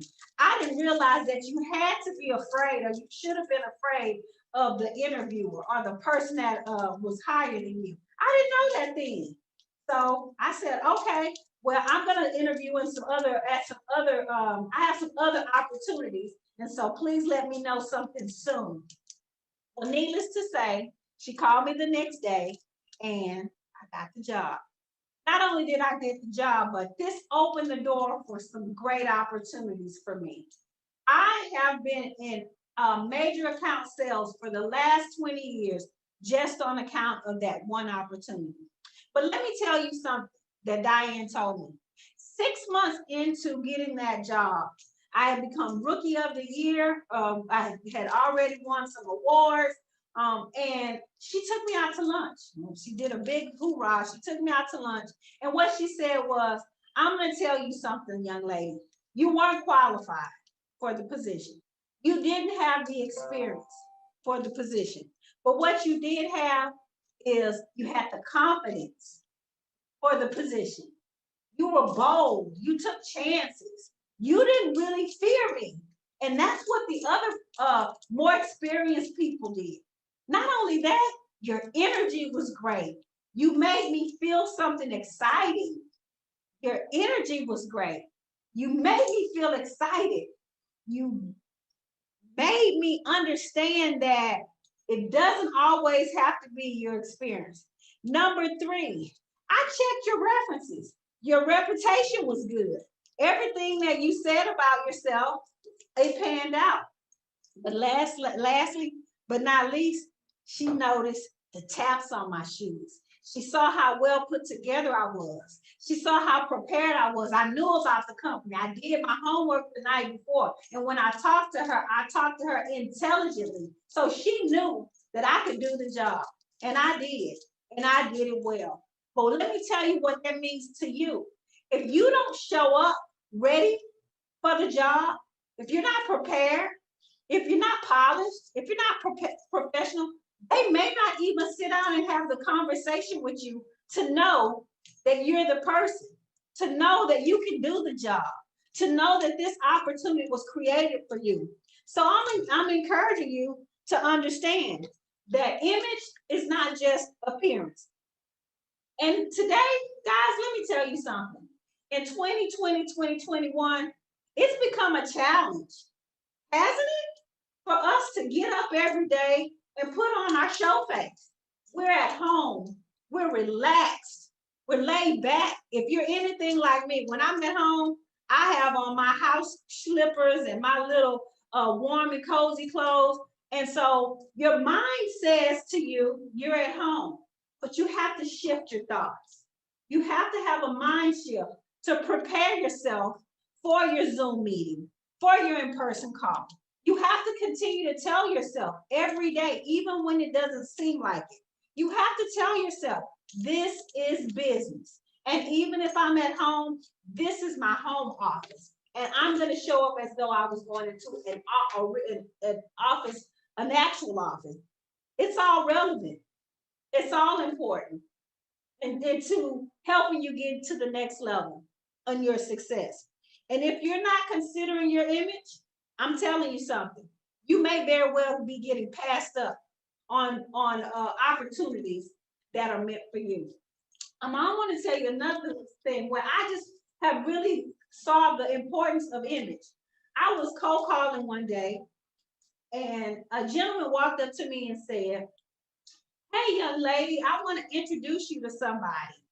And I thought it was a little weird because I was in my corporate America job, my corporate America outfit, and he was a little more casual. Well, he said, "I want to introduce you to this lady named Toni Harris Taylor." Now, Toni Harris Taylor is an international speaker. She has a networking company, and she's a business coach. But not only that, she's a go-getter. She is the kind of person that makes things happen, and she does it in excellence. And so the guy kind of told me a little bit about her, and I was like, "Well, sir, I don't think this is a good fit for what I'm doing." But I just listened to him, and I called him. We hit it off. And I'm going to tell you something. The reason I'm here today is because of Toni Harris Taylor and her business coach. The name of her business is Drastic Results. And she makes you step out and do things that are drastic. So she has encouraged me to get on this platform. But I would have never been able to do that if the gentleman would not have felt comfortable with me and he didn't feel like I had something to offer, something that stood out. Well, I'm going to tell you what it was. It was my image. I was well put together. And I knew when I talked to him and I talked to her that that's what sold me on him. The other thing is, let's make the case of professional attire. Professional attire. In today's society, professional attire is a combination of casual and business professional. You don't have to have the two-piece suit on and the tap shoes like I did back in the day, but you still need to have your things well put together. You know why? Because we're too casual. We don't wear makeup. We're not well groomed. We have too many distractions, too much stuff going on.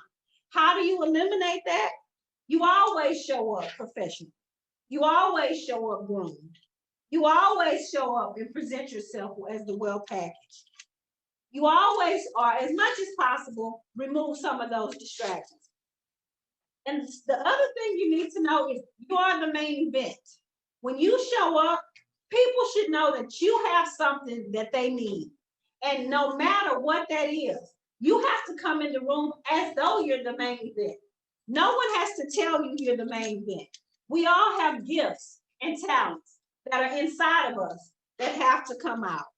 The other thing is, dress casual, dress down without being too casual. And so today I just want to show you a real quick example of how to do that. You can take a pair of slacks, a t-shirt, put it on with a scarf, put these pants on, and you look polished. You look professional. And you can take this same shirt, these same pieces, and mix it with any of these pieces in your 30-day capsule. The 30-day capsule is something that we teach here at 365 NNC, and how to always be prepared, polished, and professional. The other thing is accessories. Keep it simple, but have your accessories on. They show your personality. They say who you are. And so I encourage you to do that. And the last thing I want to tell you is color. Color, there's a philosophy behind color. Color means something. Color glows. It shows you who you are. But not only that, It shows the world. It has a message. The color red means prosperity. It means good luck, good fortune, boldness.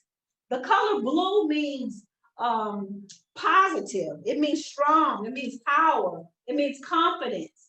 And so I don't know if you watched last couple of weeks ago, Michelle Obama walking through that door, her and Barack, and she had on this burgundy bad pantsuit. Well, let me tell you, that was intentional. That pantsuit, burgundy is a combination of red and blue.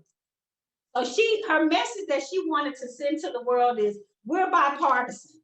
We're together. We're on one accord now. And that's what those colors meant.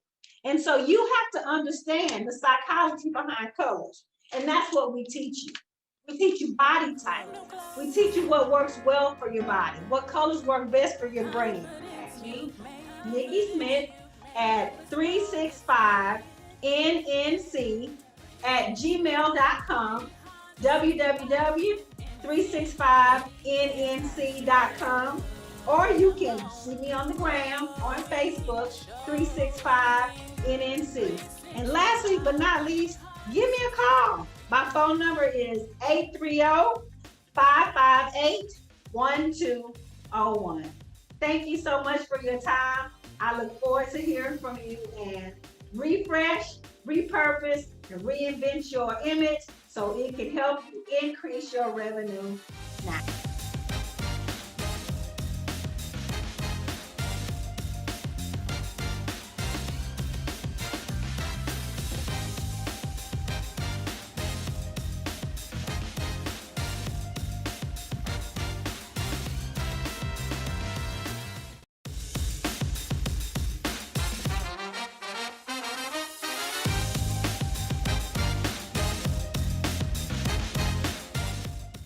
Hi, I am June Chambliss, and welcome to this workshop. I have entitled this workshop, How to Elevate Your Thinking about Women's Leadership and Why It is Critical to Do So.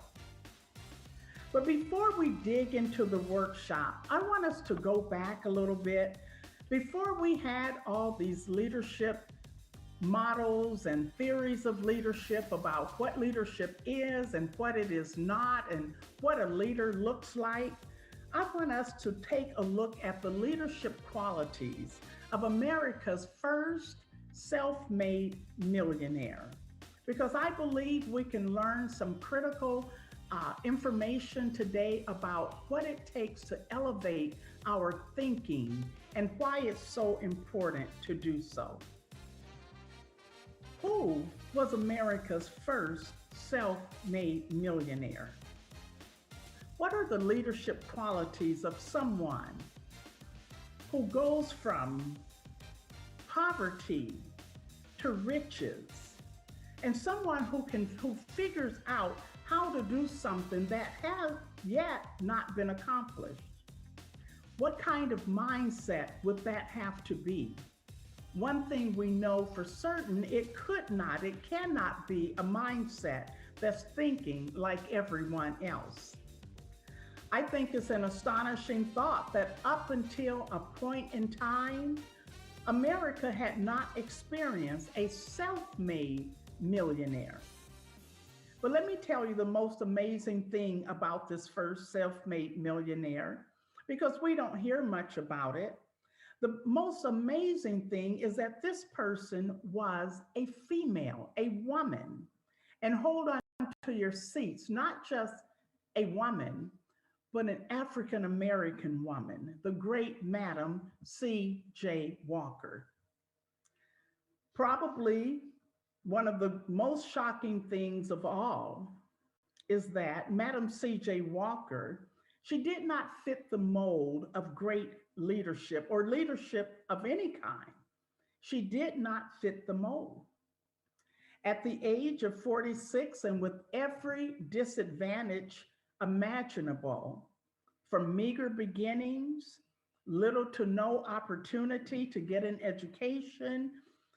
As a matter of fact, she was barely literate. She could barely read or write. And when she was doing what she was doing, there was competition out there that she didn't have the skills to really compete with. Her finances were scarce. And at the young age of 6, her parents died of yellow fever. But somehow she managed to push past barriers and obstacles that would, of course, hold her back. It was 1913 for her. And we know the 1900s was not an easy time for women, and virtually little to no opportunity for women of color. So imagine the barriers, not just the societal barriers, but the barriers to her thinking that she would have had to overcome, that she would have had to push past.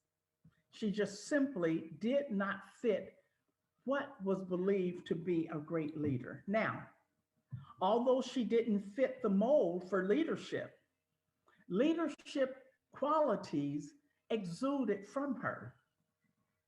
She was able to create an environment that brought about empowerment. This is something that should come from great leaders, advancement to others, something that comes from great leaders, employment. She was able to do this for so many others and not just for herself. In so doing, she displayed a number of leadership qualities that were simply outrageous for her day, and especially outrageous for her. Qualities like outrageous courage, outrageous vision, innovation, integrity, outrageous foresight. How does she know the importance of empowering others? How does she have the strength that was needed to push beyond what seemed to be insurmountable obstacles? How does she do that? And I want to believe that while she was doing all of that, that she kept at the forefront of her thinking the idea that she could not think the same way everyone else was thinking. She could not, because it would kill the dream. It would kill her potential, and it would kill what could be. But what if I told you that, what if I just said that everything we've learned about women's leadership could be wrong? Now, I realize that that is a very bold statement because there's been a lot of work done out there on women's leadership. But what if I told you everything we've learned about women's leadership could be wrong, and why it matters that we know this? How did these incredible leadership qualities come from someone without an ounce of training in leadership, without the benefit of a mentor or coaches, and barely able to read and write? Well, I posit that most of those qualities, most of those leadership qualities from her, they were innate qualities. It's clear that she was a leader, so we're clear there. But is she an anomaly? Or does she represent what there is for women in leadership? Does she represent that? I say possibly so, maybe not. We'll look at that. But in this workshop, we're going to examine 3 parts of women's leadership development, and actually 3 parts of leadership development, period. But I'm going to suggest that women leaders, we re-examine what's going on here if we're going to take our leadership to the next level. Now, before we get into that, we may say, what is next level leadership? You know, what's next level leadership? You know, it has many faces because we have many problems going on in leadership. But next level leadership could be it's moving past your leadership struggles. Next level leadership is owning up to your challenges, is leaders knowing your leadership hangups. Next level leadership is pushing past old paradigms. It's recognizing, it's knowing leadership responsibilities. Next level leadership is even asking the question, what do I need to do that I'm not doing now? Next level leadership starts in the mind, it starts with your thinking. And so that right there, starting with the thinking, is the beginning of next level leadership. But again, so we're going to take three areas that I'm going to explore today in the workshop. And we're going to look at these three areas and talk about how they relate to you. We're going to look at leadership models. We're going to look at theories of leadership. And we're going to talk about theories, okay? And then we're going to look at shocking lies. I love that, shocking lies. So leadership models, let's start there. Contrary to what numerous leadership development series are promoting, the majority of leaders anymore do not even practice or follow the models that are promoted.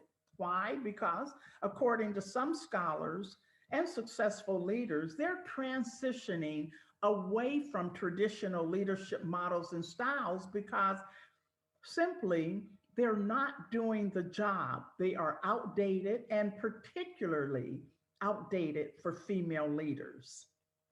Researchers and scholars who study female leaders are learning things, and they're bringing new insights to the leadership discussions. And they're noting that leadership models such as, we know transitional, transformational, transactional, servant leadership models, while all of these are respected and they have their place, these are models that were developed and they do not represent women. These are models that were put in place at a time when women were not a part of the study. So while women have made advancements and we've come a long way in our positions and in leadership, it's still necessary for women leaders to know about leadership models that are taught. Because here's the thing about it all. We're exposed to these, but the truth is this. Women have been squeezed into models that were not developed with women in mind. That is something to think about. But I believe this can be explained through the eyes of theory. How could that have happened? Why did that happen? I believe we can explain that through the eyes of theory.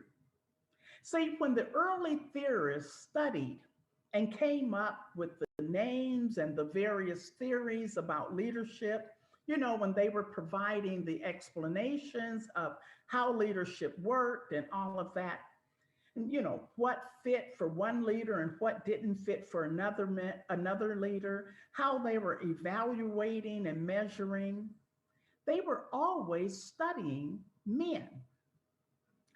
And you know what? I want you to meet the researchers. We're talking about outdated theories of leadership. I want you to meet the researchers. And these researchers are not just faces, these are the faces of the actual theorists of the day. And so we have a lot of respect for them. However, transformational leadership theory was done by James McGregor Burns.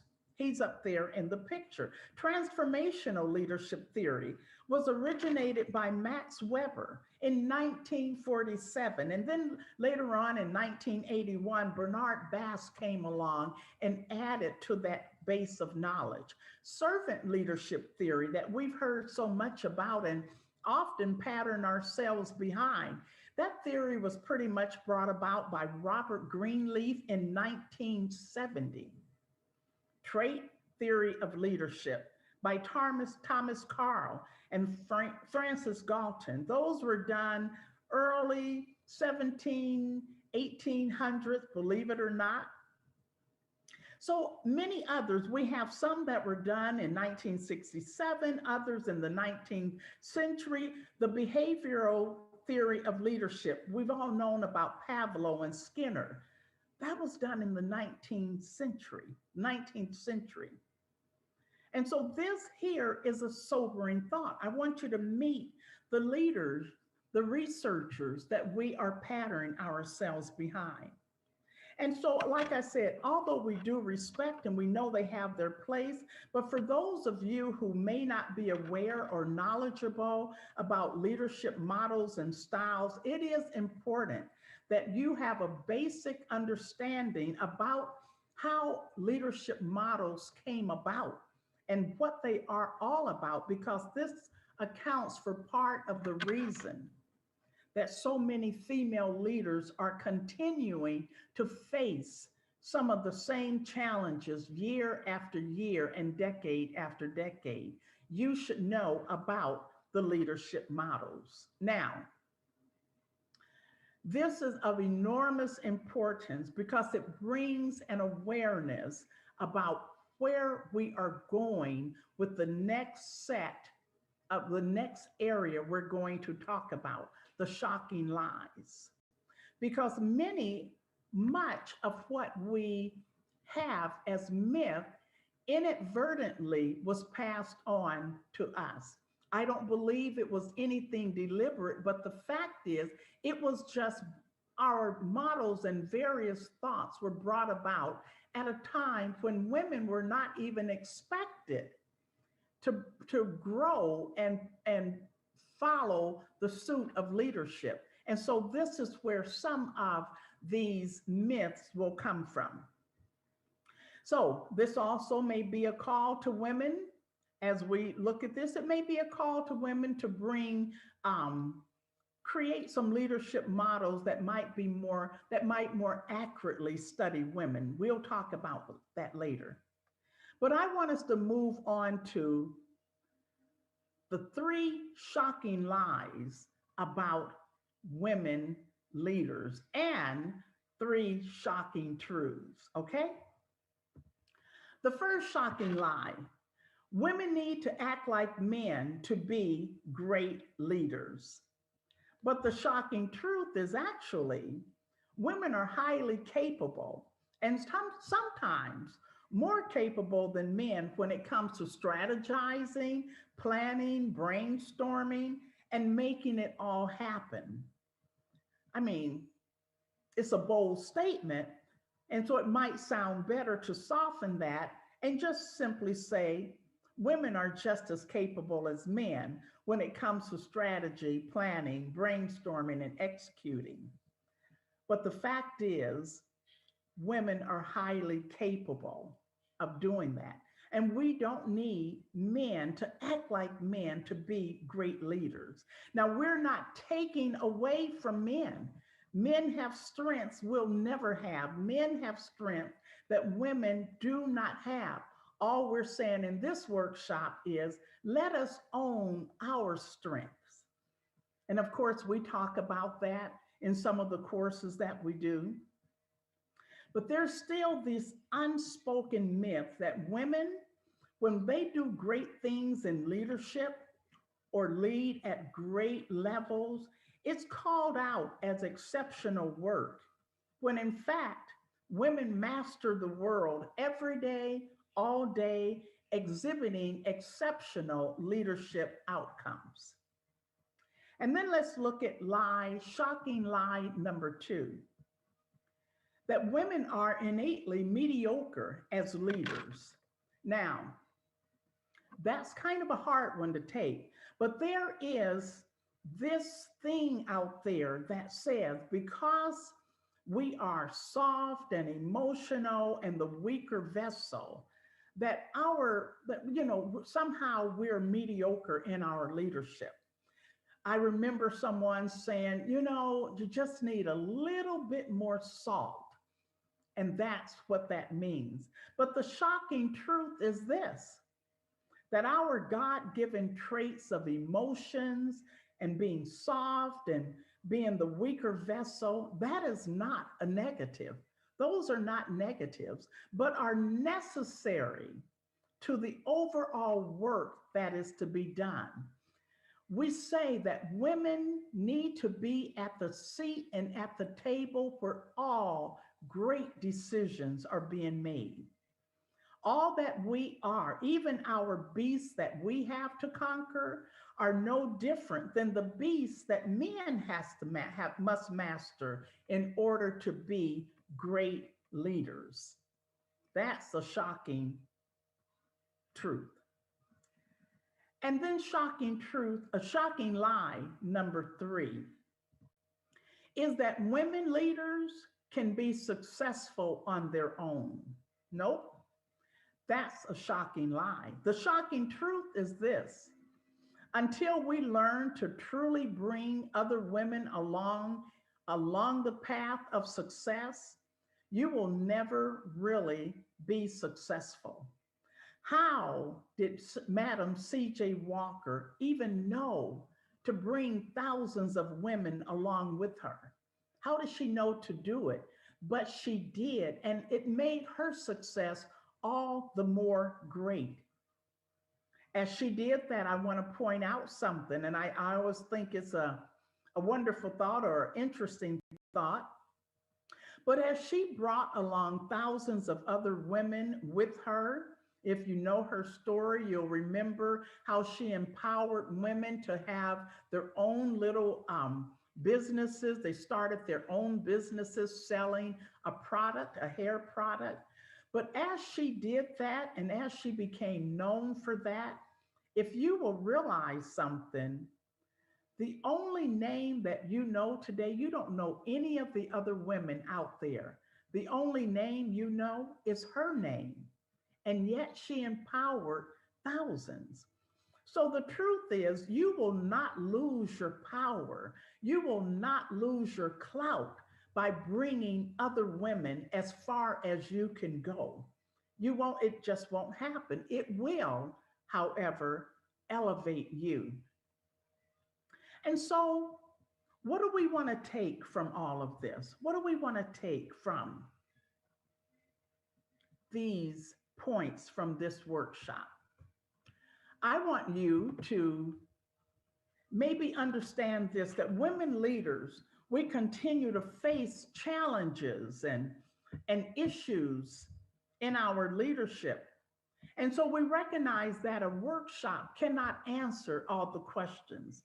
We recognize that a workshop cannot solve the problems, but what we do want to happen is that I want you to bring your attention to how we are learning and how we are doing women's leadership development. Remember, we're following models that are basically outdated, that are not being used actually. And I would venture to say that if I were able to ask many of you, what leadership model are you following? What do you pattern yourself after?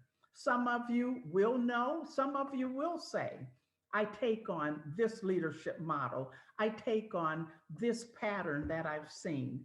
Many of you will not name any. You will not even be aware of that. But the models that we do have cannot serve women in the best way. And so you'll have to be bold in your thinking and bold in your examining just what are we doing when we're talking about leadership development for women. And then the other thing we want to come from this workshop, I want you to pay attention to the natural leadership qualities that came from Madam C.J. Walker. What she did flies in the face of what we have been led to believe about women's leadership. There are some natural instincts that we have that need to be studied. We need to have like I said earlier, this just may be a call for women to create a leadership model that has just studied women's natural instincts, natural traits, God-given qualities, and maybe create a leadership model more complete, one that merges with the male leadership, or maybe a model just for ourselves. And I hope we don't get the wrong picture here, because the leadership models that are out there, they are necessary. We have used them. They have done their job. But we're just saying, moving forward for women, as we go into the future in leadership, there are some things that we have to do. We must elevate our thinking when it comes to women's leadership, and it's critical that we do so. And so I just want to close with that I use the Madam C.J. Walker story because she embodied next level leadership, mostly because it was her way of thinking. She was not closed. She did not close herself in to thinking like the rest. What's going on in our world today that we cannot break out of this mold of thinking that we're in that keeps us from pushing past places that we need to go? I was just approached and asked about why are there not more women who sit on national boards? That is an example of what I'm talking about. We do sit on boards. We sit on advisory boards, board of directors, but we still have not pushed past a level. I mean, we don't have enough on national boards. This requires a new way of thinking about women's leadership. And so I believe her leadership was, again, like I've said, innate, and it's something for us to consider. And so I'd like for us to think about our purpose as we leave this workshop.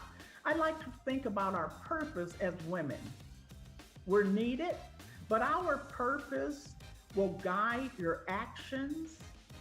Our purpose will direct your decisions, and our purpose has the power to affect change in our behavior. And so as we take away, as we leave this workshop, I thank you for joining me, for taking out the time and letting me express what I'm thinking about women's leadership development. That's what we're committed to. And thank you for listening about how to elevate your thinking on women's leadership and why it's critical that we do so if we're going to move into next level leadership. Thank you.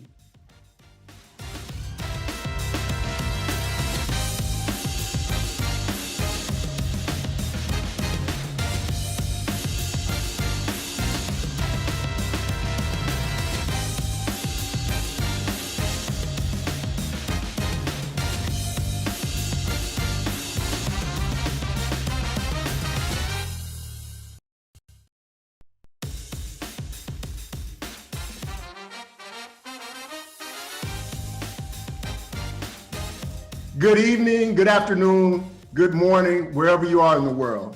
My name is Tyran Jackson. I'm here to welcome you to the Black CEO Iconic 2021 conference.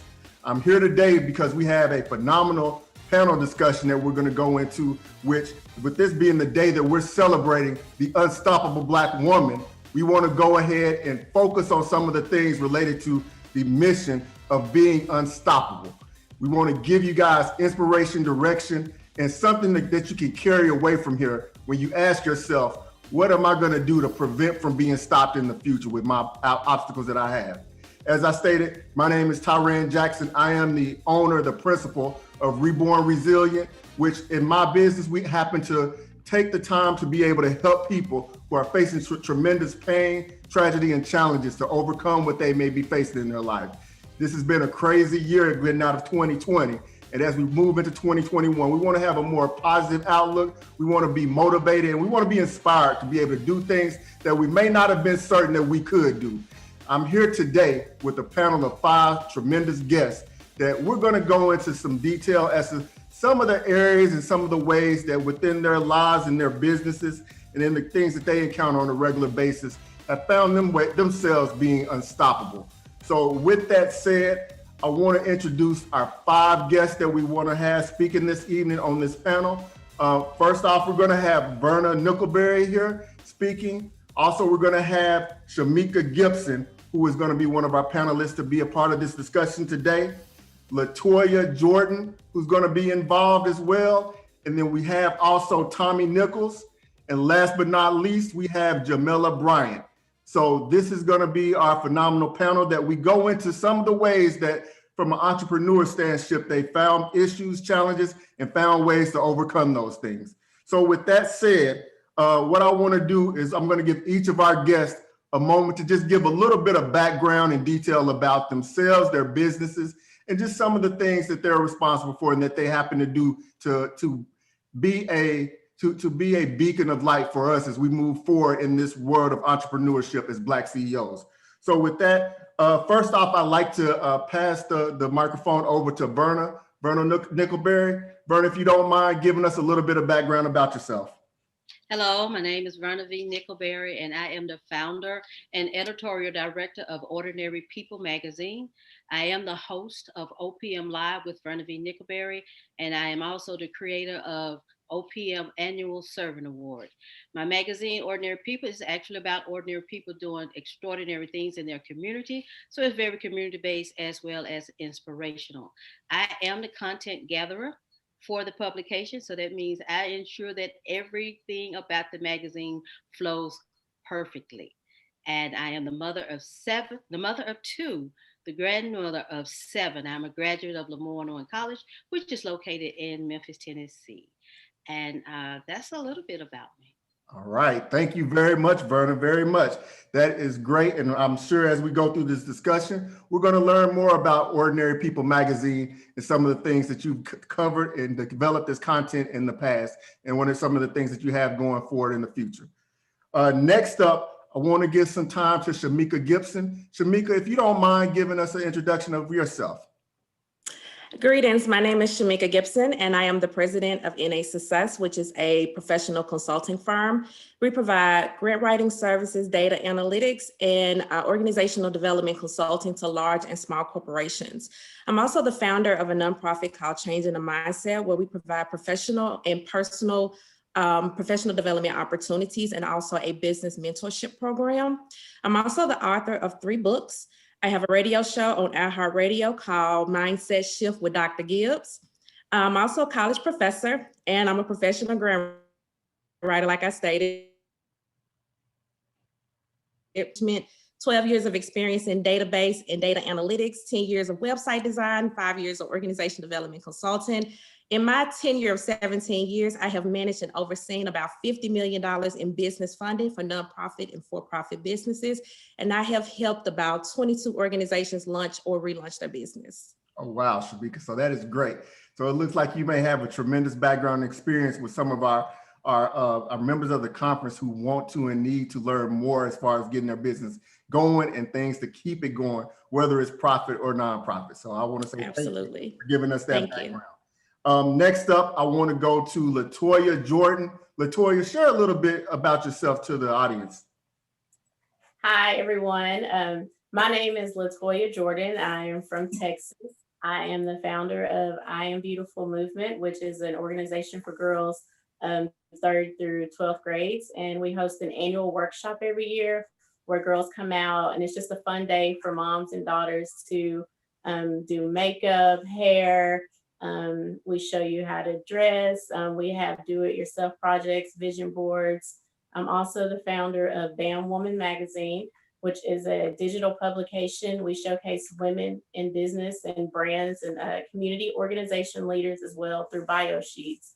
And what a bio sheet is, it has your professional photo, your bio, your contact information, just to let people know who you are and what you do. And we also have other stories in that magazine as well. And also, I'm one of the co-hosts of BAM Woman podcast, which airs every Saturday at 6 p.m. Central Standard Time. I have 2 children. My daughter is a sophomore at the University of Houston, and my son is a senior in high school. And I'm also the founder of Toya Thrives Enterprises. So That's awesome, Latoya. Sounds like you have a list of accomplishments and a list of things that you're doing to not only keep busy, but also to help improve this world that we're living in the midst of your business endeavors. All right, next up, I want to pass the microphone to Jamila Bryant. Jamila, share with us a little bit about what you do and how you've gone into this realm of entrepreneurship. Yes. Greetings, everybody. My name is Jamila Bryant, coming out of Denver, Colorado, the My House City. I am the founder of Push Forward Development, which is a personal development and leadership company. I focus and cater my services to the LGBTQ plus community, as well as women with the X, to include anybody that identify as a woman. And I'm also, actually with that company, I do events, I do speaking engagements and mastermind groups. I'm also the founder and author behind the inspirational quote brand, Quote Junkie Diaries as well, where that is a platform and the brand that I release positive inspiration and vibes into the universe to help inspire other people. And I'm also a financial wellness advocate too, as well. And I'm a first sergeant in the Air Force Reserve outside of business. Oh, wow. So Jamila, thank you first off for serving us and serving our country and protecting us all from everything. I think that's amazing with what you're doing and the ways that you're touching more and more people in different areas. And I look forward to learn more as we go forward with this panel discussion. With that, last but not least, and I know everybody, this is supposed to be Unstoppable Black Woman. And we're going into the Unstoppable mission with Black women. But it wouldn't be right if we didn't happen to have another gentleman on the panel as well to allow for us to have a little bit different perspective throughout. So with that, Tommy, if you don't mind giving us a little bit of your background and about yourself and some of the things that you're involved in. Sure, thank you, Mr. Jackson. My name is Tommy Nichols. I'm from Charlotte, North Carolina. I'm the founder of the 11th annual Charlotte Black Film Festival. Also executive director of Power Up USA, which is the youth technology, coding, and media summer camp and after school program. In addition, I was appointed by the mayor to the board of the Charlotte Mecklenburg Public Access Corporation, which is our public access TV channel, in which now I'm the board chair. In addition to that, I'm a producer at Tommy Filmworks. Tommy Filmworks do commercials, short films, feature films, and a lot of consulting work with churches and corporations in terms of producing media content for their organization to help share the message. All right, thank you, Tommy, thank you. So I think that's great because we're touching within this panel a number of different industries, a number of different areas. And with you going into the entertainment and media area, I'm sure there's plenty who's going to want to learn more about getting into that, and you can get some tips and some lessons from the challenges that you faced in going through this, and enlighten us about how you've been going through and not being stopped as we move forward. So I appreciate you being a part of the panel and the discussion that we're going to have today. So with that said, I want to go ahead and kick off the discussion, and I'm going to go ahead and ask a question to several of you guys, and if you just don't mind, share with us your thoughts on it. So my first question, and I want to start off with this to Shamika. I want to say, let's start off with what your whys are. What has been your reason to know that going down this path of entrepreneurship is the path that's meant for you? And along those same lines, what's the greatest motivating factor in your life that has directed you towards this mission of being an unstoppable Black woman? Well, first I would say purpose and connections. So I really do feel that me being on my current journey of entrepreneurship is divine intervention. So I'm grateful for the opportunity to walk in the purpose that God has designed for me, and also put in people in my life as connectors to help me make sense of everything. There was no plan B. So plan A had to work. And if plan A didn't work, that means that me and my daughters will be homeless. So that wasn't an option. So with that being said, that was the motivating factor in my life, is that I didn't have alternative options. So I worked hard at plan A, and if plan A didn't work, or if plan A wasn't going in a direction that I wanted it to go in, I started to develop more refined processes and systems. So I didn't walk away from plan A. I made plan A better because there was no options.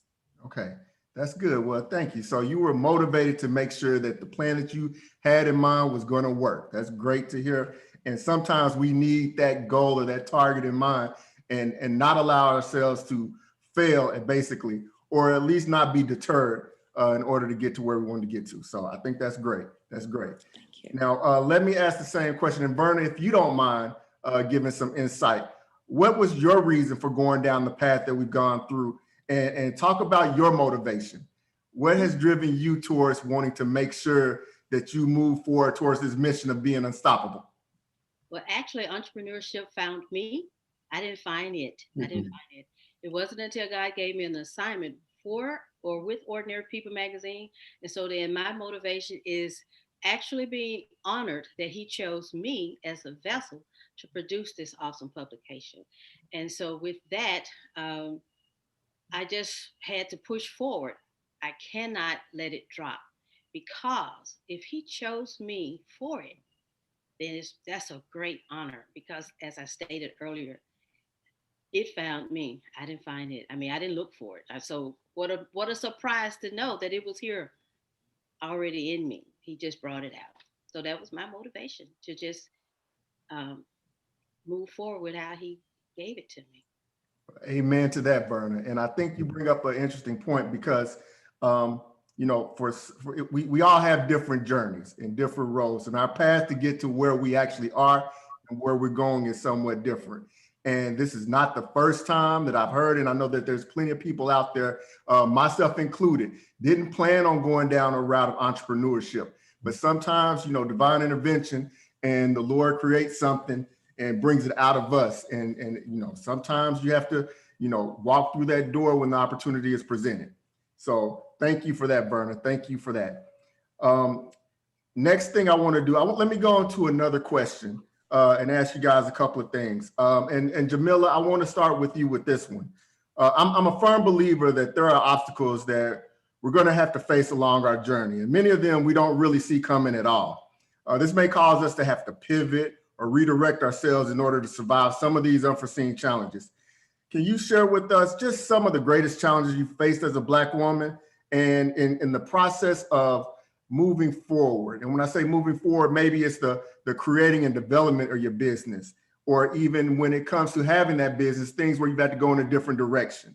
You mind sharing with us a little bit about that? I do not mind. Thank you for that question, Tyron. I really do appreciate that. And that's it. Speaking from a Black woman and also a queer Black woman, the industry sometimes that you're trying to get into, as far as myself, wasn't a lot of representation. That's why I decided to cater my services to the communities that I cater it to, LGBTQ plus, and also women, because I know I can relate to those communities, in particular LGBTQ. I know the struggles that we face, what we go through in order to just live our authentic selves.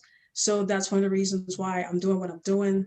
And you said some of the challenges, it's just finding support. You know, I think sometimes when people think of like entrepreneurship and business, they don't think of women. Sometimes they think women should still be in certain roles in this world. However, as we all can see, we're unstoppable, we're limitless. And when we step out, you know, jump, have faith, you know, anything's possible, but definitely finding support in your business. I know that was a challenge for me and something that, you know, sometimes I still kind of struggle with. However, once I do find my tribe and support, it's definitely something that helped propel the business forward. So that's what I would say. Okay, and I like to, let me just emphasize what you said, Jamila, the support piece. So many people, so many of us as Black people as a whole, and I know we happen to get into this case where we think, I've got to do this, I've got to get this done. But we don't always take advantage of the support and resources that are available to help us. You know, Rome wasn't built in a day.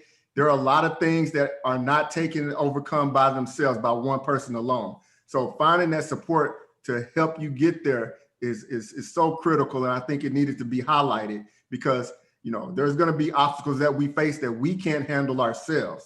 But having that support and having that backing from others allows us to get through some of those. So thank you. That was a great response, Jamila.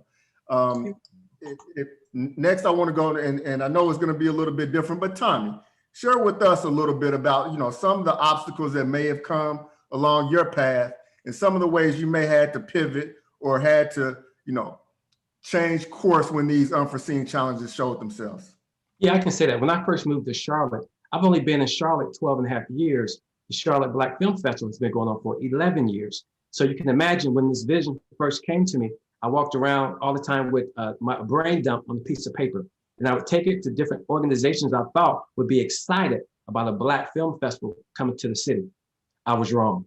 I got so many no's, especially by those who looked like me, those who were not exactly in my space, but were in a supporting space. And I had to keep moving, and finally I went to one person. I got one yes. I got one yes in the midst of everything. And from that one yes, I was able to move forward and gather support over the years, because many people was waiting for it to fail. So I gathered support over the years, and by faith, continued on. And now it's not as much of a struggle as it was, but I just needed one yes. Okay, and I think just to touch off of that shows the importance of perseverance until you actually get that first victory or that first win. I know a lot of people get discouraged because they may be trying to get somewhere, trying to get, people to buy in or believe in them, and they just stop and they quit and they fail. And that is the opposite of being unstoppable for what we need. So we need sometimes to just keep pushing and trust ourselves, because if you know what you're doing is value added and right, then it's only a matter of time before the right person hears it. And I'm glad to hear, Tommy, that you didn't let hearing the no's from the beginning keep you from being able to go forward till you got that yes. And like you said, once you got that first yes, everything grew from there. So that's awesome to hear, and a great point for our listeners to be able to take away from your mission. So with that, and I want to move on, and LaToya, if you don't mind, just sharing some of the same things along these lines. What issues and obstacles did you not see coming? And then how did you deal with these unforeseen challenges? And has it caused you to have to redirect yourself in some way in order to get past it? I would say when I first started my organization, I Am Beautiful Movement, I was unemployed, just, trying to take care of 2 children. And I was like, Lord, I need something to help other girls, because I know or young ladies, because I know if they feel the way I'm feeling now, then I need something. And so that's when he dropped I Am Beautiful Movement into my spirit. And I thought it was going to be easy going forward, but it was so hard. Like I said, I founded it with no money. I had minimal support. My church supported the event, but I thought family and friends would, but not everyone saw the vision that I saw. So I kept going forward. And this year we will be doing our 9th workshop. Awesome. So over the years, just like you said, just pushing forward. And when you get that major yes, it's everything. It changes the game. And last year with the whole COVID, it kind of put a damper on the workshop. And I just started praying. I said, Lord, I need you to drop something else, because I need something. And that's when he dropped Bam Woman magazine into my lap and ran with it. And it's just been amazing. Like, just the journey. I still work a full-time job now. I work 8 to 5. And I work my business and my organization. Okay. So, finding that team and that the support system, like Jamila talked about, I just found that last year. Okay. So yeah, you just have to keep moving, and it gets hard, but hey. Well, I want to say, and you touched on a couple of points, like Tommy, getting that first yes seemed like it was key for you. The other thing that I take away from that, and to be doing this 9 years, that means you're doing something right. And for people to come back. And you pointed out something that I think we also need to keep in mind too. And this touches on what Jamila said, except from the opposite light. You do need support from other people to get through. But sometimes we have to be mindful. Some of the support from family, friends that may not see the same vision you have may possibly be toxic and can make it a little more difficult and challenging as we try to, implement our vision and reach our mission.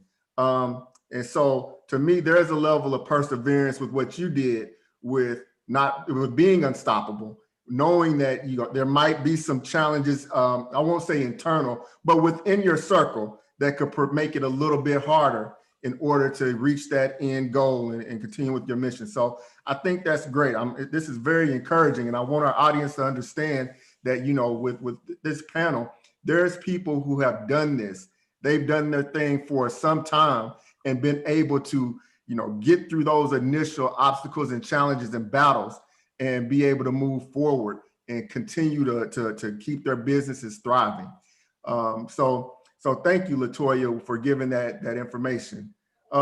Jamila, do you have anything else you want to add in relation to this?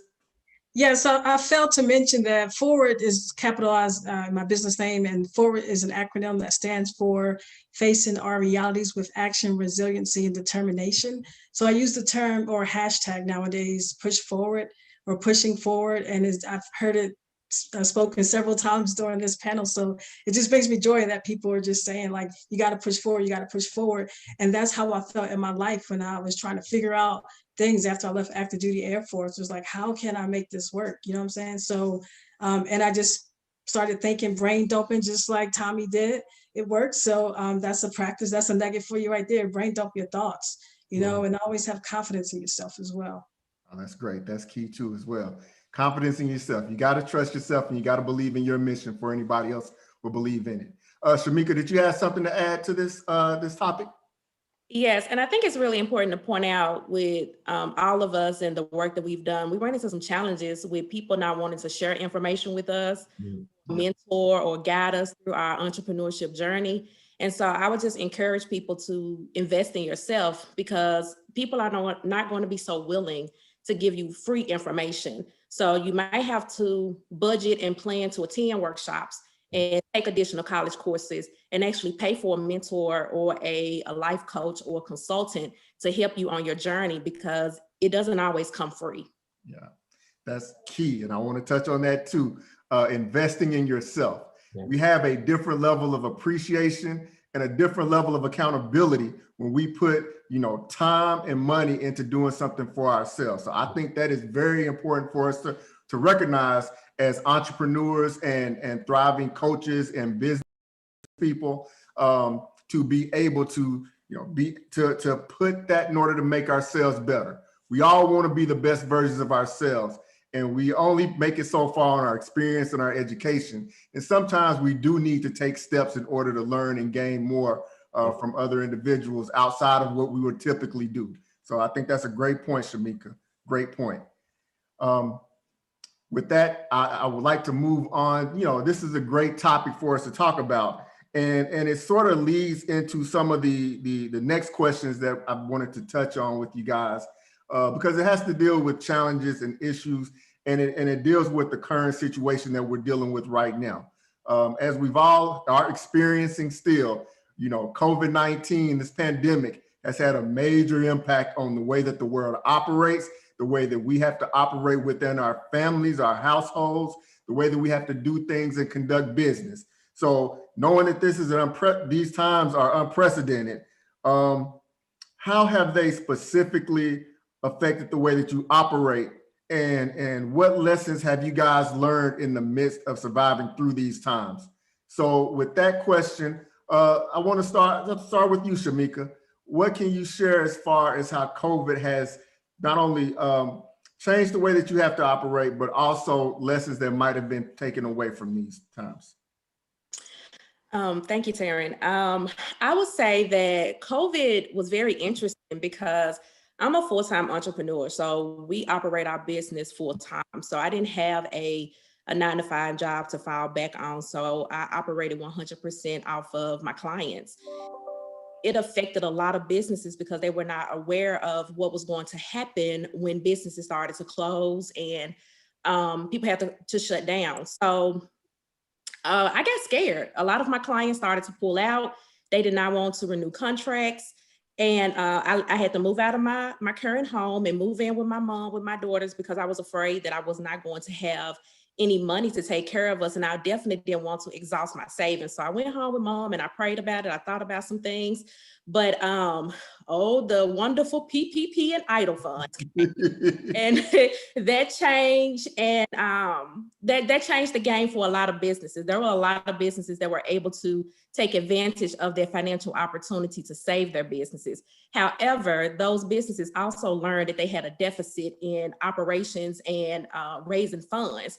And that's where my skill set came in. So being a grant writer, a lot of organizations have relationships. So I learned that in the midst of COVID is relationships, relationship capital is more important than financial capital. So if you have a friend of a friend and know a friend and have access to resources and money, they're more golden than you having reserves in your bank account. So during that moment, I was able to connect with businesses all around the world.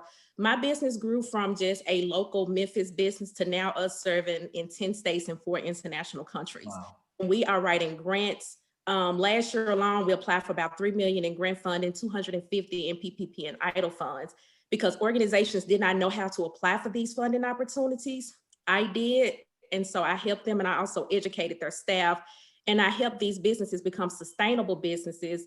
Unfortunately, 10 of my clients had to close their business or stop businesses temporarily, but we also had about 10 businesses that rose during this time. So we developed virtual learning opportunities.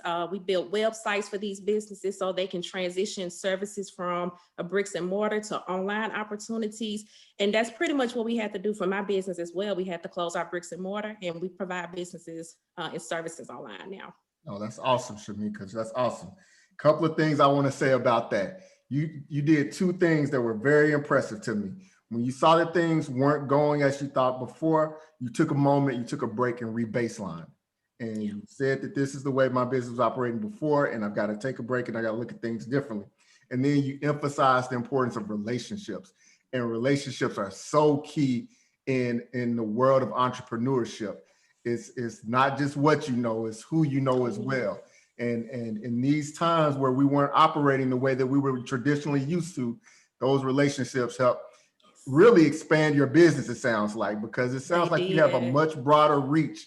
And not only that, you became equipped with, a means of being able to function in the future. So not only can you do what you do locally, but you know now how to get to, people all across the world and provide your services. So I think that's awesome as far as being able to look at what, COVID has had to force you to do and how it's made you better for the future going forward. So I think that's great. That's awesome. Thank you. So let me ask the same question to Verna. Verna, tell us about how this pandemic maybe has had to lead to you having to change the way you operated, and also any lessons that you might have learned or picked up in the midst of us going through this pandemic. But just like Shamika, I'm full-time as being an entrepreneur. After retiring in 2016, 25 years with the Department of Defense working under the Army, it just made it much easier for me to be able to do my business, and everything is online. But what I did before that, instead of just having the print publication, I also implemented digital. So now we're in print and in digital, but our print is print on demand. And I made it a point to become a little bit more, not a little bit, but I made it a point to become more visible. And then decided not to do blog talk radio where I am behind the scene, but also to bring forward OPM Live with Verna-V Nickelberry, where you actually get to see me and actually get to know me and learn more about me and the things that I do. And 2020, we didn't get a chance to do our award show. And so that is where I am now, is learning how to do the award show virtually, because it is a red carpet event. Mm-hmm. And I am learning how to do that. And then so learning how to use Zoom a little bit more effectively, just learning a little bit more, digital. When God gave me Ordinary People magazine, I was 44. I'm 61 now. So I am learning all of this digital stuff. Mm-hmm. I make it a point, as someone mentioned, investing. So I invest a lot in learning and having a coach and just really learning how to do this, because this is our, I don't want to say temporary norm, but this is our new norm right now. And the more I learn, the more my publication and everything that I do will be able to move forward. And what I've also done is, since our digital site, our impression is very impressive. So our impression digital is over 56,000, I believe. And so that means we are read outside of the United States. And just so happened, I've met someone who lives in Ghana or from Ghana. So I have began to reach across the waters. It would be such a big plus if I can just even have it translated into a different language. So far, someone in the Philippines really love reading Ordinary People. And that is my biggest goal, is to make it, I want it global, but right now we are outside of the US. And so as far as pivoting, I started to pivot before COVID with the digital publication. So.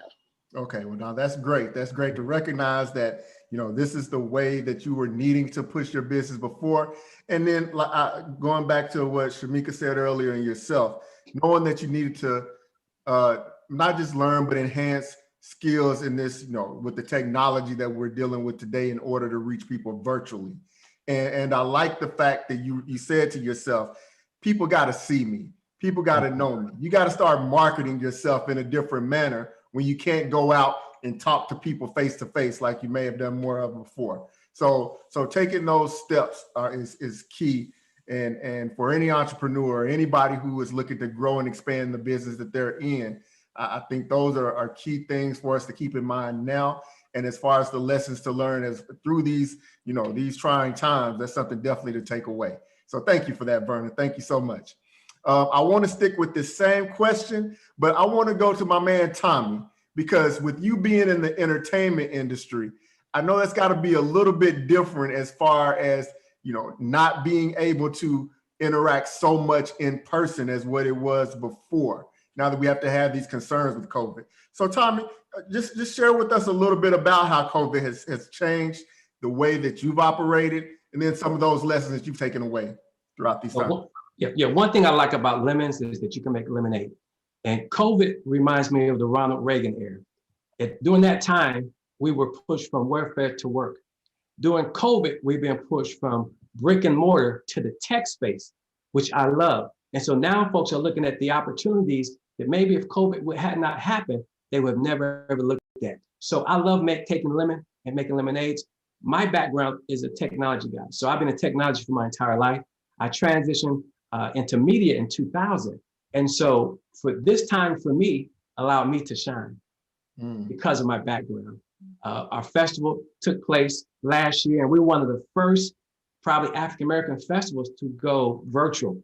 And there was we didn't know what platform was right. So we had to create something that kind of modeled what we would do in an in-person festival, but do it virtually. And so because of my background, I was able to maneuver through that. And I believe take advantage of this thing we might call a lemon and make sweet lemonade. All right. So what I hear from you, Tommy, is that you leverage your skill set. Yes. You leverage what you were already good at and what you knew in order to accommodate the changes that we had to make during these times. So I think that's great. And you put it in a great perspective, turning the lemons into lemonade. A lot of us have had to get more used to a tart taste this past year, because it's a lot of lemons that we've been having to deal with. And, Lord willing, this won't have to last forever, for too much longer.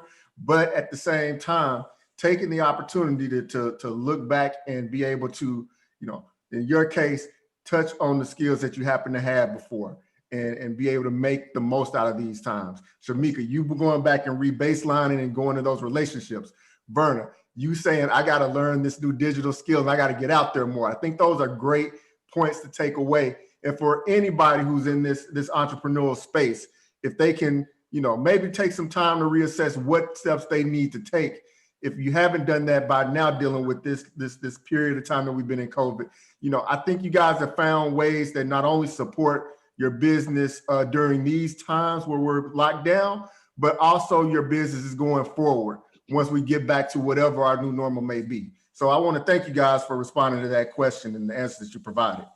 So with that, moving on, I got another question I want to ask you guys, and I want to start with Jamila with this one. Just share with us at what point in this journey did you know for a fact you were going to be unstoppable towards reaching your vision for your business, and that you knew failure was not an option, and that you were not going to be denied from being successful? Thank you for the question once again. Let's see, at what point did I really acknowledge that I was going to be successful in business? Was when I just started doing things. I took action. I think a lot of times people struggle with this. We keep a lot of things up in our head, our thoughts, but I started taking action. But before I did that, I started to invest in myself, as somebody alluded to earlier, just taking time to invest in myself. And I just started seeing changes in myself, and opportunities would come to me, and I was prepared for them because I invested in myself. And then I jumped into the entrepreneurial world and just trying different things and, getting some bites, if you will, and just knowing that when I create a safe space for a certain community, that people are thankful for those spaces because they can get pretty intimate and personal. So that was something to me that I was like, that informed me that this is something that I need to do. Like, this space for the LGBTQ plus community is something that needs a presence, and it needs to be here. So it helps inspire me to keep pushing forward. And like I said, I use that term a lot because it means a lot to me, because I wasn't always the woman that you see in front of you today. And now it's like, even though I face challenges and failures sometimes, or as I like to call failures, lessons learned, I know that what I'm doing, it's all about helping other people, and everything that I do right now, all the ways that I invest my time, it's all about passion, purpose, and impact. That's why I have it on my board here. Those are my personal values.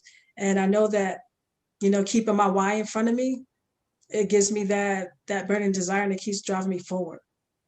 That's great. That's awesome. And I like the fact that you said that you have your morals, and you have basically your code that you live by, that pushes you. Yes. That's important. And then the other thing, and I hope many of our listeners understand this, as entrepreneurs, we've all taken the steps. It's a lot of people with ideas in their head, or that they've written down on paper, or have said that they're going to do things, but have you taken the action? You have to take the action before you find out if what you're doing is, you can't go anywhere if you take no steps. So that action, I think, is so key. And in my past, I was an engineer, and one of the things that I did, and I know others with this certain mindset, is that they have paralysis through analysis, and you can spend time belaboring something too much before you actually go out there and do it and test it. But I like the fact that, when you talk about taking action, that's the only way you're going to find out if it works, if it doesn't, if I need to change it, if I need to do something different. So I want to say that I'm glad that you brought that point up, Jamila, to be able to actually get out there and do something, because that is so key. That is so key. So same question, LaToya, I want to come to you. When did you know you were going to be unstoppable towards reaching your vision, and that you were not going to be denied from being successful in their areas and what you're doing? Like I said, I still work at 8 to 5. But